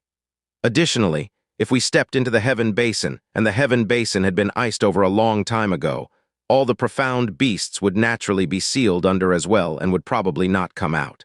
If I think of it like this, then perhaps it wouldn't be as dangerous as we thought. But still, it's still good to be careful. There could still be profound beasts hiding under the snow. If this Emperor Awakening Heart Lotus was truly being guarded by a profound beast, then it would certainly be an extremely dangerous one. Xia Qingyu raised her brows slightly. Yun-Chi sensed the situation around himself again and then stepped forward. "Don't move from that spot, I'll go take a look. Let's go together." Xia Qingyu followed beside him. "Just in case there is a danger, us two can look after each other." Accidentally discovering this divine object from the legends, the two were nervous and excited at the same time. An object such as the Emperor Awakening Heart Lotus was absolutely not something ordinary people could discover, let alone obtained by ordinary people. The two slowly moved forward and cautiously and carefully approached, until both of them stood at a position within reach of the Emperor Awakening Heart Lotus, and still without any accidents occurring. The two then let out a long sigh of relief at the same time. Emperor Awakening Heart Lotus was almost right in front of them. Looking at the incomparably captivating petal and pistil, Yun-Chi rubbed his hands in unimaginable excitement. He, it looked like it wasn't a completely terrible misfortune to encounter winter here. The effect of the weather here on the profound beasts, especially the profound beasts in the Heaven Basin, is much greater than it is on us. As he spoke, Yun-Chi reached out with his left and touched the blossoming Emperor Awakening Heart Lotus. "Wait," Xia Qingyu yelled at him to stop. "If you wanted to pluck it off, you have to be careful. Plucking such a high-valued divine object, the difficulty would be extremely high. If you're even the least bit careless, it would easily drain away a great deal of effect. You can be at ease about this, don't forget, I'm a genius doctor." Yun-Chi laughed with great self-confidence. With the sky poison pearl, no matter the plant, he could seize it with absolute perfection. After plucking it, it would directly enter the sky poison pearl, and not even a trace of the power it contained would be lost. Yun-Chi softly nipped at the stem of the otherworldly blue flower with his left hand that silently released a green light. At this moment, he suddenly raised his head and asked, "Qingyu, my wife, aren't you afraid that I'll keep it to myself after pluck it?" Xia Qingyu's beautiful eyes slanted and with an indifferent expression. "This Emperor Awakening Heart Lotus was found by you. It should belong to you anyway. How does it concern me in any way?" Yun Qi was suddenly startled. A peculiar feeling flashed within his mind and he immediately stopped talking. A green light flashed in his palms. Then the entire Emperor Awakening Heart Lotus disappeared into the sky poison pearl. Emperor Awakening Heart Lotus was absolutely an extremely valuable treasure, but no matter how valuable it was impossible for it to surpass the sky poison pearl. Under the effects of the sky poison pearl, the originally hard-to-pluck Emperor Awakening Heart Lotus was plucked off by Yun Qi with as much ease as the most ordinary of flowers. From discovery to approach to successfully plucking it, the entire process was incredibly smooth. Let alone risks, even an obstacle did not exist. It was simple to the point that it was somewhat abnormal. Yun Qi smacked his hands and stood up.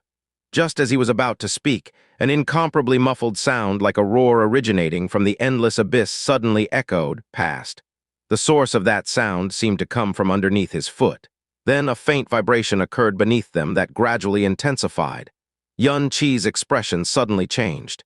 He grabbed Xia Qingyu's hands right away and muttered, "Quickly leave." The Emperor Awakening Heart Lotus was indeed not unguarded by a profound beast. A severe winter descended upon the heaven basin, so it froze over. As for this profound beast which stood guard by the Emperor Awakening Heart Lotus side all year round, it had entered deep hibernation on the bottom of the heaven basin. Since it did not sense Yun Qi and Xia Qingyu's approach, it was still fast asleep then. However, once the Emperor Awakening Heart Lotus had been plucked away, when its aura had completely disappeared, it had finally woken up, evoking a fury that surged to the skies. That was the most terrifying roar that Yun Qi had heard in his 2 lives. The oppressing power that the roar contained practically crushed his spirit, as well as his 5 visceras and 6 organs. Xia Qingyu's expression was not any different from Yun Qi's expression. They rushed into the distance at their fastest speed. Under their top speed, they traveled outwards past about 600 meters in the blink of an eye. The vibrations underneath their feet gradually intensified at this moment, as if Mother Earth could collapse at any moment. Boom! AWO! A huge, heaven-crashing, earth-splitting sound echoed from behind Yun Qi and Xia Qingyu, followed by a terrifying roar that was enough to burst heaven and earth. This roar suddenly shook Yun Qi's brain into a blank state as he fell into the ice and snow together with Xia Qingyu.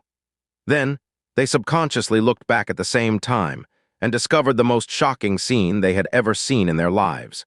The ground was entirely uplifted. The ice and snow that covered the ground and countless huge chunks of ice was lifted into the skies quite far away, until it reached an altitude they were no longer capable of seeing. Then a huge wave of water soared into the sky. That's right, a wave of water. Yun Qi's thoughts weren't wrong. They were stepping on the frozen heaven basin beneath them. The ice covering the heaven basin was over 30 meters thick, but was easily broken like thin sheets of paper. The basin water beneath them rose into mid-air and became an incredibly tall tower of ice. Underneath the wave of water, an incredibly huge white figure rushed into the air until it leapt over 100 feet high. Then it heavily landed. The sound it caused the instant that it landed was world-shaking. The layers of ice in the surrounding was widely ruptured as well. One of the cracks reached right below Yun Qi and Xia Qingyu's feet. This was an enormous beast that completely surpassed Yun Qi and Xia Qingyu's imagination.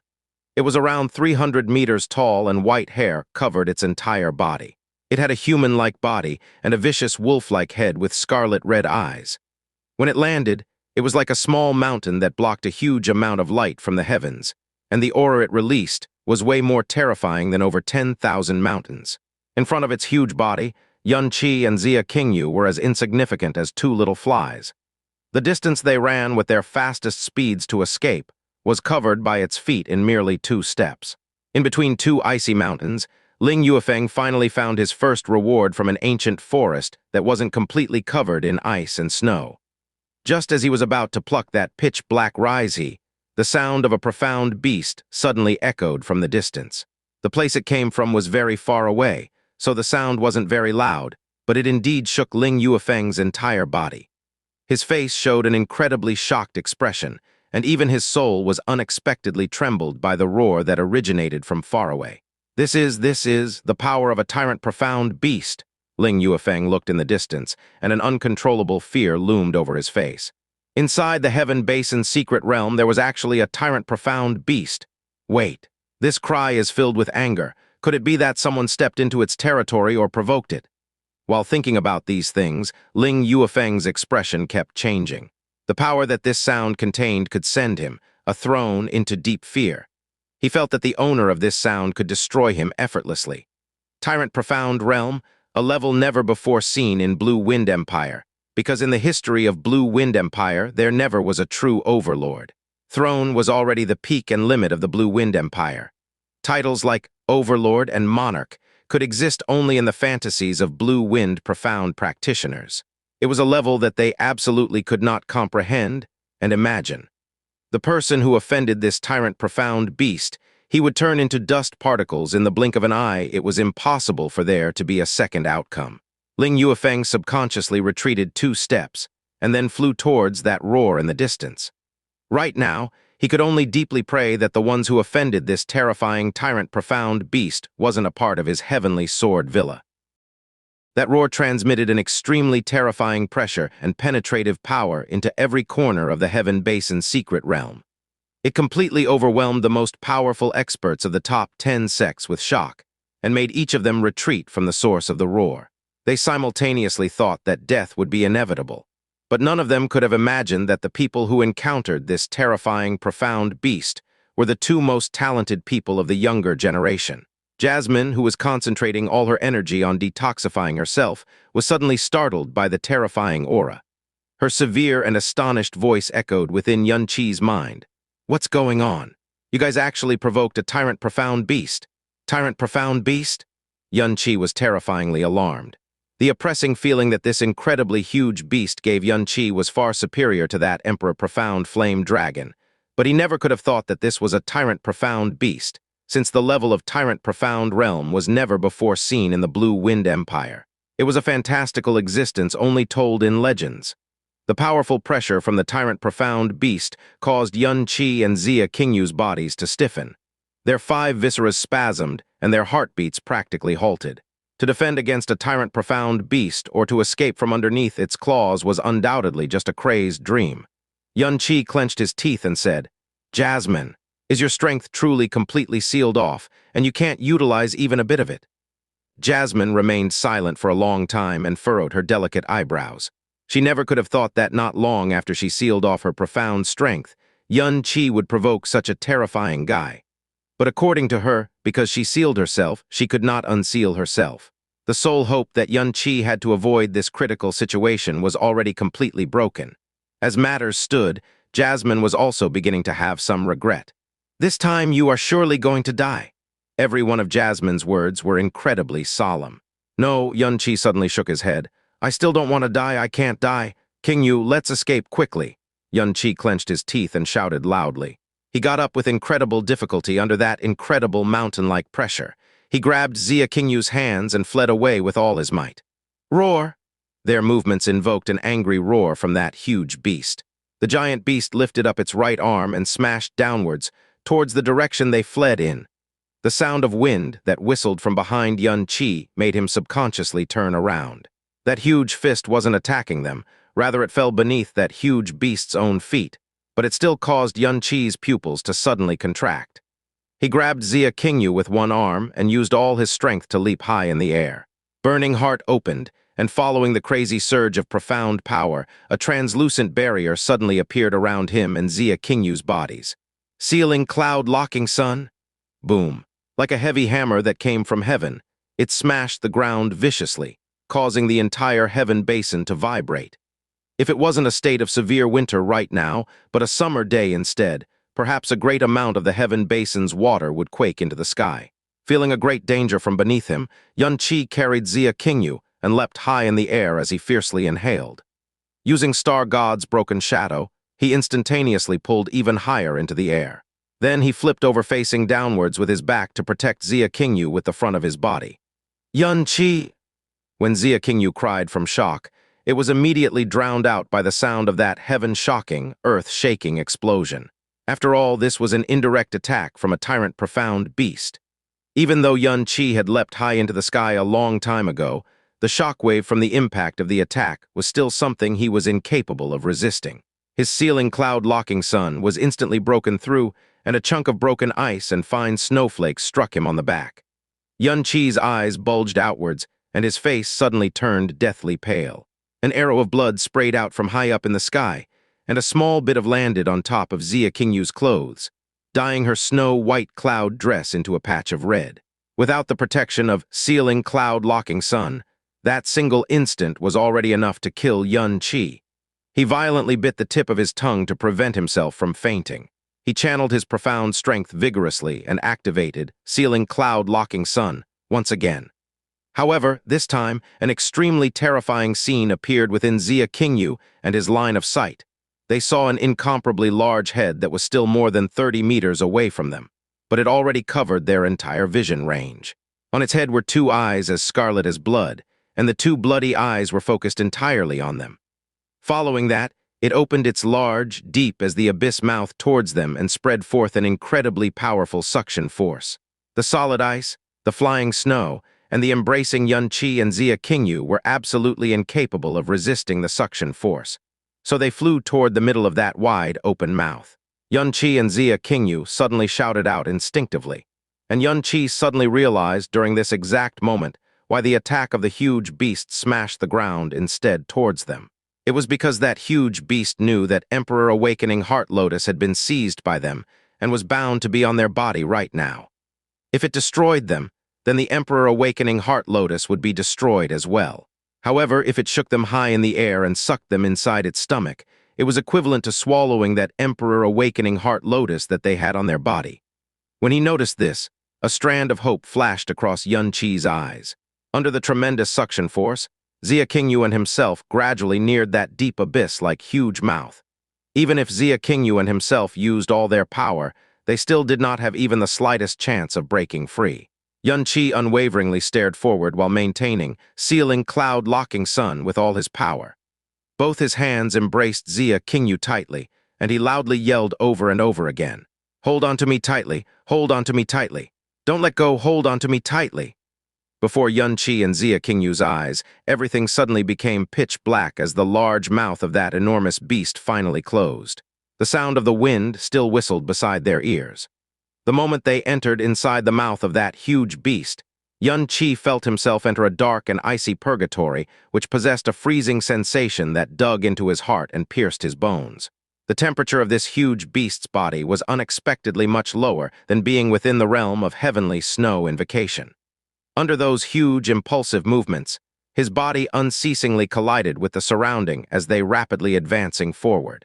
In the darkness, he experienced countless canyons and incredibly long tunnels.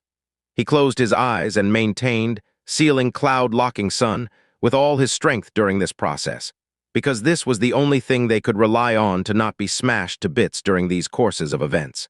An unknown amount of time passed by and the impacts had finally ended. They landed in an incredibly solid surface and finally stopped moving. Sealing cloud-locking sun, which he had maintained for all this time, silently disappeared. After it had been calm for a while, Xia Qingyu finally opened her eyes. She realized where she was, but she was incapable of believing that she was still alive. Furthermore, apart from her slightly aching body, she was not injured in the slightest. She raised her eyes and saw an empty space around her. Then she extended her right hand, and a lump of illusionary blue light condensed in her palm, slightly illuminating an empty area of 10 meters around her. This should be the stomach of that enormous beast, but the incredibly strange thing was that this place did not seem like the interior of a profound beast's body at all. It was actually more like an icy cave. The floor was incredibly hard, and icicles both long and short suspended in the surrounding. The air here was extremely foul, making it hard to breathe. The temperature was lower than what she could have imagined. Even with the 7th stage of the frozen cloud arts and an intimate connection with the water element, Xia Qingyu was still feeling slightly uncomfortable. "Yun-Chi, you're okay, right?" Xia Qingyu called out gently, but she did not hear a response from Yun-Chi for a long time. Xia Qingyu moved her hands down to let that weak blue light shine on Yun-Chi's body, but she discovered that his eyes were half shut, and his complexion was deathly white like paper. A smudge of blood slowly extended from the corner of his mouth. When she touched his body, The only thing she felt was an ice-cold sensation. Xianxia quickly knelt beside his body. Her palms pressed against his stomach and her voice became more panicky. "Yun-Chi, are you still okay?" When she checked the flow of his internal energy, Xianxia's hands distinctively shuddered. Because at this moment, his internal energy was as weak as an infant's. Yun-Chi's eyes slowly opened up a bit. His face exposed an incredibly faint smile. "So, great, we're both alive." It took him a great amount of effort to say these few short words. Under the enormous beast's earthquaking fist, Yun-Chi suffered an extremely severe injury, but he didn't have time to stabilize his energy and had to forcefully maintain sealing cloud-locking sun. Sealing cloud-locking sun wasn't a normal profound technique, but an explosive technique of the evil god. Although it was an explosive defensive technique, it wasn't an ordinary defensive barrier, but a defensive skill that could only be utilized for a short moment to save his life. With each breath that sealing cloud-locking sun was active, the consumption of profound strength was equivalent to an activation of falling moon sinking star. From being shaken into the sky until they were completely sucked into the stomach of the huge beast, a total of 30 breaths had passed by. During this period of time, sealing cloud-locking sun had to be continuously maintained. Otherwise, he and Xianxia would have met their deaths a long time ago. The 30 breaths of activation had a huge consumption that an ordinary person would have difficulty imagining. Furthermore, this consumption was still in a state where Yun-Chi suffered a severe injury. Now, he finally calmed his energy, and his internal injuries had also intensified by many times. His profound strength was completely exhausted without even a trace remaining. His internal injuries were incredibly severe, and he did not have even the slightest bit of profound strength to combat the cold. Every second in this frighteningly low temperature deprived Yun-Chi of a great deal of life force. He felt like his body was pierced by a myriad of needles, and very quickly, the ice-cold sensation he felt disappeared bit by bit until he gradually lost all feeling of his body. He smelled the taste of death, and it was the first time he was this close within reach of it. Xianxia took her hands away from Yun-Chi's body. Her eyes became confused. "Yun-Chi, King, don't say anything, listen to me." Yun-Chi's breathing became incredibly weak. The temperature here caused both his hands, legs, and body to become frozen stiff in this short amount of time. Both his eyes had also lost all color. He was able to speak because he relied on his strong and unwavering consciousness, but he knew that this last bit of consciousness could disappear at any moment. Death came too fast and sudden. "King, good thing, nothing happened to you. I should die any moment now. After I die, don't take care of me. You don't fear cold. Perhaps it's possible. Escape from here. Even if this huge beast is even more frightening, you have to use all your strength to escape." "Yun-Chi, don't talk anymore. You can't die that easily. If you want me to leave, we have to leave together. You won't die." This calamity was too sudden, and it caught her completely unprepared. Yun-Chi's internal injuries were incredibly severe. His 5 visceras and 6 internal organs were practically all smashed apart. His life force was incredibly weak, and it was possible that it could disappear in the next second. She knew how he suffered such a severe injury. She also knew why he was so weak right now. When they were shaken into the sky, his back faced downwards to bear all the force of the impact and left her without the slightest bit of injuries. From the moment they were sucked into that enormous beast's mouth until they landed here, that incredibly terrifying force was something that even her most powerful ice crystal defense could not withstand. But that barrier that constantly protected them blocked all the impact. That was without a doubt an extremely tough and resilient barrier. With such an incredibly powerful barrier, one could imagine just how much power it consumed. Except Yun-Chi was already unable to hear her voice. His eyes were still half open, but not a trace of light remained. His 4 limbs, body, cheek, hair was already completely covered by a layer of ice. Underneath that layer of ice was an ice-cold body that was on the verge of completely burning out its entire life force. "King, he softly muttered. "If we meet again in the next life, become my wife again, okay? Because this life, I still have not completely conquered you. I am not satisfied." Xianxia's body shook, and her vision became fuzzy all of a sudden. Both of Yun-Chi's eyes lost their final traces of focus and spirit during this moment. His entire body became still. Only his throat moved ever so slightly to say the words that came from his soul. "Grandfather, little aunt.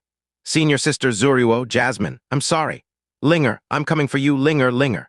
His final mutters were as weak as a breeze until it completely faded away. Then, a shining drop of blue starlight descended from Xianxia's face and lightly struck his completely stiff lips. Xianxia touched her own cheeks and felt her ice-cold tears. She was stunned in place because she couldn't believe that she was shedding tears. Things such as tears were too unfamiliar to her. After she wept that one time when she was 4, she never shed a single tear again. Frozen Cloud Asgard's frozen heart arts made her calm under any circumstance. No happiness, grief, sorrow, or anger. Under the frozen cloud arts, her heart was always cold and effective. Practically nothing could invoke a tremble in her heart apart from when she faced Xianxia. And only when she faced Xianxia. She did not understand the reasoning behind this either. But at this moment, after touching the tears on her own face, she finally came to a conclusion. Her jade-white hand slowly hung down and lightly touched Xianxia's face. Her line of sight had already become fuzzy because of her tears. In this fuzziness, what she saw wasn't a frozen, stiff face, but a face that was sometimes unwavering, sometimes apathetic, sometimes overbearing, and sometimes smiling in her world. Xianxia was a very special existence. It was not only because they were husband and wife, but also because he was different from all the other men she had met. Those other men were either terrified and couldn't look her in the face in front of her, or tried too hard to put on a guise of an elegant noble, but were still unable to hide their lecherous eyes, which disgusted her. Only Xianxia was able to completely be himself in front of her. Even when he was in his most dire straits, he did not feel the slightest bit inferior to her. He was so incredibly mysterious that it felt like she wanted to completely understand everything about a man for the very first time. Sometimes he was so calm that it amazed her. Sometimes he talked and acted like a child, and sometimes he acted like a scoundrel. But she was able to instill every one of his aspects into her heart, and then accidentally recalled them one time after another. Only, she was a person who was destined to chase after the peak of the profound road. To achieve this height, she was willing to let go of everything and naturally expel those images which were subconsciously imprinted in her heart. Except, in this world, not everything was controllable through willpower alone. After the first tear dropped, her eyes became stream that overcame all its obstacles. Streaks of tears flowed down uncontrollably and quickly moistened her entire face. Xianxia, you don't need to wait for the next life. In fact, on the sword discourse arena, when you defeated me, you had already conquered me. No matter how much I meditate, I couldn't genuinely completely seal away all of my emotions. My constant indifference was merely my own selfish way of escaping. At that time, for the sake of opening all of my profound entrances, you used more strength than you could bear and almost permanently damaged yourself. If not for you, the Xianxia today would not exist. You have fought with all your might on the sword discourse arena only for the sake to prove that you are qualified to be my husband. You would rather use extra energy and intensify your internal injuries to divert the direction of your attack than harm me. And right now, you protected me for my sake again. With all your strength and life force, you're obviously very smart. But do you actually believe after doing all this for a girl that there would still be a girl who wouldn't be conquered by you? Xianxia slowly stood up and placed both her hands on her chest. She shut her eyes and lightly said, Xianxia, you're the man who I, Xianxia, had married. How can you just die like this? As a husband, you did many things for me, and I never bore any responsibility as your wife. At least this one time, I want to let you know, I, Xianxia, am willing to be your wife. A dim ray of blue light emerged slowly from Xianxia's body and gradually became more concentrated. Its illumination made this ice-cold area seem extra illusionary. These blue lights lasted a long time until Xianxia drew it out and gathered all of it into both her hands, and condensed it into gaudy, icy bristles of blue light within her jade-like hands. Xianxia gently stooped down and laid both her hands over his stomach.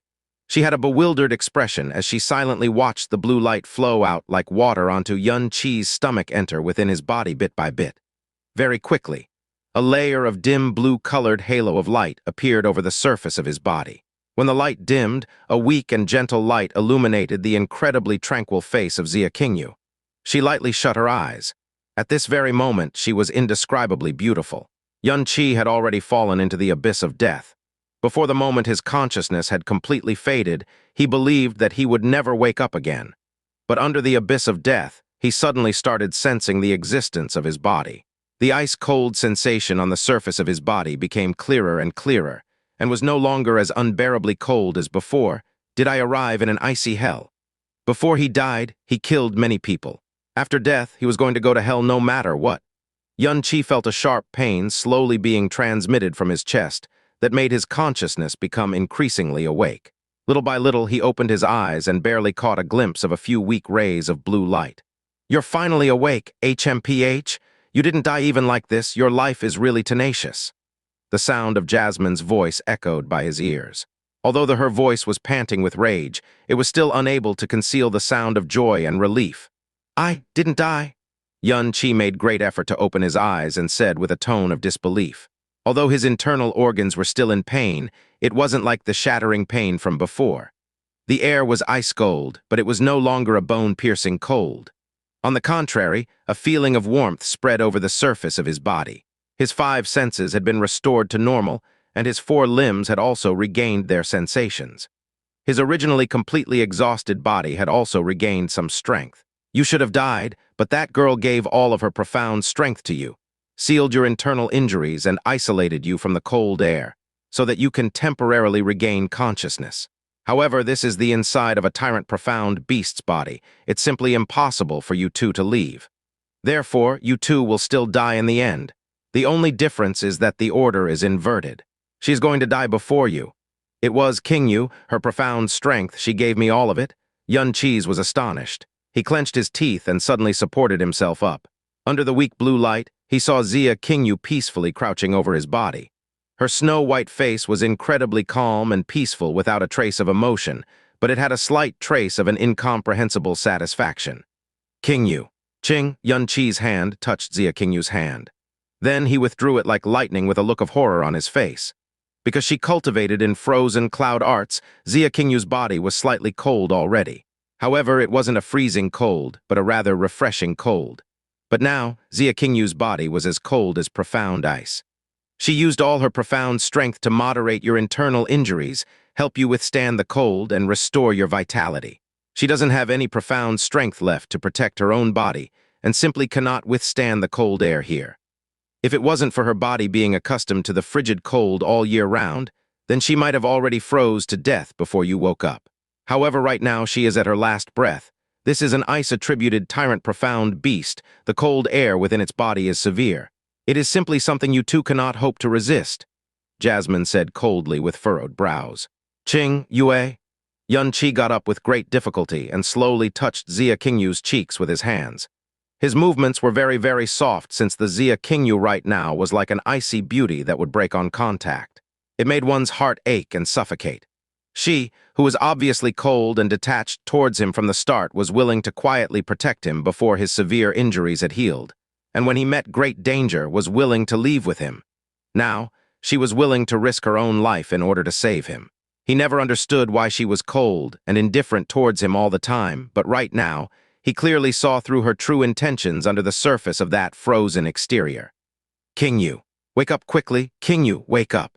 He gently shook Xia Qingyu's upper body and worriedly shouted for her to get up. He immediately had an idea and took out a large pile of clothes from within the sky poison pearl and laid them over Xia Qingyu's entire body until all his own clothes had been taken out. And in the end, even took out the Jasmine's pink bed sheet to wrap them tightly over Xia Qingyu's body. Only the temperature here was too terrifyingly low. The cold air permeated Xia Qingyu's body like a nightmare and gnawed away more and more of her remaining life force. Not good. I must leave. Only death awaits here. Have to leave. Xianxia clenched his teeth with all his might and tried to get up. A sharp pain transmitted from his chest. His back and his rigid limbs weren't completely listening to all of his orders and made him fall down ruthlessly again. Before he struggled one more time, he suddenly discovered that in this pitch-black darkness, in addition to the blue glow on the surface of his body, there was another strand of green light. Xianxia rapidly raised his left hand, and shockingly saw the sky poison pearl was glowing with an illusory ray of green light. This was the sky poison pearl's detection light, and the flickering green light was especially strong, proving that the thing it discovered was so close to him that it was only a few steps away. Don't tell me there is actually a treasure hidden inside here, Xianxia said subconsciously. Jasmine appeared and looked at Xia Qingyu, then looked at the shining sky poison pearl and coldly said, "This ice attribute profound beast is able to open its mouth and swallow half a mountain. Swallowing an extraordinarily precious treasure is not strange at all. Xianxia gasped for breath with all his strength and reached out to point forward. Jasmine, can you go there and take a look at what the sky poison pearl found? After all, the sky poison pearl is emitting a very strange light time. Not only is this time's light intense, the frequency it is flickering at is also very high. Perhaps it's something that it doesn't usually find. You're dying soon, why do you still care about some strange treasure? Jasmine's small and exquisite brows locked in place as she said somewhat angrily. I don't care about some strange treasure, rather I care about any possible traces of hope. Xianxia crudely gasped for more air and said, There is nothing on me that can help King Yu and I leave this place. Right now, the only thing that can save King Yu and me is only some sort of teleportation thing, just in case, what if that precious treasure actually had a space attribute? Naive. Do you truly believe there are such coincidences in this world? Jasmine mumbled to herself, but still walked towards the direction that Xianxia pointed in. Her exquisite and delicate red figure quickly entered the darkness. Shortly after, Jasmine suddenly let out a cry of surprise from up ahead. Xianxia's mind suddenly trembled. Something that made Jasmine cry out in such alarm absolutely had to be some extraordinary object. He eagerly asked, What did you find? Is it actually a treasure with space attribute? Jasmine's voice echoed through in a peculiar way. Your life is truly tenacious to the point that makes me jealous. Although it's not the precious treasure with space attribute that you wanted, it could still protect you against death. It's no wonder that an ice attribute tyrant profound beast could appear here. So it actually swallowed it into its stomach. All year round, it had been absorbing its overflowing power, Xianxia. Catch, then swallow it. Under the half-excited, half-serious Jasmine's voice, an azure blue speck of light flew out from the darkness and landed in the middle of Xianxia's palm. This was a very small bead, the size of an ordinary glass ball that sparkled all over like a sapphire. However, the rich rays of blue light it emitted was much stronger than a sapphire, making it shine like little star. When Xianxia grabbed it, it seemed as though it had suddenly awakened from its slumber. Suddenly, it released an incredibly intense azure blue light that shrouded Xianxia's entire body inside. The azure blue ray of light was rich and enchanting, illuminating every corner of the place. Xianxia brought it in front of his eyes and looked at it in a stupor. At this moment, a violent turmoil suddenly transmitted from within his exhausted, profound veins. That was a turmoil of excitement that spurred his stiff body's blood and mind. At this moment, a strange sensation attacked Xianxia's heart. He had an incredibly calm sensation when holding the azure blue bead in his hand. It felt as if something that should have originally belonged to him had finally returned to his side. And this feeling wasn't unfamiliar to him. This same feeling emerged when he obtained another object. His memories suddenly returned to the Scarlet Dragon Mountain Range, Flame Dragon's Cave, that red-colored, evil god's fire seed. Why are you still distracted? Eat it quickly. Aside from the attribute, its aura and the fire attribute evil god's seed you had eaten that time should be exactly the same. This is clearly the evil god's water seed that was swallowed by this big guy into its stomach, thus causing the existence of this ice attribute tyrant profound beast. Jasmine judged by relying on its aura, but Xianxia's sensation was more accurate than Jasmine's. He was completely sure that this and the evil god's seed at that time in the Flame Dragon's Cave were exactly the same. After glancing at King Yu, whose life was coming closer to its end with every passing moment within this icy cold place, he stuffed that azure blue-colored bead into his mouth and swallowed it. Instantaneously, Xianxia's profound veins was suddenly put into a state of violent turmoil. The surface of his body suddenly emitted azure blue rays of light. These rays of azure blue light had completely engulfed King Yu's light blue-colored, profound strength that she gave him. Afterwards, like a lump of azure blue flame, the surface of his body began to ignite. The icy cold sensation completely disappeared. Xianxia closed his eyes, and his entire body was full of unspeakable coziness. The azure blue light on his body became increasingly rich and gradually spread to King Yu's body. In a split second, the ice crystals that covered King Yu's body disappeared without even going through the process of melting. All the icicles in the surrounding areas which had been touched by the blue light disappeared as well.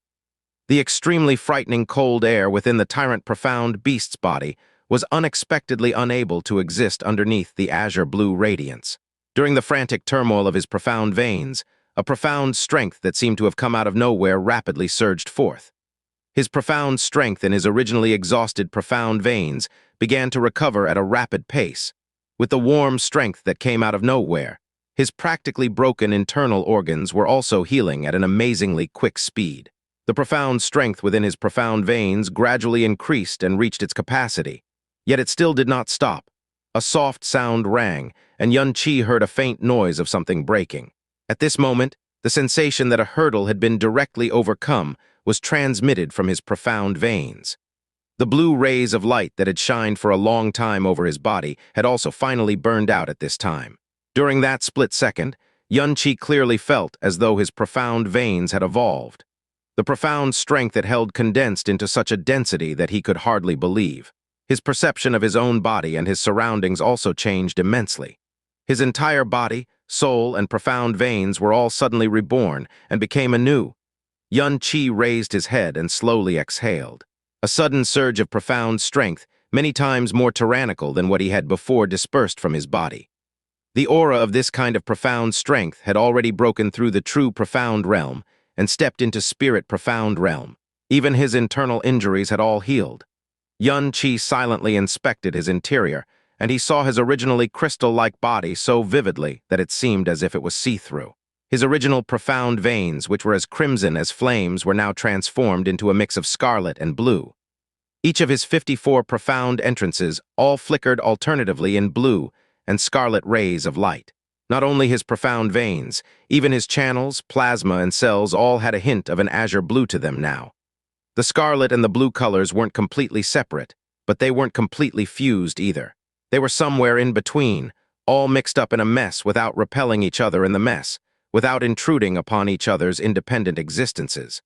What Xianxia consumed was indeed the water seed that the evil god originally left behind.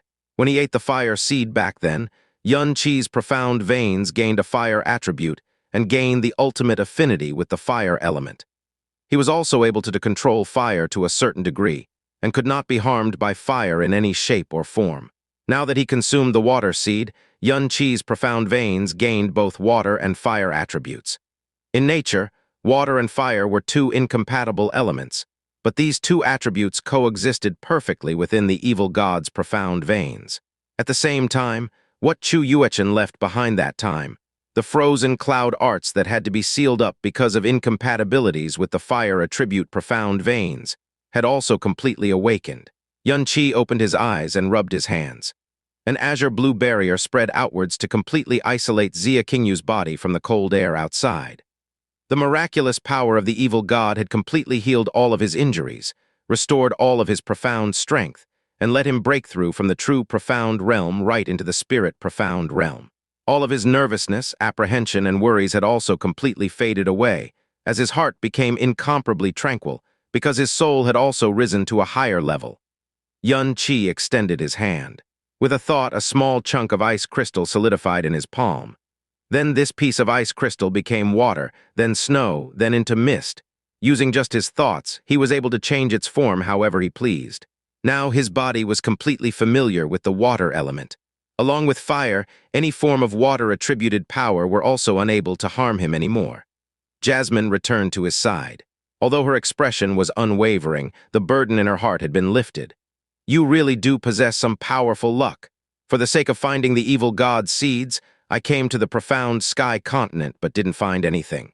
But within a span of less than 2 years, you already came across 2 seeds, especially this seed which appeared at such an incredibly fortunate time.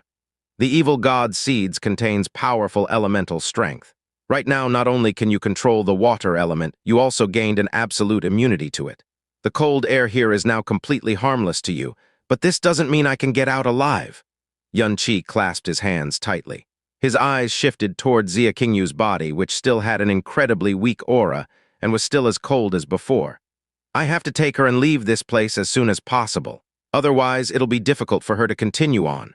At this moment, a buzzing sound rang within Xianxia's mind. Then an incredibly old and distant voice that felt like it came from an ancient era sounded. Successor of my powers, you are finally here.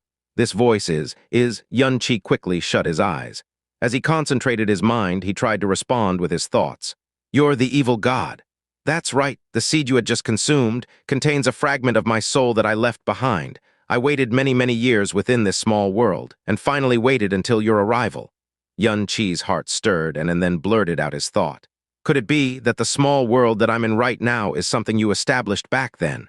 The old voice gently said, "Correct, except this isn't important. The seeds I left behind has already gotten a new owner. This trace of soul will also soon disappear, successor of my powers. Relax your mind, steady your breathing. Let me take a look at your memories. Let me understand with the last bits of my power what I can do for you." Xianxia did not resist, and did not stay on guard either. He completely relaxed his mind, and allowed this insignificant strand of power invade the sea of his consciousness. A few breaths later, this strand of power then pulled out from within his sea of consciousness. "So it's like this, you're only an ordinary human, yet you possess an extraordinary fortune and fate. Your experiences tells me that you're a qualified successor. I have much expectations for your future only. It's destined that it'll be impossible for me to see your future. Your strongest wish right now is to leave this dangerous place. I'll use the final bits of my power to fulfill this wish of yours, and also send you to a special place." Although he didn't know what kind of place the special place that the old voice mentioned was, leaving this place was already enough to make him almost mad with joy. "Thank you, my wife's current condition is really dangerous. If we stayed here any longer, it would put her life in danger. Please, send us away from here as soon as possible." "I understand, but there is no need to thank me. You have inherited my powers, which means you are also destined to inherit my mission. The one who should say thank you should be me. Your future is destined to exceed your imagination. Continue to become stronger. This is your only choice now then, go, but that place, you two can only stay for 24 hours there. After 24 hours, you two will be taken back to this small world. Mission. Evil God's mission?" The old voice disappeared from Xianxia's sea of consciousness. Then, the space where he was with Xianxia suddenly distorted. He embraced Xianxia tightly and disappeared with her into the twisted space. A wave of cool and refreshing air mixed with the faint scent of flowers and the fragrance of soil assailed their nostrils. Dark green grass, a small running river, and trees of various height and width were unevenly distributed everywhere. This was the scene that Xianxia saw after he opened his eyes. But this scene that couldn't be any more ordinary was extremely precious right now. It made him breath out a long sigh of relief, and then carefully lowered Xianxia, who was in his bosoms. Xianxia's entire body was still ice-cold and unconscious.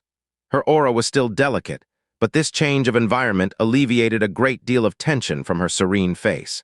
Xianxia quickly took out his most effective and mild small dewdrop pellets and put it inside of Xianxia's mouth. His left hand pressed above her heart. He used his profound strength to protect her life, and then dispersed the cold air within her body bit by bit. This was a place that didn't seem to be visited by many people, and it didn't seem to be anything special. Xianxia didn't know where this place was, and didn't know why the evil god used the final bits of his strength to send them to this place. His energy concentrated all over Xianxia's body. While he was concentrating on expelling the cold inside her, he silently admired her devastatingly beautiful complexion and gradually became lost in his gaze. You'd rather use your own life to save me, if you hadn't risked your life to save me. Then right now I should already be a thoroughly dead person. When I'm facing you, what I think about the most is how to conquer you, but only the thing I am most clear about is that among the reasons, love makes up only a tiny portion. What it's mostly made up of is a male's desire to possess beautiful things. My identity as your husband is a bit funny, but I cannot let go of my arrogance and dignity. After today, I won't think about conquering you anymore, but to completely and totally possess you, even if I have to tear apart the entire frozen cloud Asgard, I must completely and totally make you mine. Save me, save me. When Xianxia was deep in thought, an urgent cry for help echoed from nearby. This was the cry of a young girl with an empty voice that sounded like it originated from a remote valley spring. It contained deep terror and fear. Then the sound of chaotic footsteps grew closer. Once Xianxia's profound strength reached the first level of the spirit profound realm, his vision range also substantially increased. He looked towards the source of the sound and found a little girl who wore yellow clothes quickly fleeing his way. She was too far to be able to discern her appearance, but from her petite and exquisite body, she should only be around 10 years old. However, she had clearly already established the foundations of profound strength since her running speed wasn't slow at all. Behind her, 3 men in black calmly and unhurriedly chased her as they teasingly laughed. Hey, you can run all you want. Let's see how far you can run once you run out of strength. Yun Qi was concentrating on protecting Xia Qingyu's heart vessels and didn't want to be distracted. Furthermore, in this place that he didn't completely understand yet, he didn't want to meddle in other people's business. He quickly retracted his gaze and didn't care about it anymore. Plop! The weary little girl fell on the ground. She struggled for a bit, but she couldn't get up. Her tears already filled her eyes and clenched her teeth, but she stubbornly did not want to let the tears flow out. Behind her, 3 men in black calmly and unhurriedly walked over. The man in the middle extended his hand, grabbed towards her and laughed recklessly. Su Linger, run again, keep running. Ha ha ha ha. Yun Qi's eyes suddenly opened wide and his entire body felt like it had been electrocuted. Su Linger.